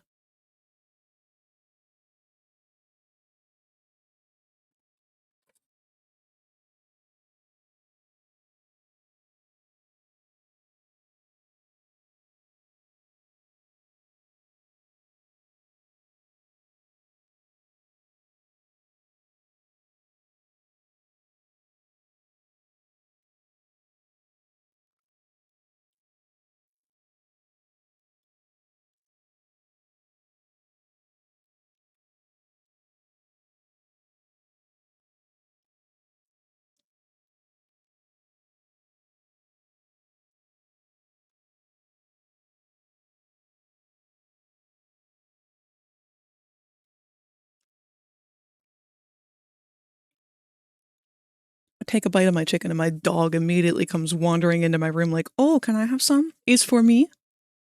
Baby girl, you're allergic. You cannot have chicken.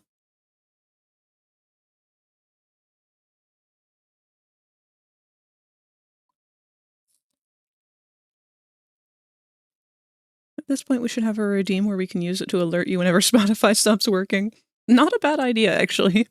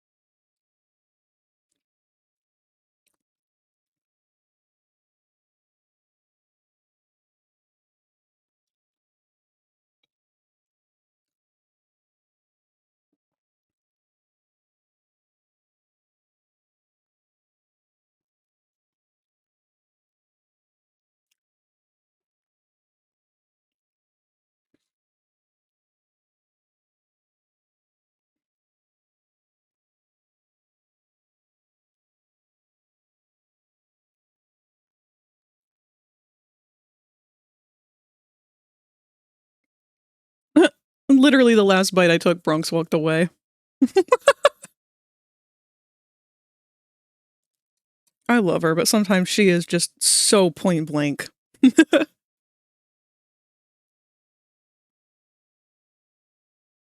Like it costs 100 points and screams, "The door stuck meme!"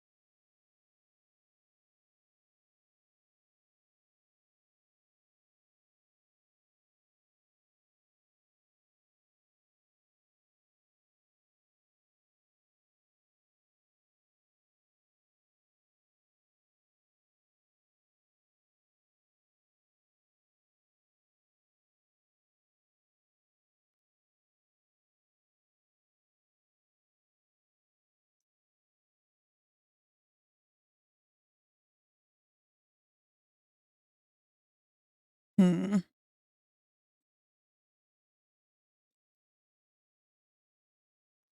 This hand is gonna bother me.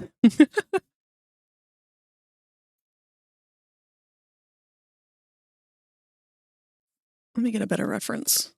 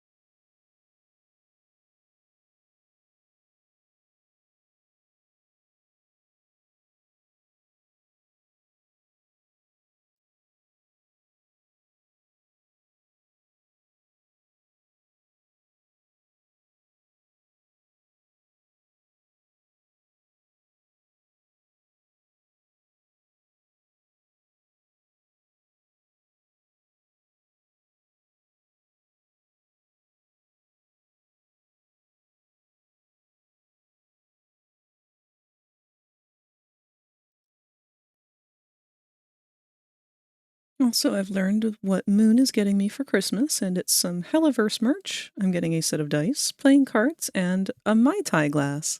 That's neat!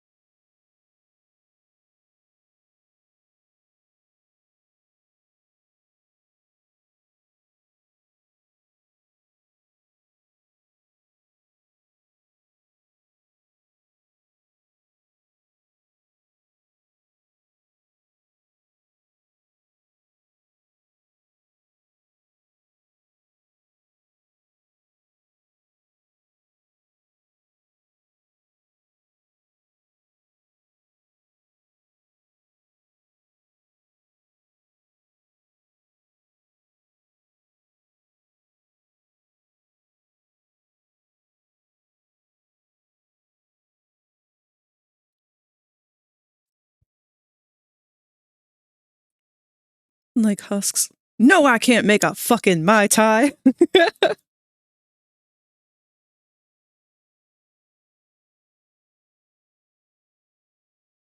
Do,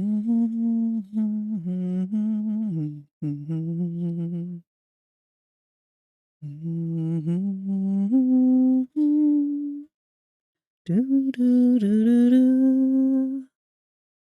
This was my favorite Animal Crossing song purely because of all the hours that I spent going to see Brewster.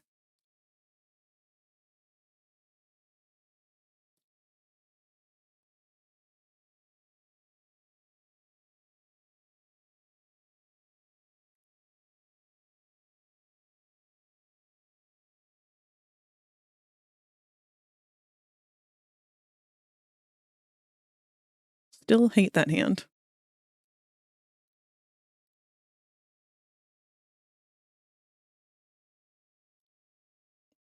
I'll get there eventually.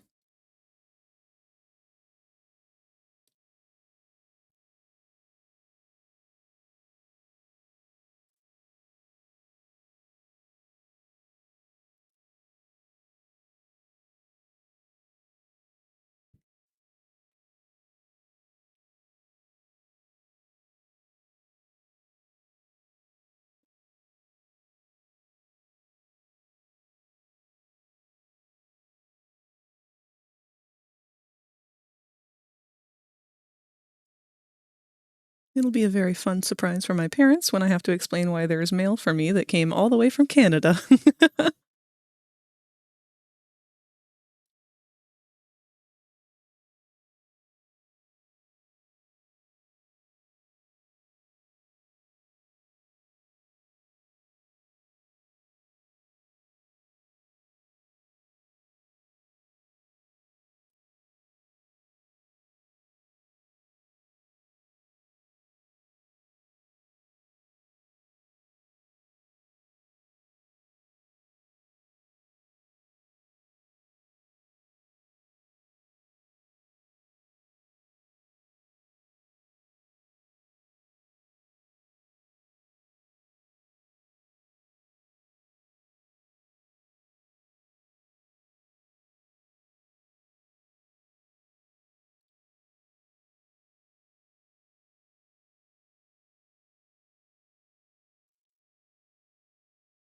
Really wish we'd get some more Sonic Snow Levels music. Yeah, I'm surprised there was only the one in this playlist so far.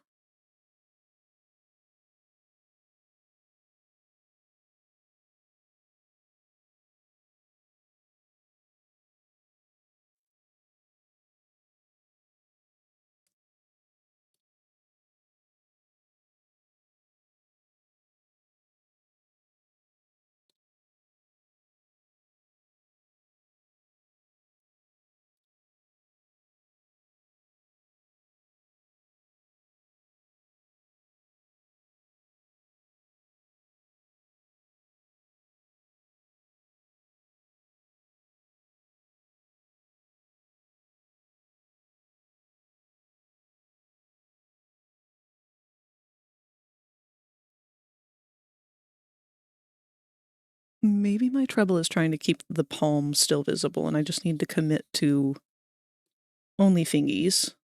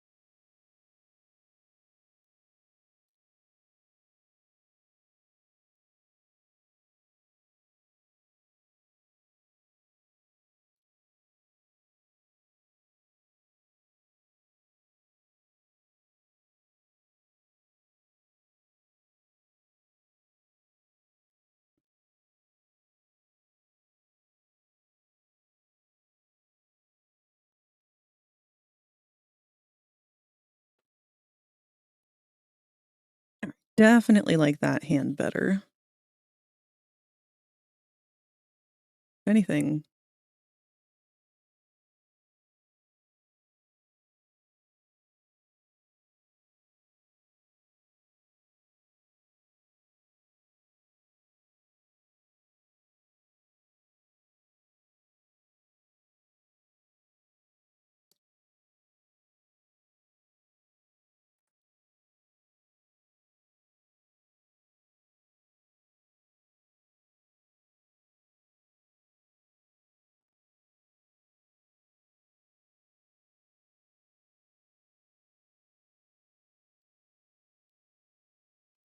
Trying to keep in mind the proportions of his other hand here. He has very large hands.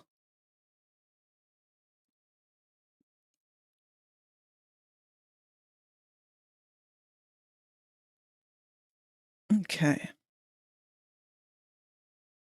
I do think I want to adjust the thumb here as well.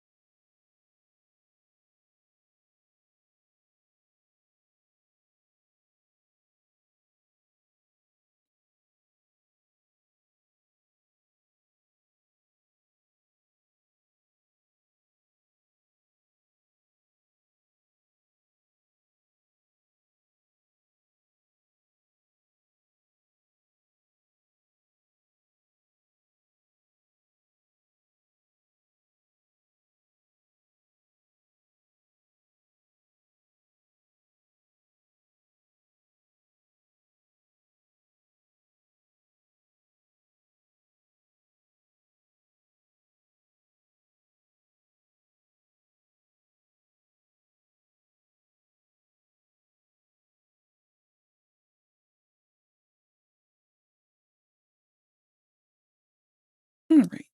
Now we can actually ink them so that they don't look so weird.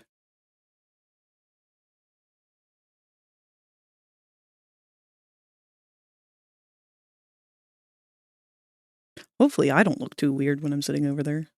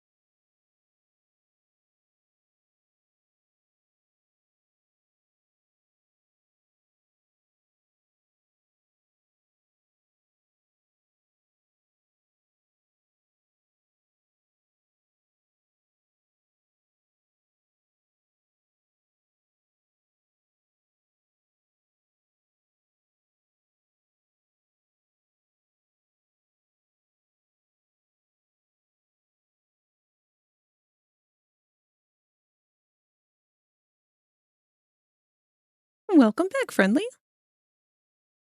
You haven't missed much. Let's see, the only exciting thing that you may have missed out on was the discovery of the Grinch lore. Apparently, the Grinch and Tony the Tiger dated at one point, and it was a very nasty breakup. The Grinch just couldn't keep his hands out of other cereal's bowls.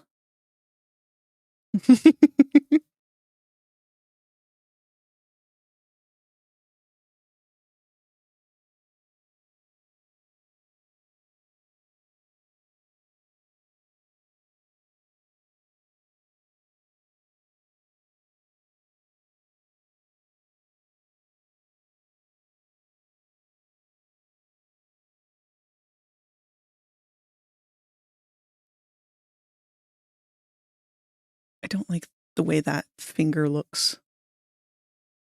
But I don't really know how I would do it differently. Don't think about it. Just do the other hand.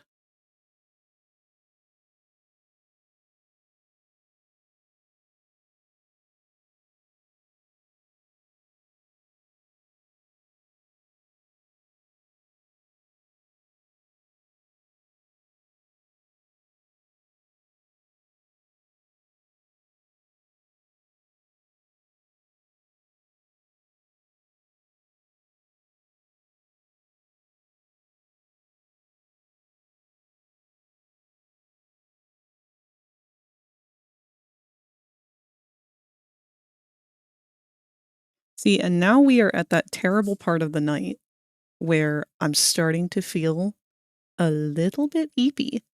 And that's on me. That's 100% on me. Because today, or well, last night, I got so hyped up over this idea that I stayed up late doing the sketch. Like, really late. I even left the group chat and everything early so that I could go to bed earlier because I need to go to bed earlier. But nope. You can't help it when inspiration strikes.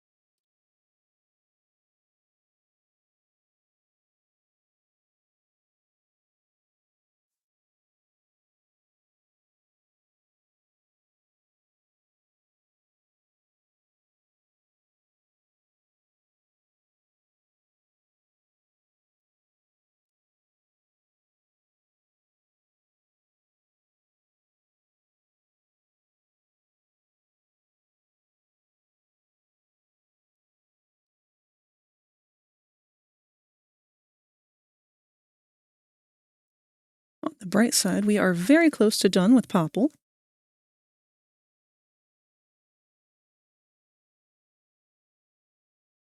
And then after him, we're going to have to do whatever we're going to do for these ornaments.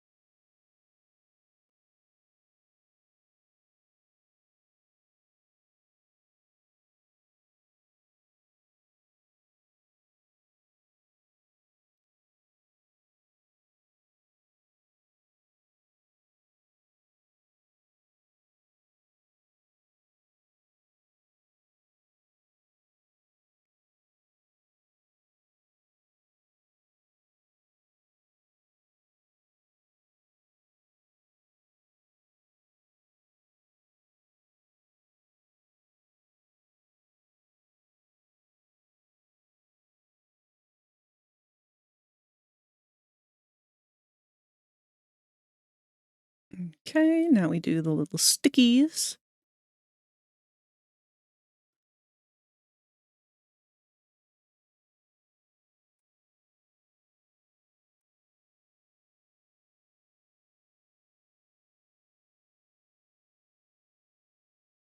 Which these are the part that oftentimes I will kind of create an illusion with if they don't work out the way that they need to.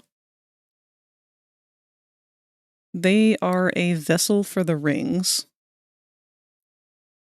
So if the stick underneath doesn't look the greatest, that is perfectly fine. Most of it won't be seen regardless.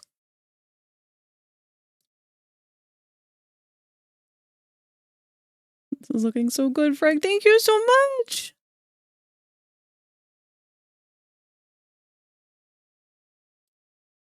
It's really nice to be doing this. Like, I've really struggled to feel the art vibe for the last week here, and I don't know, something's coming together right today.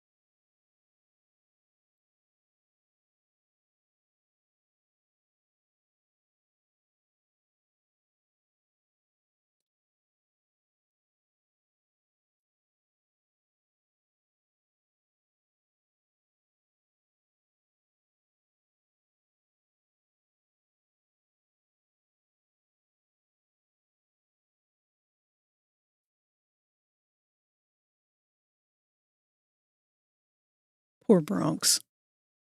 Wolfie's doing everything in her power to annoy Bronx tonight. And by annoy, I mean love her in a very sisterly fashion. Wolfie desperately wants to be besties with Bronx, and poor Bronx. She loves her kitties, but she just doesn't really want to be loved on by them. She doesn't want to snuggle, she doesn't want the head bonks, she doesn't want the kisses. You can exist in the same room as me, but please don't touch me.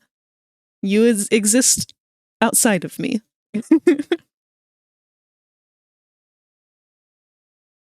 Meanwhile, Wolfie's just over here, like, trying to get all up in her face and head bonk her and everything.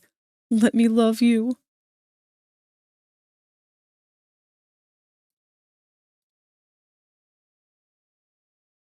Oh, we've got our ads about to play in 1 minute.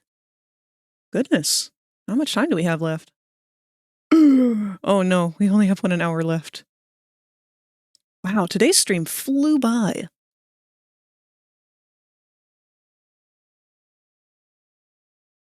Well, hopefully this will be done by the end of the stream. I think it will be.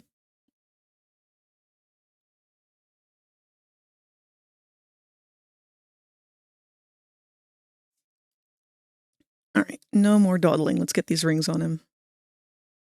I have a bad habit of forgetting one every time. He's got 6. Yeah, that is the time, Q. You need to go to bed. 1, 2, 3, 4, 5. Yeah, I missed one on here. 1, 2, 3, 4, 5, 6. Okay, we got all 6 on that arm. We don't have to worry about that one. This one we have to respace a little bit.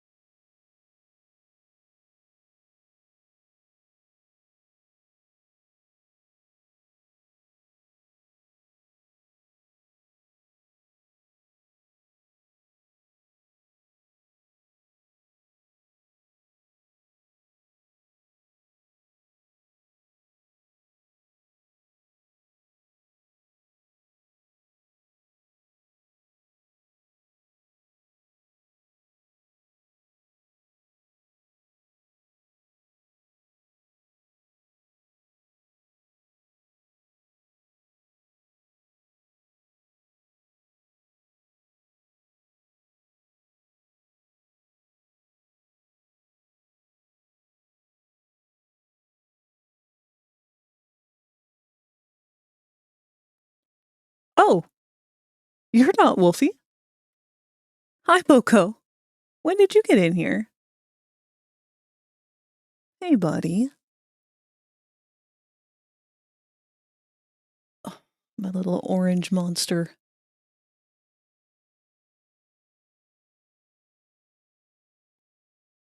Missed the time frame where I could fall asleep and wake up early enough to do what I need to do. Oh no, Q!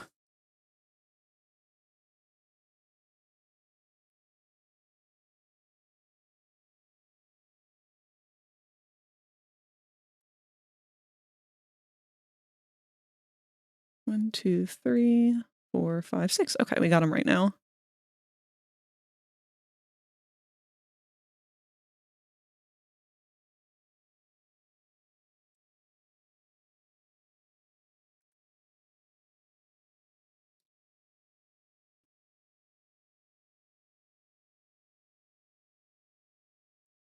And we return from ads. Well, you do. I wish that it would tell me, truly, if people were in ads or not, because currently it says, for me, it says that there's still a full minute left of the ads. But it is frequently wrong.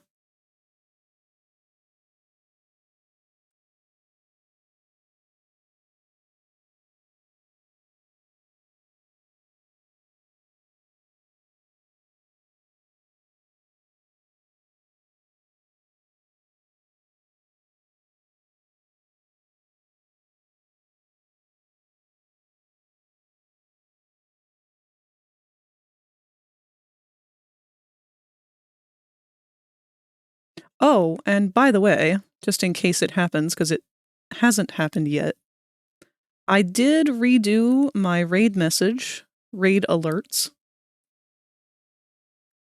So it should be doing something different now.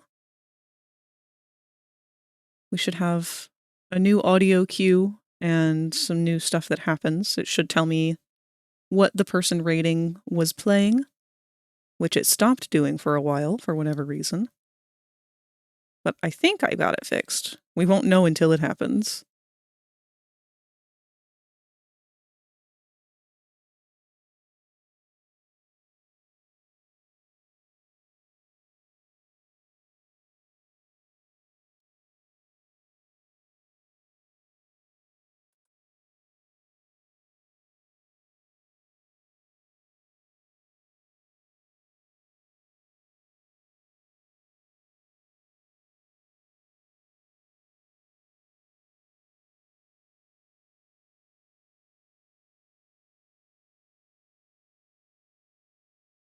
I am so going to be playing Stardew Valley after this. I forgot to take us off of the slow stabilizer. I wonder I've been having a bit of trouble here.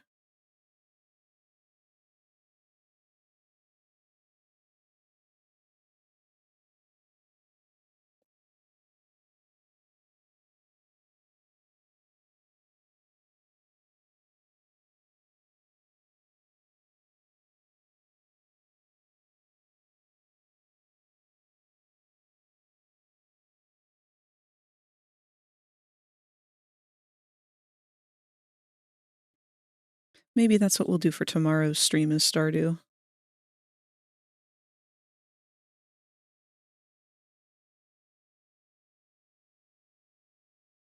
I've got an appointment that requires me to leave the house in 5.5 hours, which means that I'd only be able to get, at most, 3 hours of sleep. And if I was to go to sleep for those 3 hours, I wouldn't be able to wake up and be coherent enough to get sorted. Ah, been there, and I completely understand.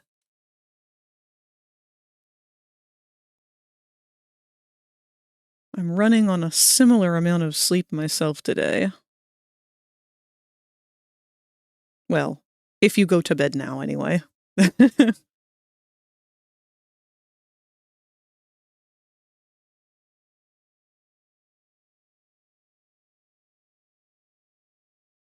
Today was one of the rare days that I have taken a nap.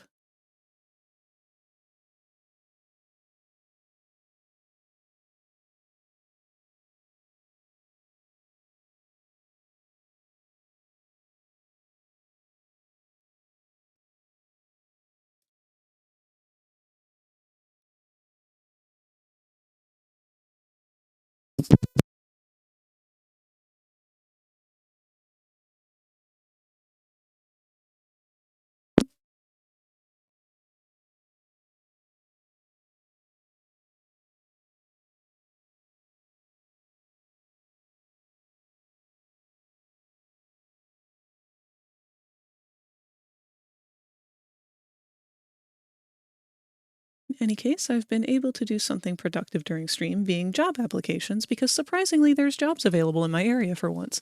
Well, that's good.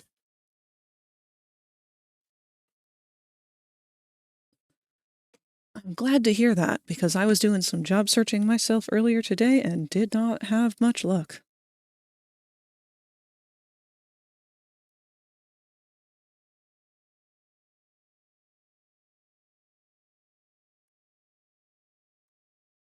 Of course, for some reason, everything around me, unless it's a medical thing, there's usually no hiring.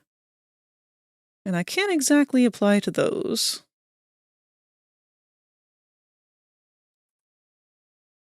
I may have a wondrous knowledge of anatomy, but most of it is not human.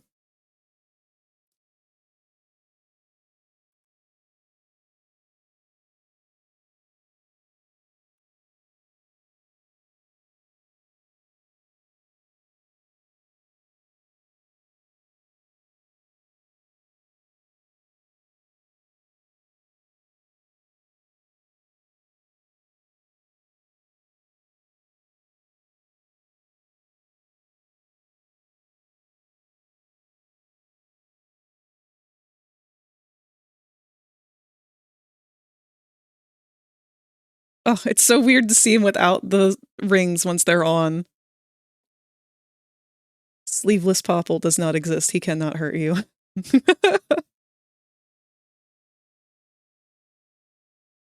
I bet you he can take them off, though. I have drawn a picture of him pushing them up. Like tough guy style, like he's rolling up his sleeves.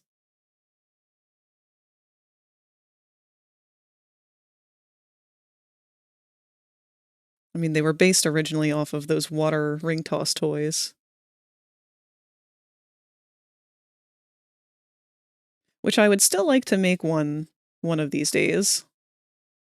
I think I want to make it as like a VR chat asset. Something that people can put on their avatars. Just a little popple toy.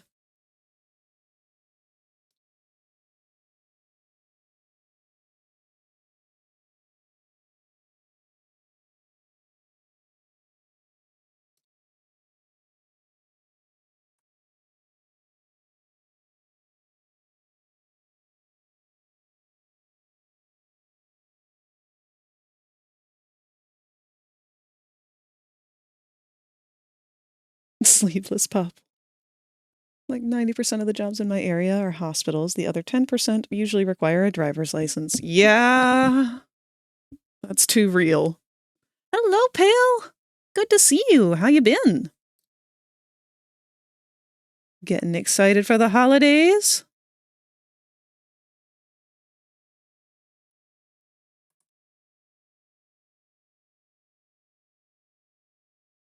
All right.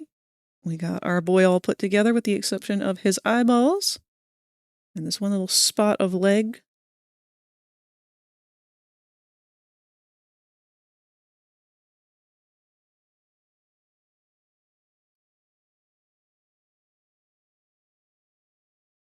Oops. I did flatten this part and didn't mean to. Whoopsie. It's okay.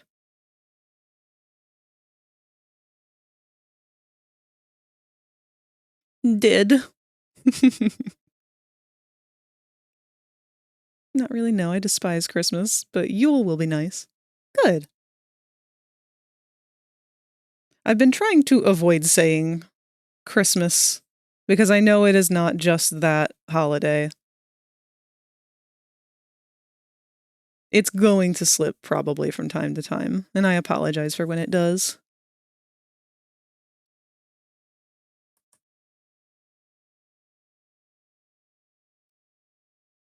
I used to really love the McElroy brothers, what they called the winter holiday, which was just candle nights. It's a pan-religious or whatever. Hold on, they had a phrase for it that I really liked.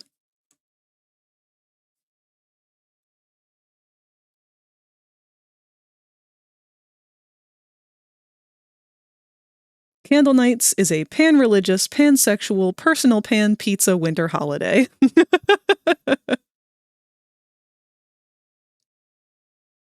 It is all of the winter holidays smashed into a non-conforming box.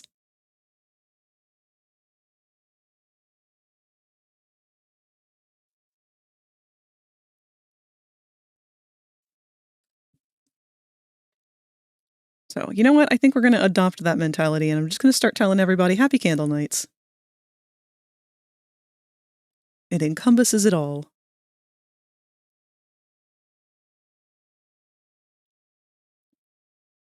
All right, now let's give this guy some balls.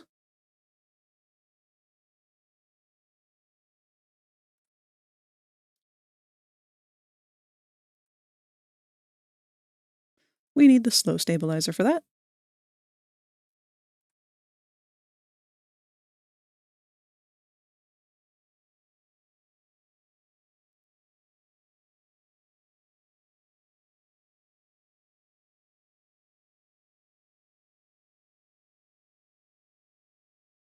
Christianity wanted a reason to celebrate some random and what they depicted white baby and just throw the shell out gifts thinking that people spending money on you is more important than you just enjoying the slow closing days of the year. But I digress. Yeah, I've become very anti-capitalist holiday, anti-religious holiday. I like the secular concept of Christmas, but I personally don't believe in the idea of Santa alone. I don't think that it's fair to have a guy who shows up to reward all of the nice kids just to, you know, have all the naughty kids still allowed to be naughty. My Christmas includes Krampus.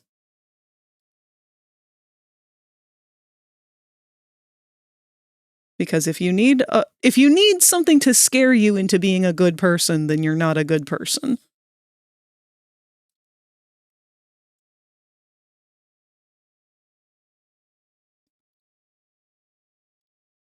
Even at that age. Frag, I've reached a point with this doll where I think she may be destined for socks and not shoes. You know, my mom said the same thing about me when I was a toddler.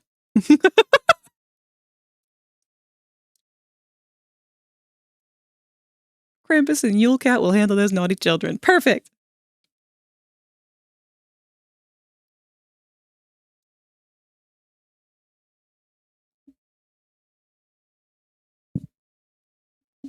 That's amazing. Did anybody else have an insistence as a child on just not wearing shoes? Because mine was so bad that I would go out of my way to take the dog for walks barefoot. Just all the time. I don't know why.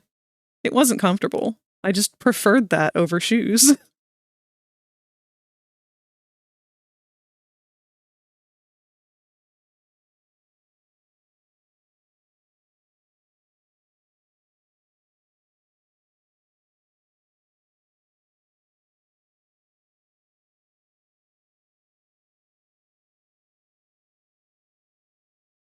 Christmas is a capitalistic holiday made by the CEOs to make spending massive amounts of money seem reasonable. Being kidnapped and devoured by a ravenous pitch black cat still sets those in the wrongdoing. Shoes are a prison.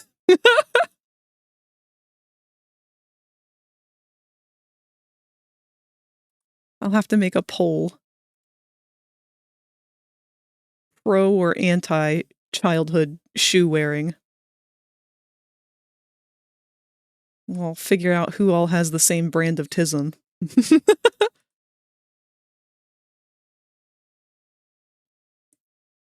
gonna go outside and run in the grass with no shoes on. I miss doing that. See, where I used to live, we were not on the peninsula of Maryland. But when you live on a peninsula or anything that's coastal, there's a lot of sand. And they weren't kidding in Star Wars.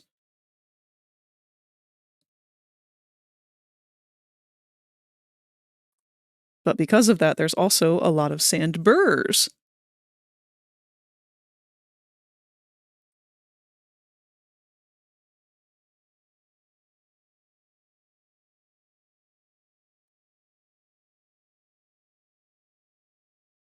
I literally can't go outside without getting one stuck to my pants.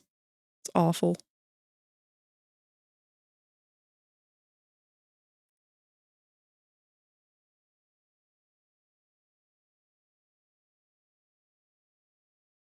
And poor Bronx.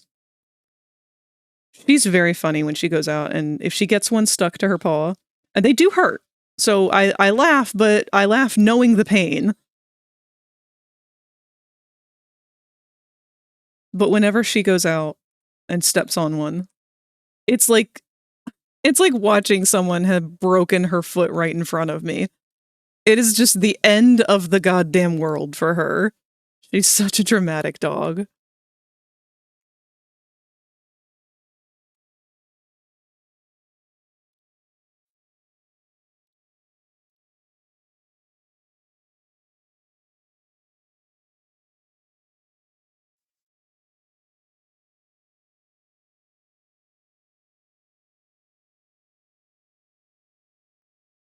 All right, Popple, you've kind of got like a 1,000-yard stare going on. We need to fix that.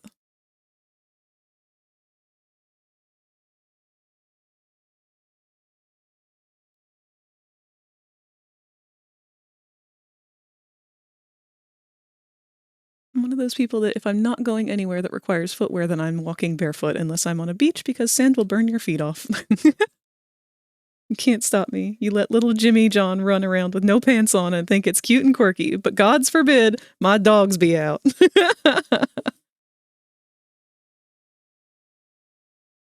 I'd love to do that, but people are assholes and don't pick up after their pets. Not to mention we have horses that roam at the top of the hill near me, which means that when it's hot, the stench of horse manure wafts down to burn itself into my nostrils. Okay, so that's something I didn't know was a thing up until maybe the last year or two here. Because I've probably mentioned this before. I have kind of a douchebag neighbor who is in an entirely different tax bracket than the rest of the entire neighborhood. Because he owns the neighborhood. Like, he's the one who, like, owns all of the land and recently built, like, 5 or 6 more houses.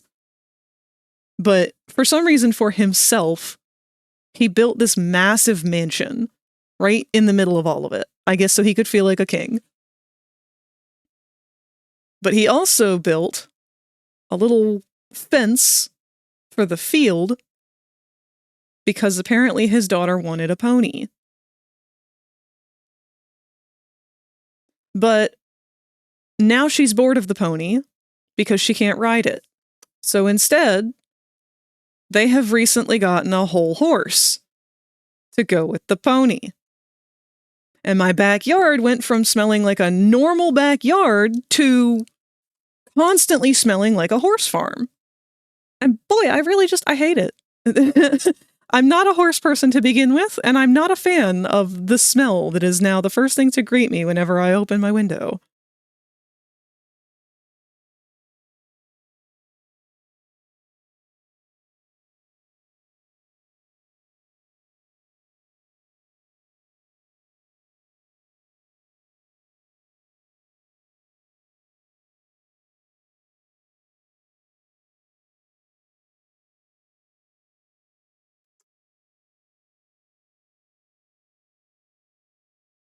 That's gonna have to do for now.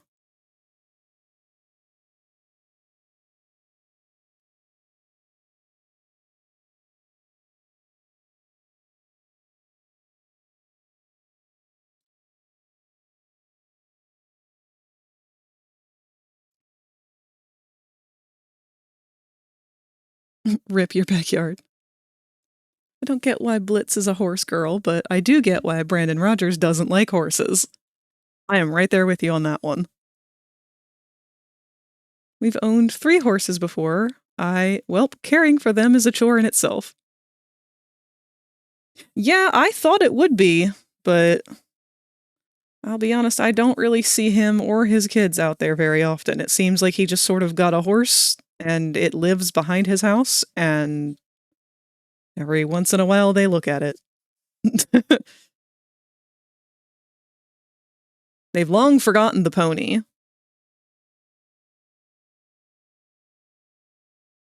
I don't know what the point of having a pony is. Like, at least a horse you can ride. I get it. If nothing else, it can be a hobby. Or a very expensive pet. But, like, the pony, I could tell they regretted almost immediately. Because shortly after getting the pony, they went and got, like, a big playhouse structure. And I've never in my life seen that for ponies before. I've only ever seen people do that for goats. And I don't know much about equine things. But I'm not sure if horses do much in the way of climbing for entertainment. Lord knows I've never seen this pony do it. They've never gone near it. They've never touched it. It just is there in the field amongst the horse and pony.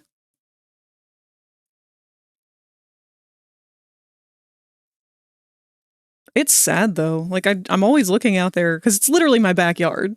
Like, I used to have a field that I could see from my backyard. Now I just have horses. Which isn't the worst thing in the world. Sometimes they're funny to watch.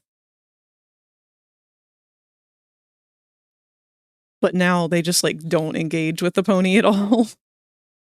I feel bad for it.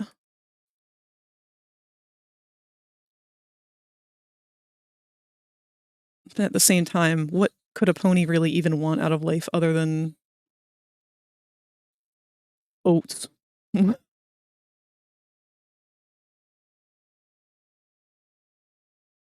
Horses in your yard? My neighbor has horses. Well, a horse.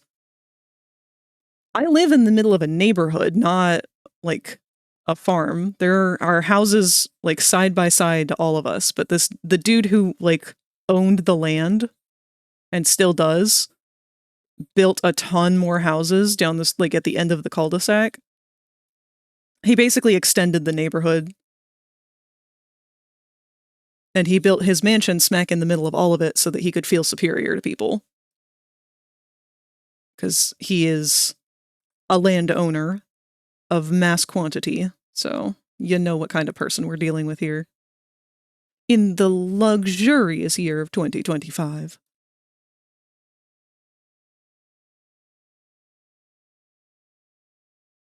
Yes.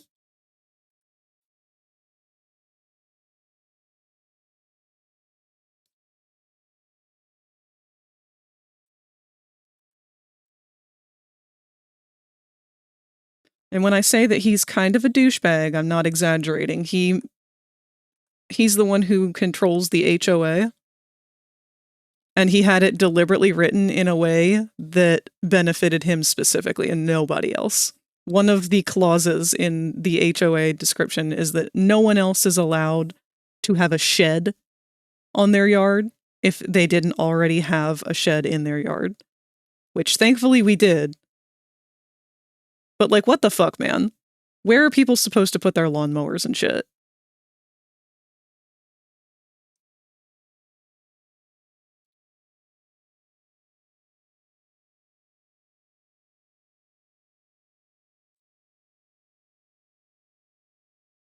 Garage? Not every house has one.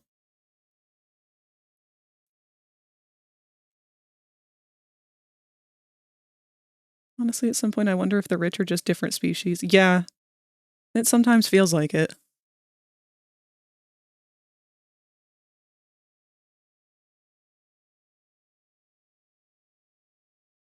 Popple, I really don't like that one eyebrow is so much bigger than the other.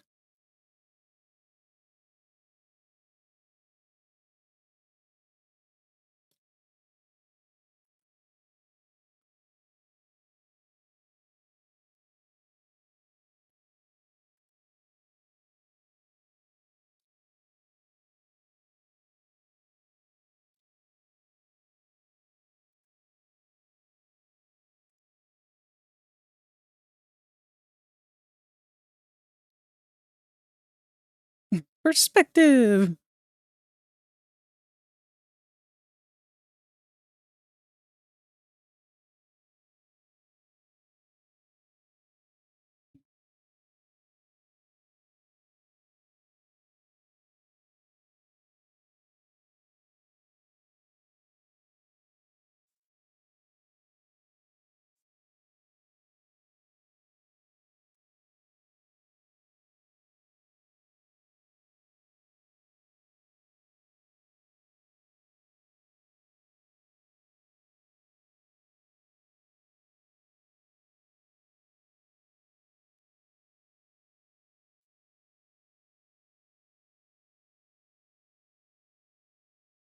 Let's agree to not snitch. Why is snitch censored? It's censored?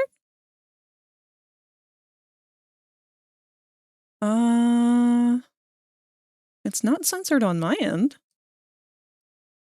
Skittle, you might have to turn off a safety feature for that. There might be an autofilter for language.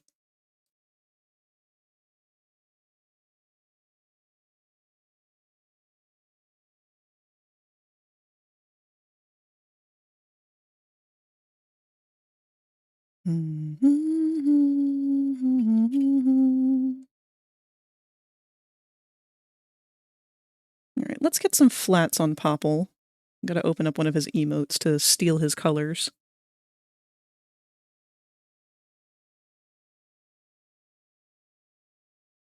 Oh wait, no, he's got an official reference now. Ha!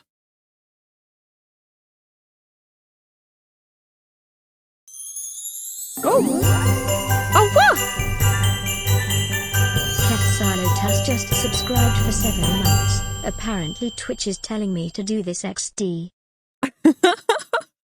Well, thank you, Q! That must be why it didn't go through earlier. I'm so glad that worked! It was a little loud, but I'm glad it worked!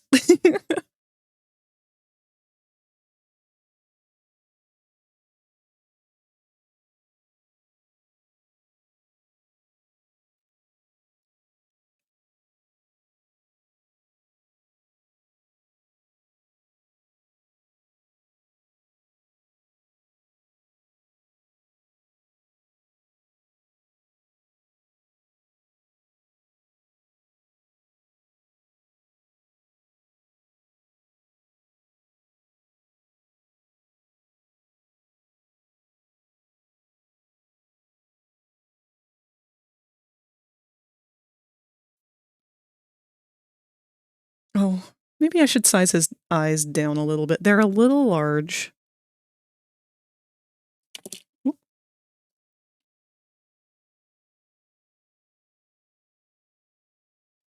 Weird, all settings based on censoring are off. How odd.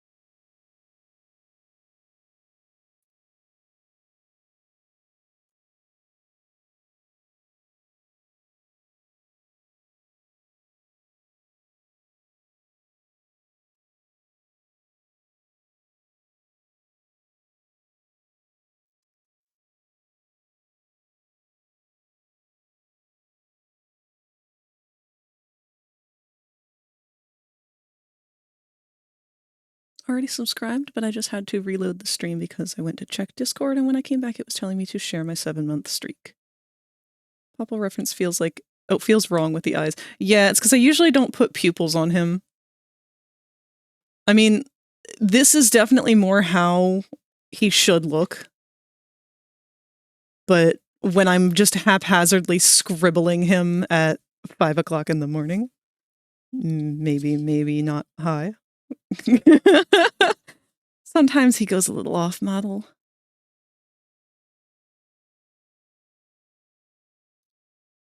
But he should definitely have, like, more wide-set eyes than I tend to give him. In fact, his eyes shouldn't always be side by side either. They should be more, like, all over the place.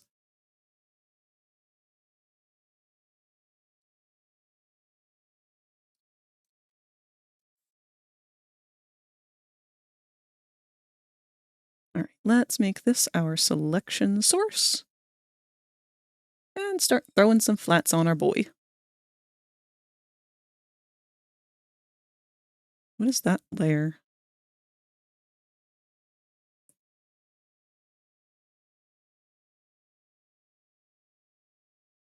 Nope.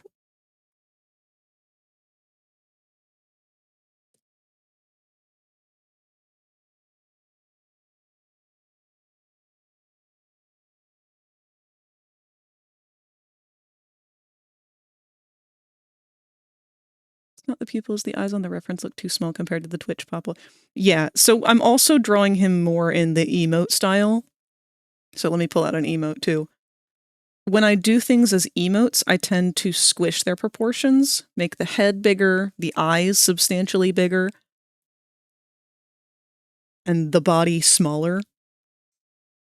And it's so I can fit the emote better within the allotted space. But because I've done more emotes of Popple than I've drawn him regularly, I'm like in the habit of drawing him now like that.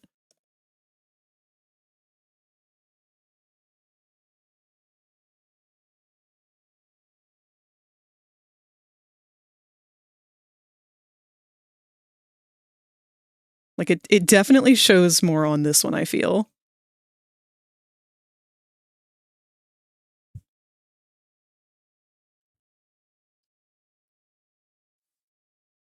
But you can see where I have to give him so much bigger eyes so that it'll actually show.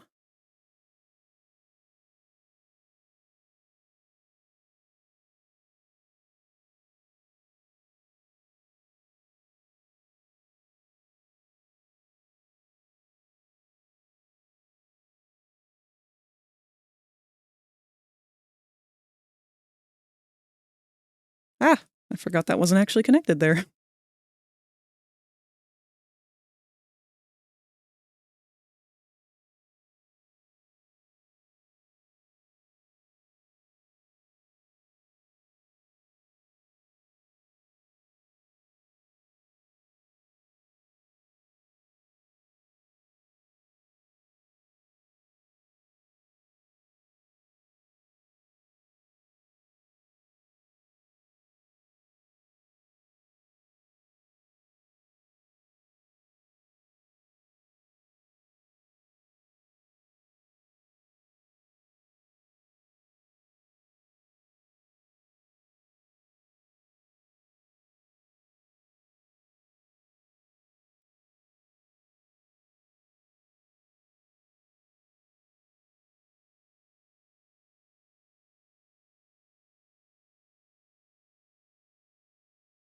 According to Twitch, my most used emote this year is Popple spinning.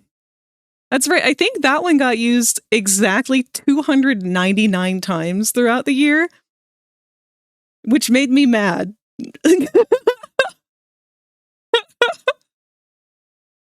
Like we had to be the 99. It couldn't have been 300 exactly. It had to have stopped on the 99.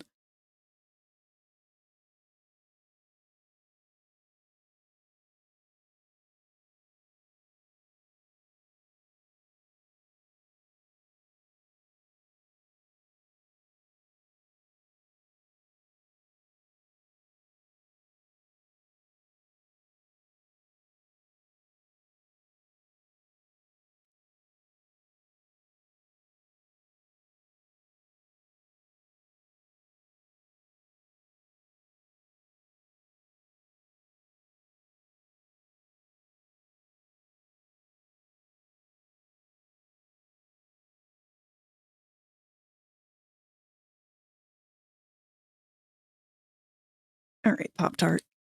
Let's get these other parts filled in for you. In fact, let's push the ball pit on top of this.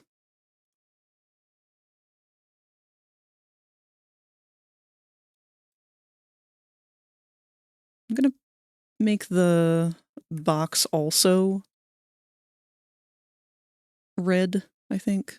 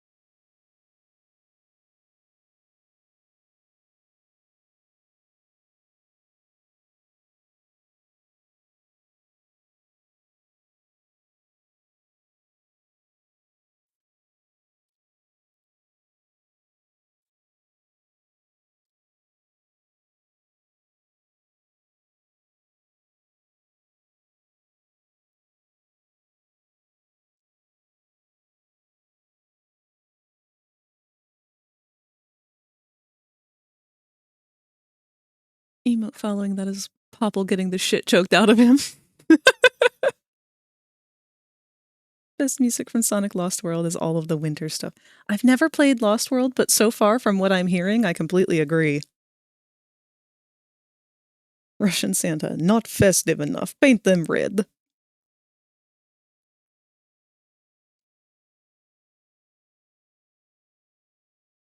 Actually, I have a question for you guys. What's the weirdest Christmas movie that you remember watching as a kid? It's okay if it's a normal one, because a lot of the normal Christmas movies are fucking weird.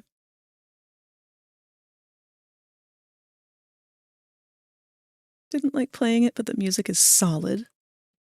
Frag, who's Popple trying to miss seeing as he's got mistletoe above him? So here's the fun thing. The first year I decorated, I put the mistletoe above me because, you know, we've got the, mwah, thank you, baby, redeem. And then someone got weird about it. So this year, it's over Popple. So now if they're going to get weird about it, they're going to get weird about it with Popple.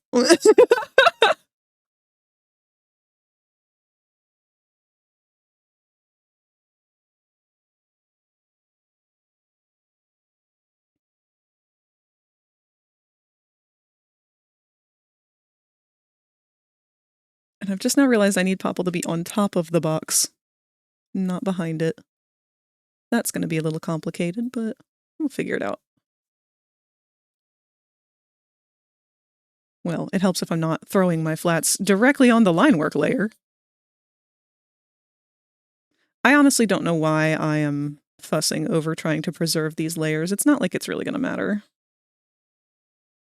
I probably should just flatten it.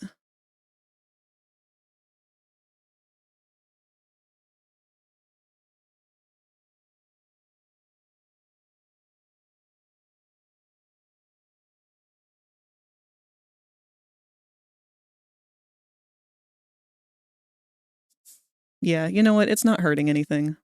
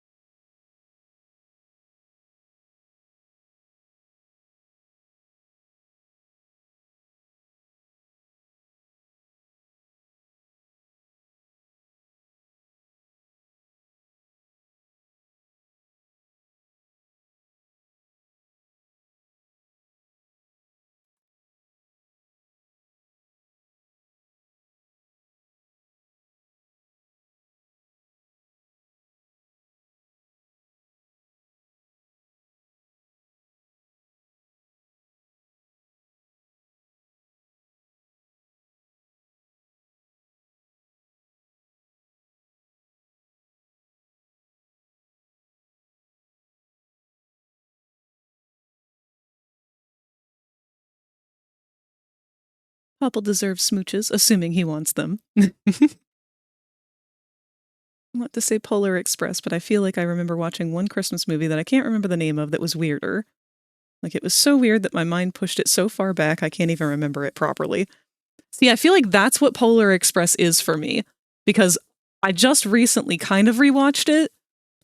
It was on a TV at a restaurant that my mom and I went to. And so it was just something that I remembered like glancing over at every once in a while we were eating. That movie is creepy as fuck. I don't know what it is. It's the uncanny valley of the CGI models with the rotoscoping or whatever, the live action people they're used for the animation, combined with just, I don't know, the social awkwardness of it all. Like, I can't tell if the conductor is mean. I can't tell if he's trying to be funny or if he's just a little scary. And same with Santa. It seems like all of the adults are weirdly threatening, but then like they'll be weirdly threatening and then they'll be like, ha, just kidding. Ha, see, you're a kid. See, I'm just having fun with you. And to me, that's like, I don't know why, but that's like upsetting to me.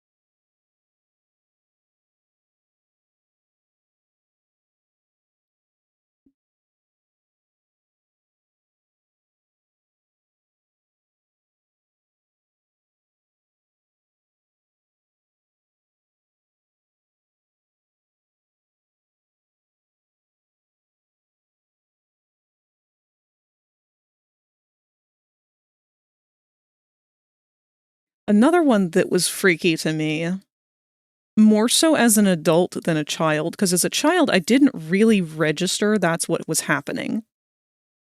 But the one with Tim Allen, the Santa Claus, where he like becomes Santa, that movie's fucked up. Like, we straight up start the movie with Santa Claus dying. And this guy who's kind of been a little bit of a grouch, a Grinch, if you will, is now the new Santa? And as a child, I'm supposed to be hyped about that?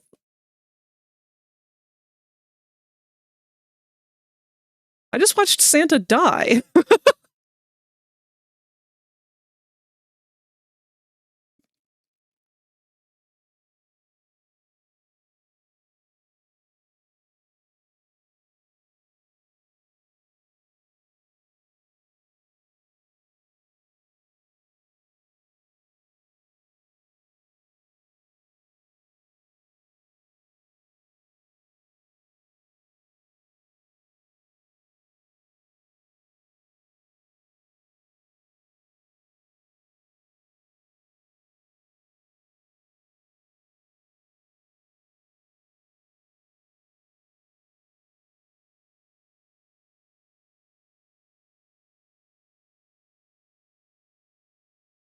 I think it was Jack Frost that was the weirdest Christmas movie ever.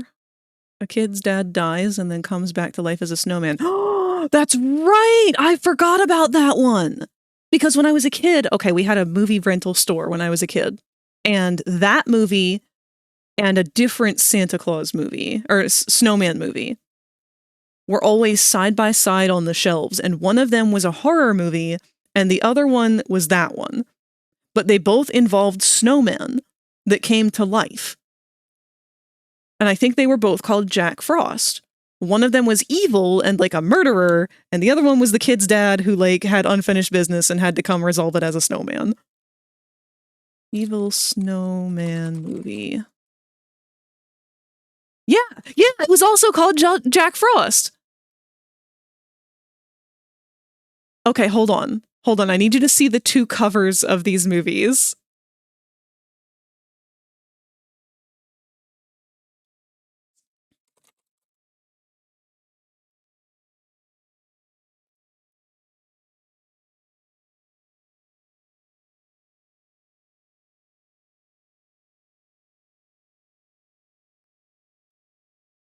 All right, so here we have the one that Q is talking about. This is the one about the dad. He like dies and then comes back at Christmas as a snowman to like be with his family again and learn the meaning of Christmas spirit. Okay. Then you have this one, which let me see if I can find just the normal version.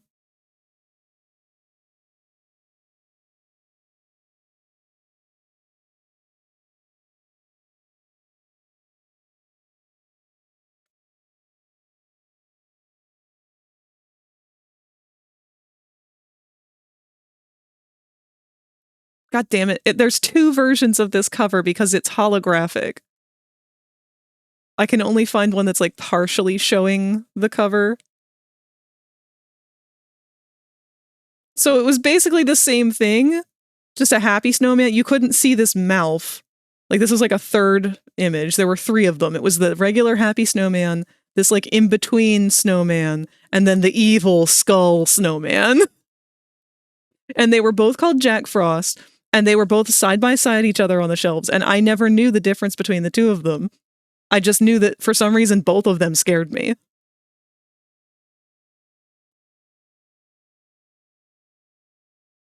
Because, like, that's not any better. That's creepy. This is not a warm, inviting, comforting face. Why does he have eyebrows? Those are furry. I don't know. This is an upsetting snowman. I didn't like the way he looked either. I think it was the case of the weirdly CGI snowman face that creeped me out. Yeah! It's hit, I don't know, it's an uncanny valley thing still.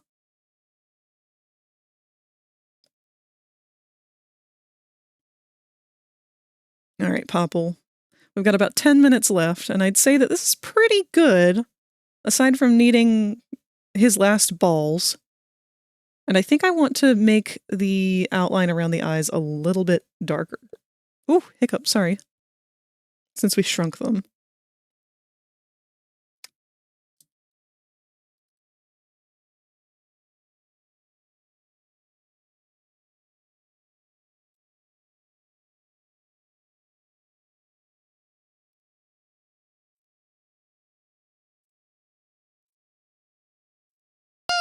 Wah.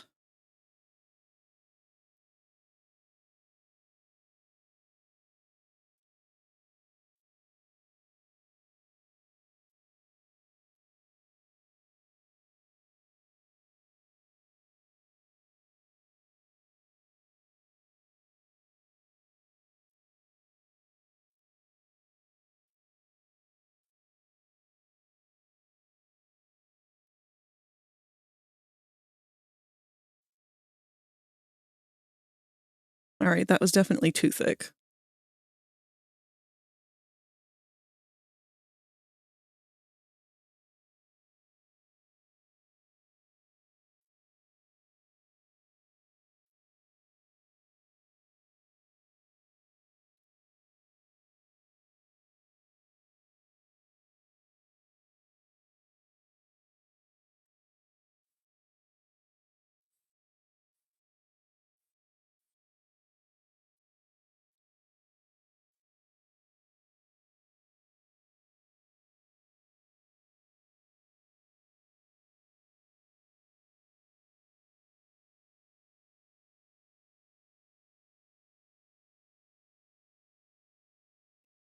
Okay, now I can't decide. I'm gonna leave it alone. Let's get these balls in here.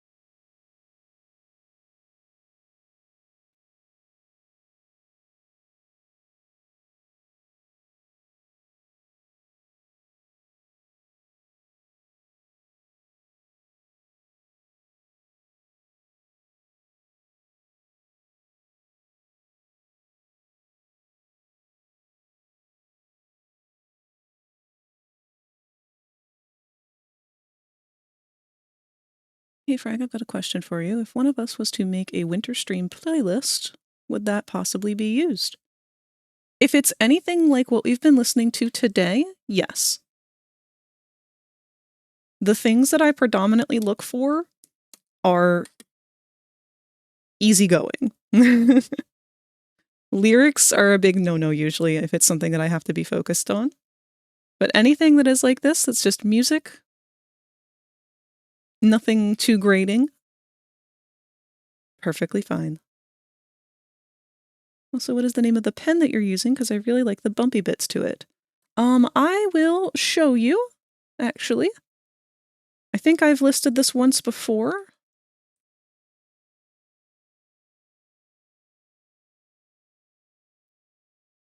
Actually, here, I can go ahead and just post this directly in the server. I'll put this in show and tell. Oh, wow, Cat, that came out so good! Sorry, I'm just now seeing the doll. Oh, that's such a cute design.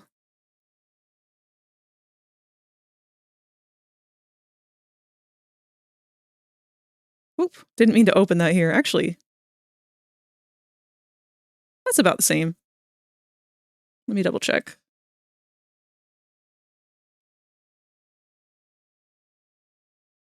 Yes, so I'm using the ink pencil from this. Let me post that in the server.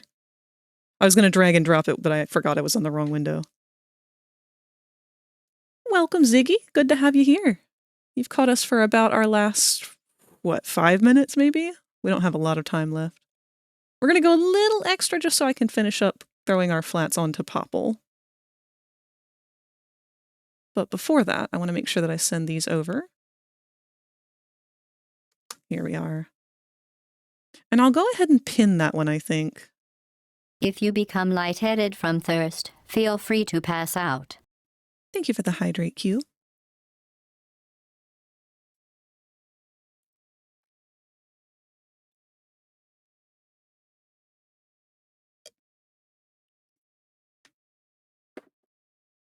So these aren't brushes that are attributed to anybody else or anything. They're something that I threw together while I was attempting to follow some other brushes, some guides on how to make them, tweaking things however I wanted them to be.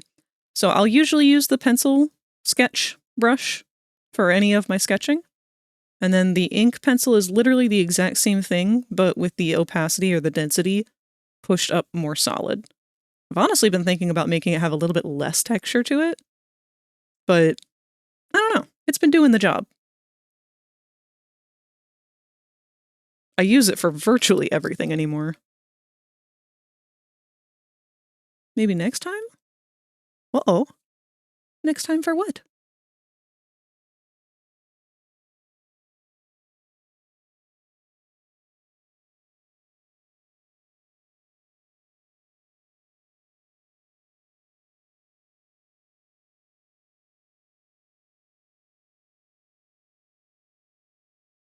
Oh, looks like we are down to our last 3 minutes. That is no biggie, though.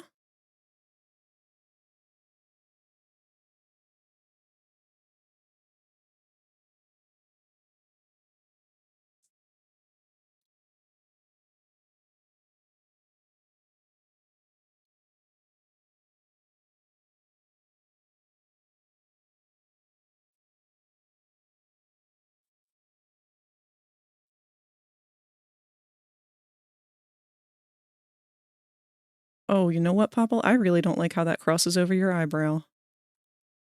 I didn't even see your eyebrow there. It's okay. We'll just move it.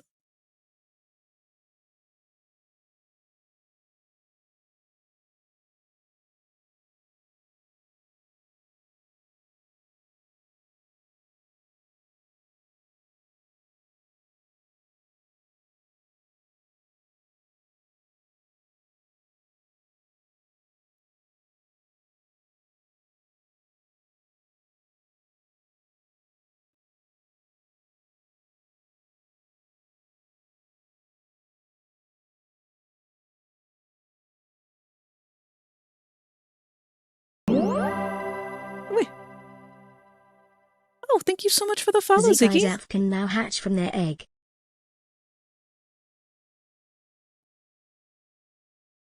I know it's just the end of the stream here that you have managed to catch us, unfortunately, but we have the rest of our entire week of streaming going on here, so hopefully I'll get to see you again very soon. But our ads are about to play. These are our last ads of the night. And they play once every hour so that we can get the rest of the hour out of the way. Or, well, we can get the rest of the ads out of the way so we have the rest of the hour uninterrupted.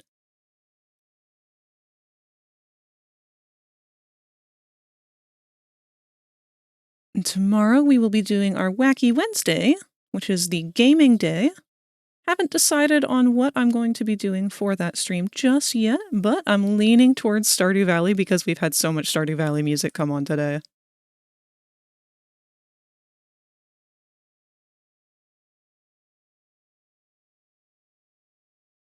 But nothing is set in stone.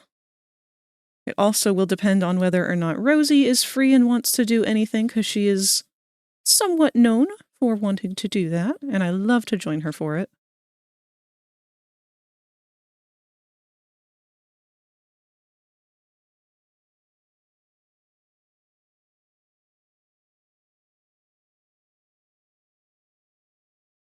I'll probably still rearrange some of these a little bit just to cut off any tangents that are going on here. I don't like how some of them are lining up.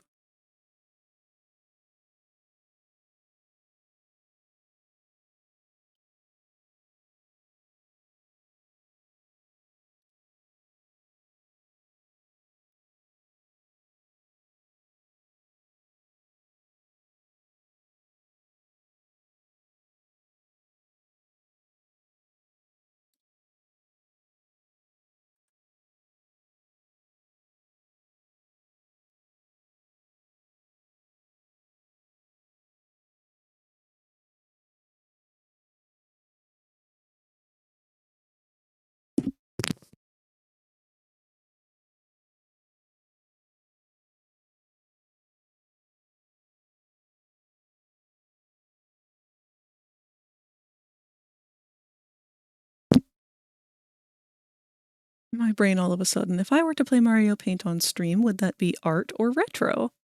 Good question. Wait.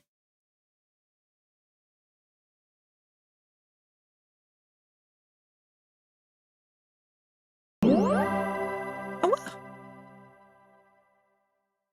Osik the wolf can now hatch from their egg. Thank you again for the follow. Oh shit, we hit a goal. Ozek, you are our 580th follower. Thank you. I wonder if we'll hit 600 by the end of the year. I wonder where I was at last year this time. I don't really keep up with that stuff, but it's fun to know. There is a nasty tangent happening here, and I don't quite know how I want to get rid of it.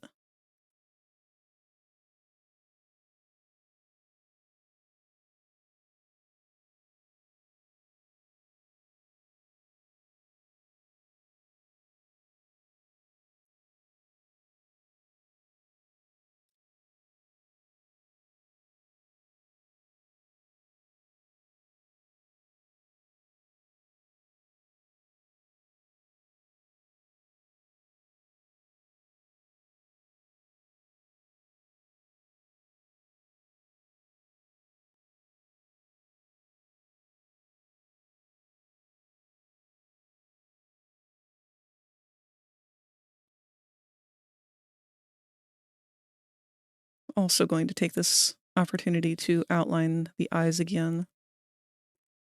Even though I didn't like how it looked the first try. It shows a lot more how different the line weight is with the other ones around them.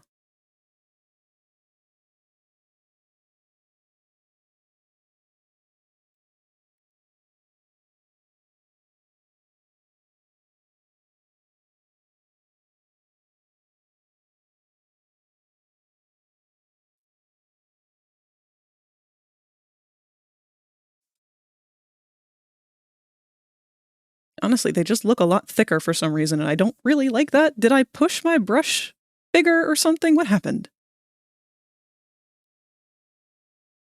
I'm just getting heavy-handed now.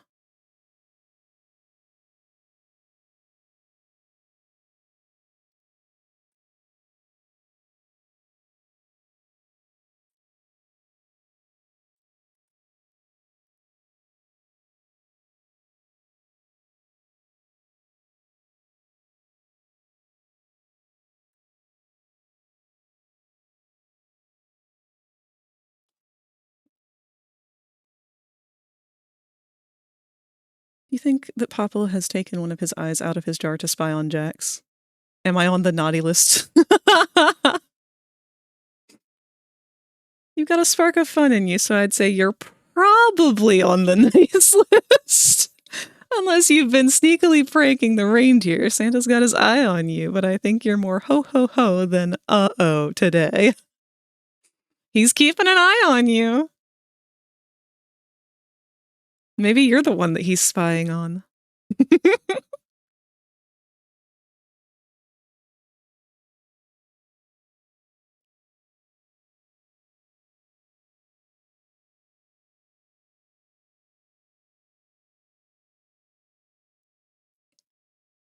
No, it's funny though, because one of the first comics I ever did to just like start getting a feel for his character was one of him and Pomni.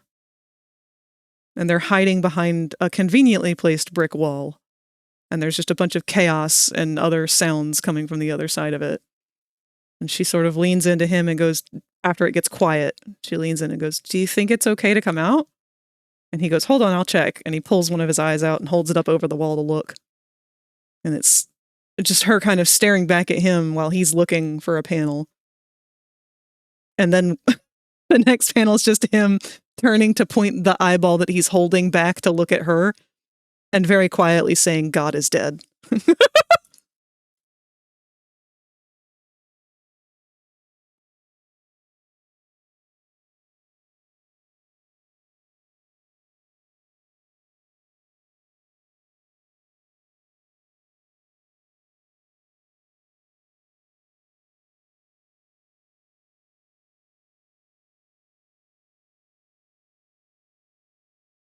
What if Santa is a popple and that's how he knows if we're sleeping or not? He placed eyes everywhere.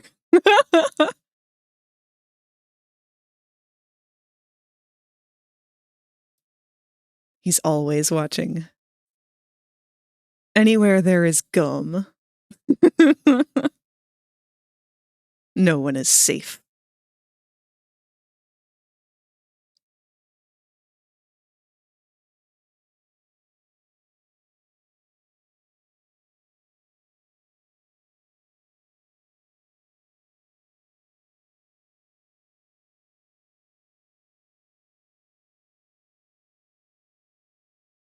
I'm missing 2 balls.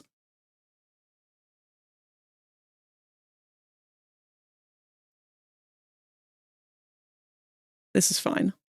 Everything's fine.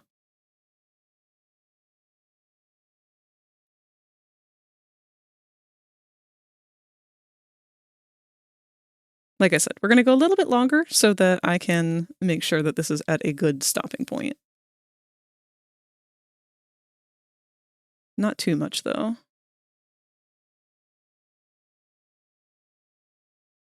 Yeah, I know normally it would want to fall behind the eyebrow over here. But I really don't want that eyebrow to disappear.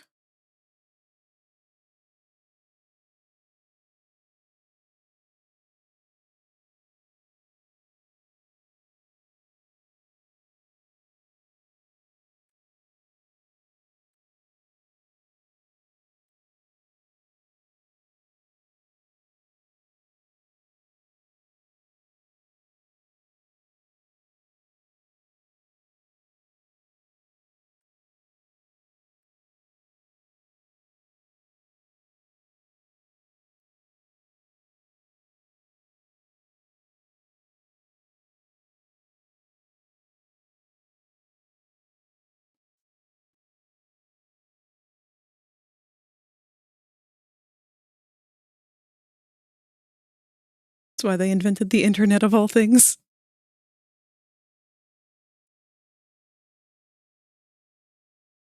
Yeah, because let's be honest, if that's where people are going to be acting naughty, that's where they're going to be acting naughty.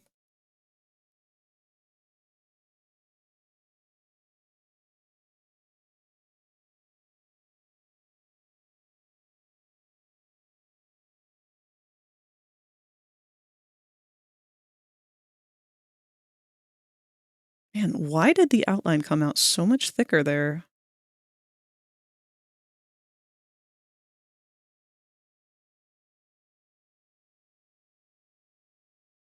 Oh, close out of this.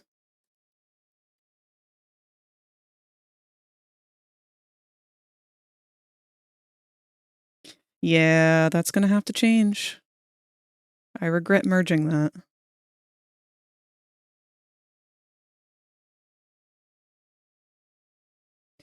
Maybe instead of fixing it... no. We can try. It's going to be a pain in the tuchus. But I'm going to try and manually thin down these lines.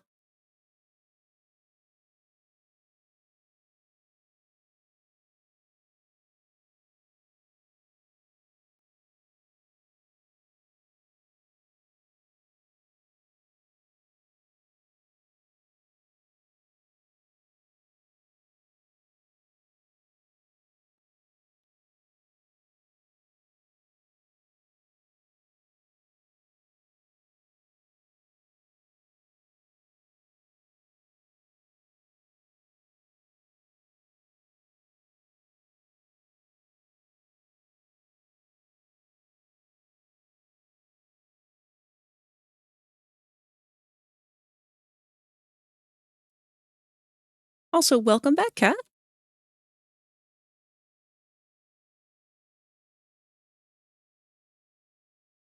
I've also got to think of how do I sort out the problem of not having a Christmas present for my little sister, because I have to give the last of my money to my folks, and then the planned present got canceled by the store that they didn't give me my money back. I mean, there is always the option to make her something. I don't know how much she would appreciate something like that. I know kids are definitely harder to appease with the make it kind of gifts.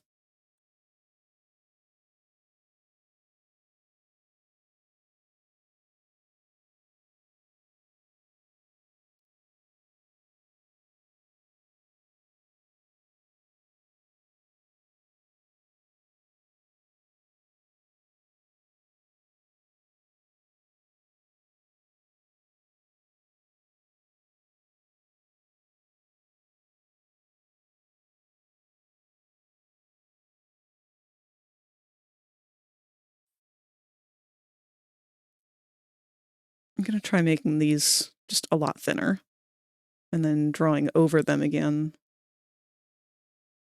Maybe that will fix it.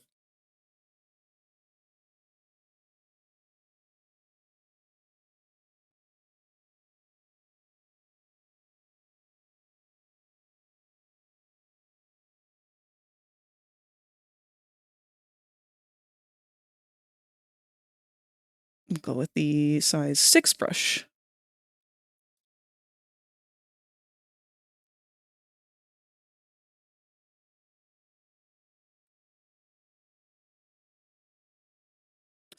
That's still not going to do it. All right. We're going to lighten the opacity and I think just redraw them.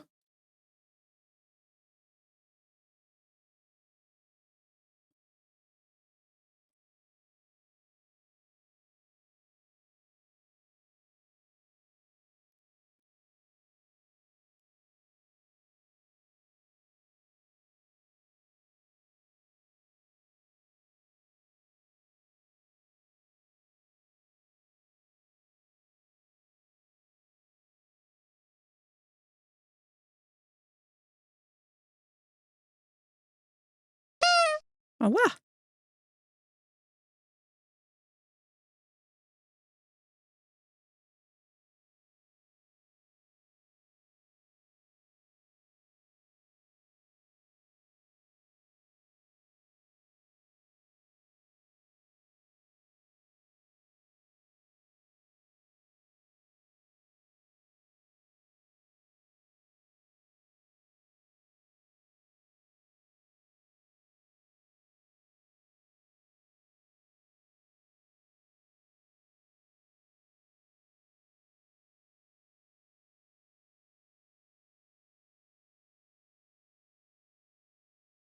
love Mario music. The games might get old to me every once in a while, but the music never does.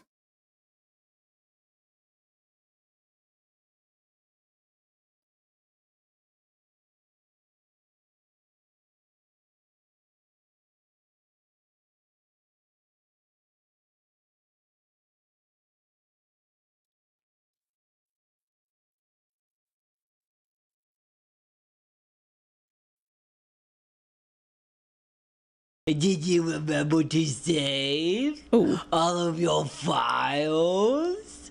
hey folks. When's the last time I did that? Thank you, Kat.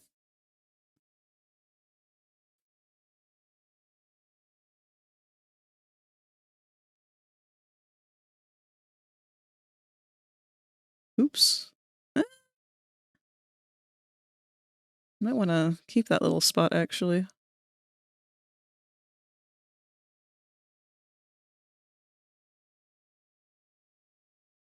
Alright, the new lines are not as good, but that's alright. They don't need to be. Ain't no damn room in this house for perfection.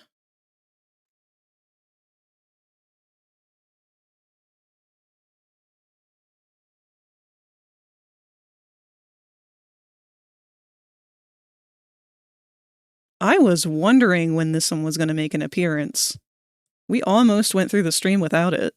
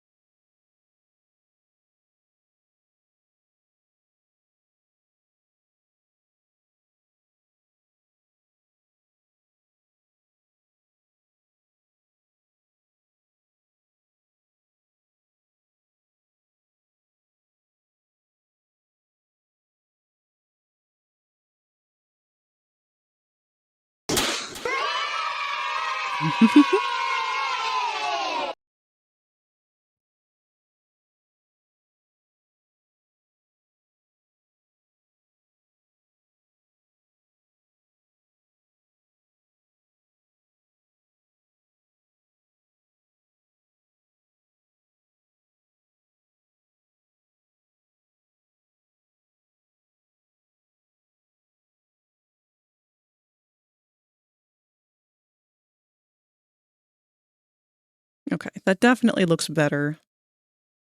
Still not really thrilled with it, but it'll do. I might have to come back and look at it with fresh eyes.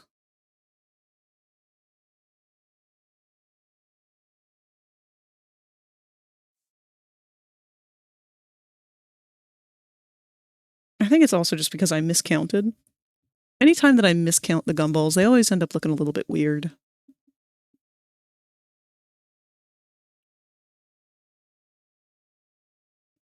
So I might come back and change those around one more time, but for now, this is where they're going to stay. The exception of this green one. Something's weird about the bottom of it.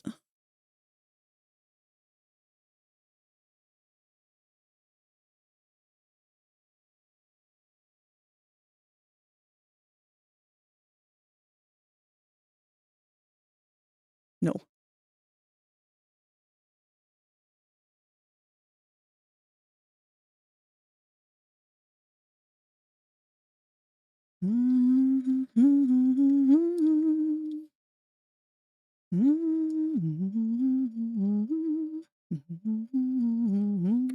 Do, do, do, do, do.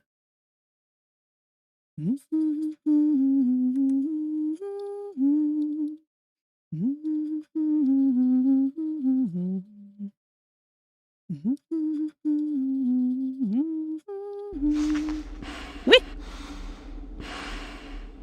But we're almost ready to end stream. Don't leave now.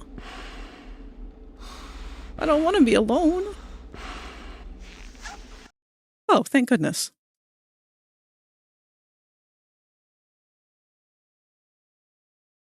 Gave me a fright.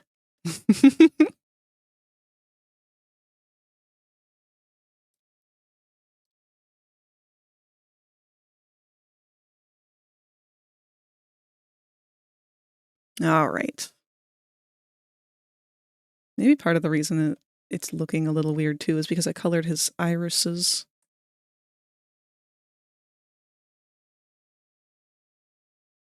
But this is a good place for me to stop this. And by stop this, I mean we are going to save this sans the background, pun intended because of the previous Undertale music.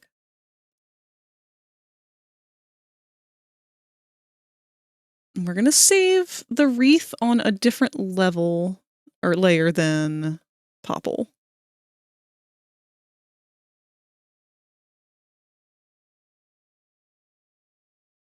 So we're going to make that a PNG. We're going to save this as the wreath.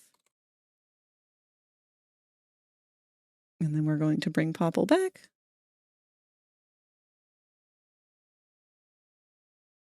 Take the wreath off. Save him as something separate. Pops. Of course, I will be coming back and adding more to it.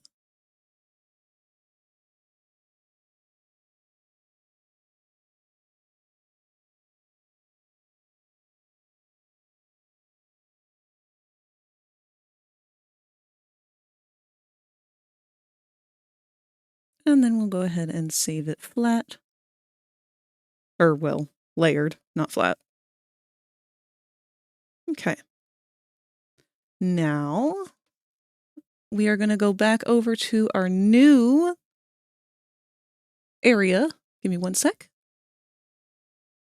Can you hear me? Can the music still be playing? Yes, everything is working. So you guys can help me set this up now. We are going to go ahead and put our new image down of our wreath.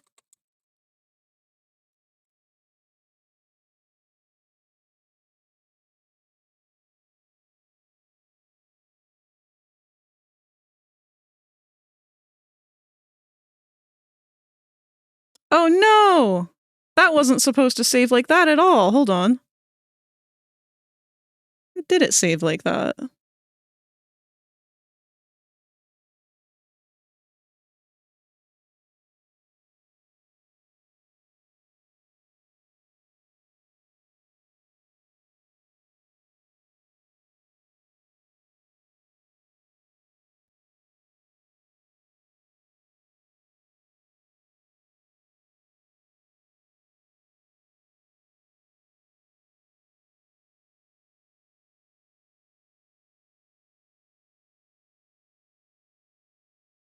Okay. Now let's re-import that image.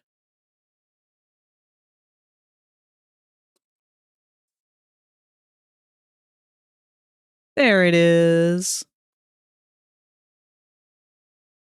It's a little bigger than we need.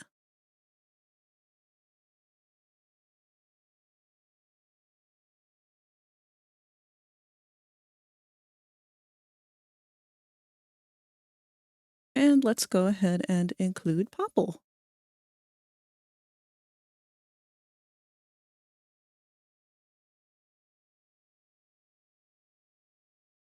Here he is.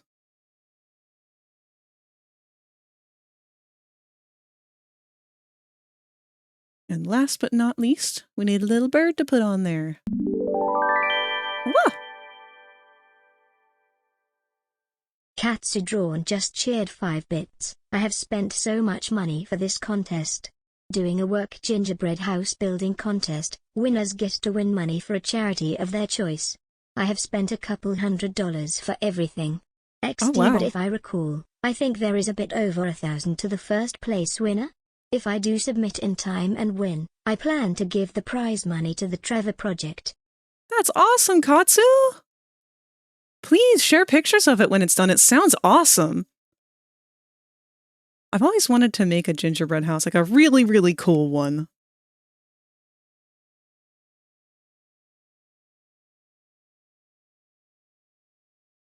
Also, it is very good to see you, Katsu. We're a little bit over time here.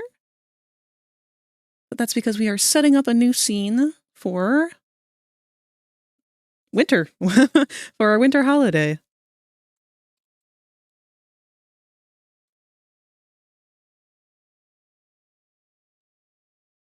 Where am I? Hello? Where did I go?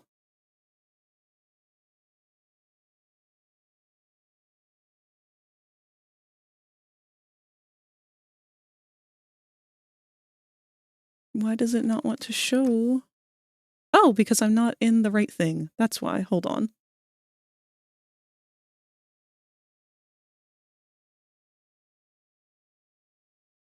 There we go. There I am. Will put me right down here so that I can be helpful. But hopefully this will be our layout. I will keep working on this. We're probably not going to have it go into effect immediately. It'll probably start up next week. But as I went over originally, the idea behind this is that we want to do some kind of, not quite subathon, but just something in relation to those of you who are subbed this month. Everyone who gets a sub will have a little ornament that I want to put on this wreath to represent them. It can be... I'll try and make everything kind of custom tailored as much as I can. I don't want to end up doing this like commission style where everybody's having to give me input and feedback back and forth, and it's just going to take too long that way. But I will like to make something for each person, because you guys do matter to me, and every single one of your subs are greatly appreciated. And we'll also be having it so that anyone who is gifted a sub will be included. And on top of that, not only will you have an ornament that will represent you and whoever you gift your subs to, if you do, to represent you on the wreath, you will also have your name put on a piece of paper, which will then be folded into a lucky star and put into my ornament that I'm making this year, because that is my personal tradition. Every year I hand make a new ornament for my tree. And that's going to be this year's, is one that's full of lucky stars. And if you're not familiar with what those are, I know I had a picture of them earlier. Let's go back to the other window, because I think it's still on there.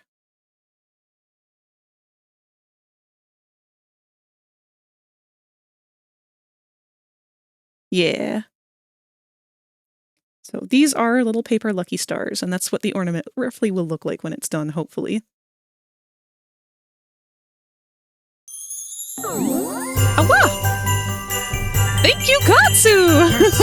Just subscribed for 6 months. Smile. I'm gonna have to start making that list right away so that I can make sure to make an ornament for every single person that we've missed out on today. Because our alerts also weren't working the first time either. Wait! Wait! Oh.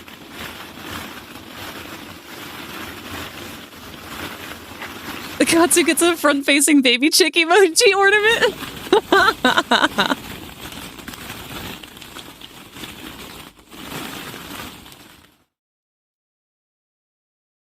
What? Oh, did that start another hype train?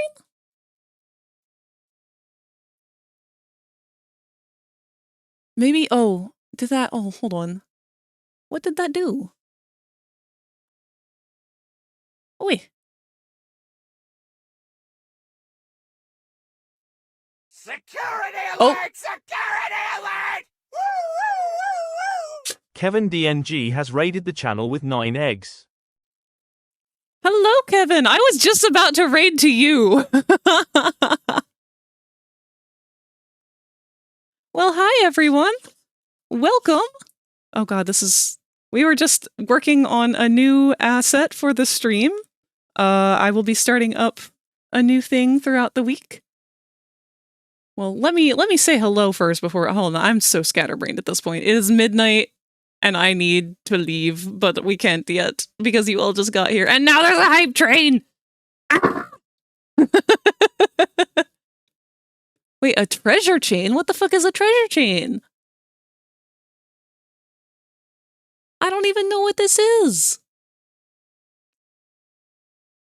Well, thanks, Kevin. You've trapped me here for another 5 minutes. How was your stream? How'd it go? I didn't get to stop in and see the lil bulb that you were drawing. The devil and the angel on the shoulder, supposedly.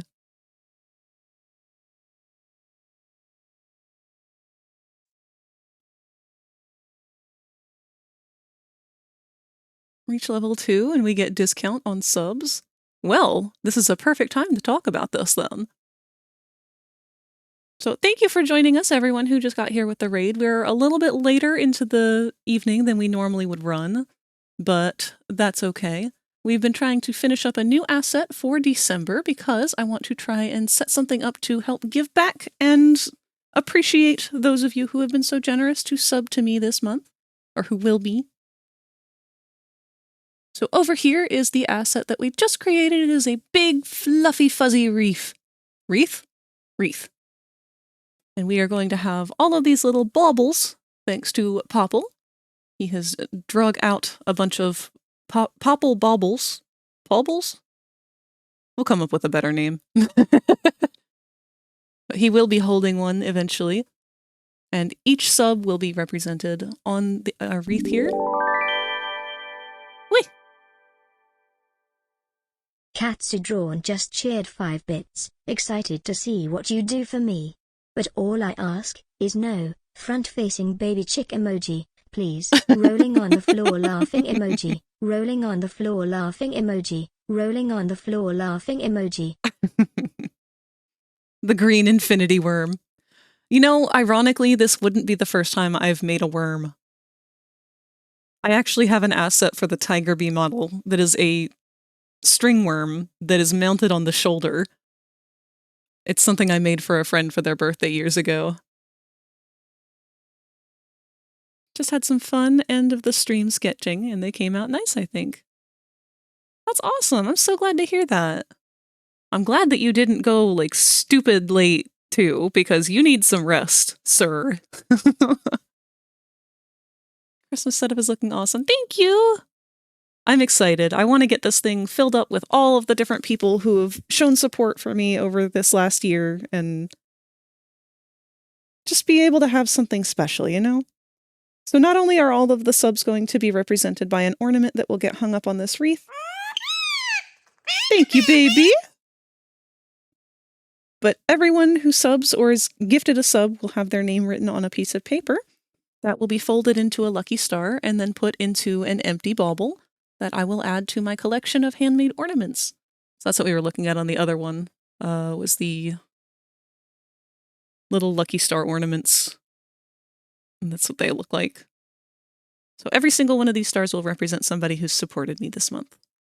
I'm very excited for it.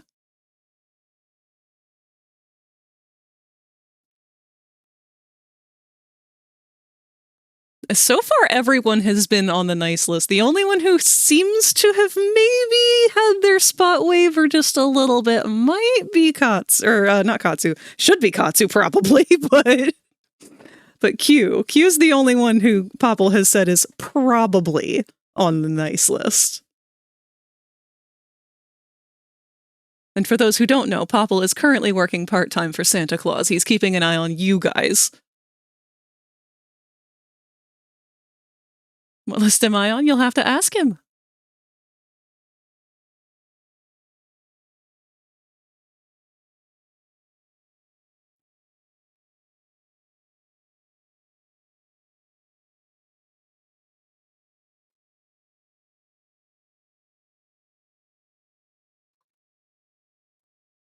What list am I on?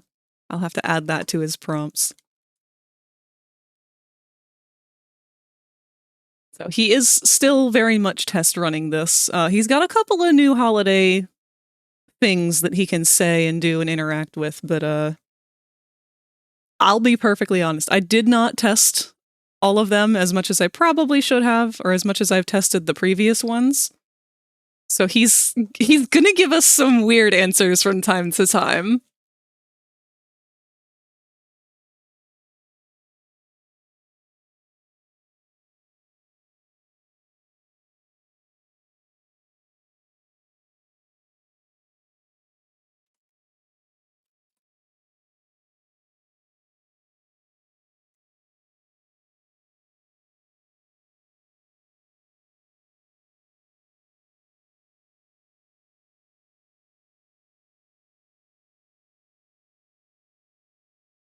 I can't wait to figure out who the first person who's naughty is.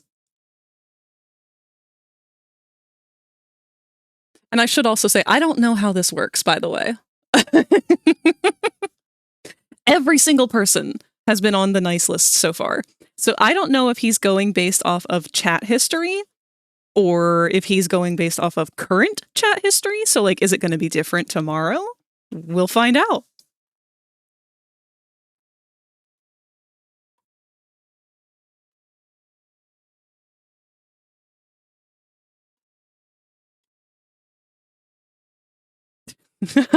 Sorry, I keep stopping to read everything he's saying to you guys.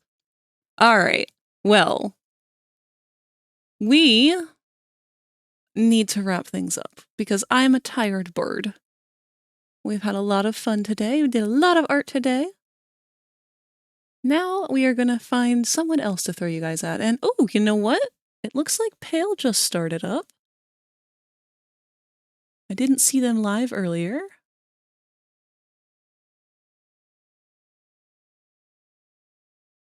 Nope, they just went live about 10 minutes ago. This is perfect. So if you guys enjoy Kevin, you will definitely enjoy Pale Chimera. They are a furry. They do a lot of furry artwork. Right now it looks like they just started a new piece. Looks like probably a commission maybe, or some sort of holiday group picture.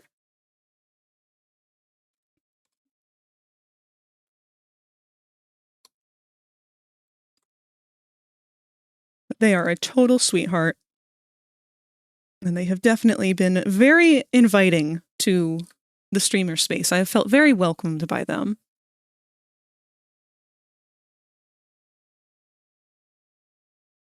A Lil Devil and Lil Angle, Lil Bold was inspired out of what you suggested. Chat liked the idea.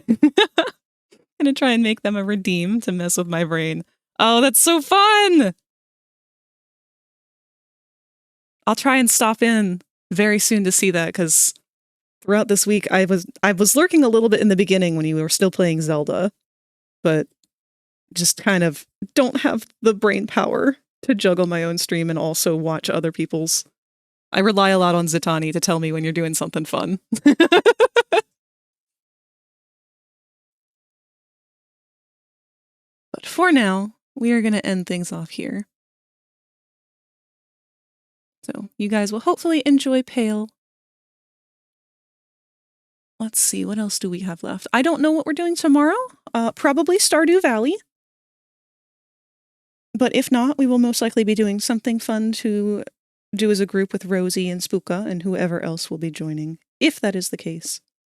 And then 3D Thursday is our last day of the scheduled streams this week. We will be once again working on Adam. I am making an Adam VR chat avatar. We are working on his expressions and visemes.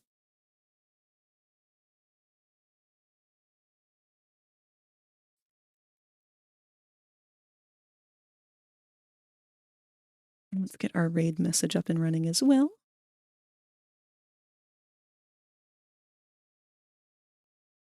So, copy and paste that if you like. There is no need to. Otherwise, please just bring a fun, positive attitude. The same kind of attitude that you have had here. Make Pale feel good. Bring them some compliments for their art. Just make people feel good. Otherwise, it was really awesome seeing you guys and hanging out with you all today. I had a blast doing all of this art. I hope that you guys had just as much fun here. And don't forget, tomorrow, bring me your lore for the Grinch and Tony the Tiger. I demand it. I love you all. Goodbye!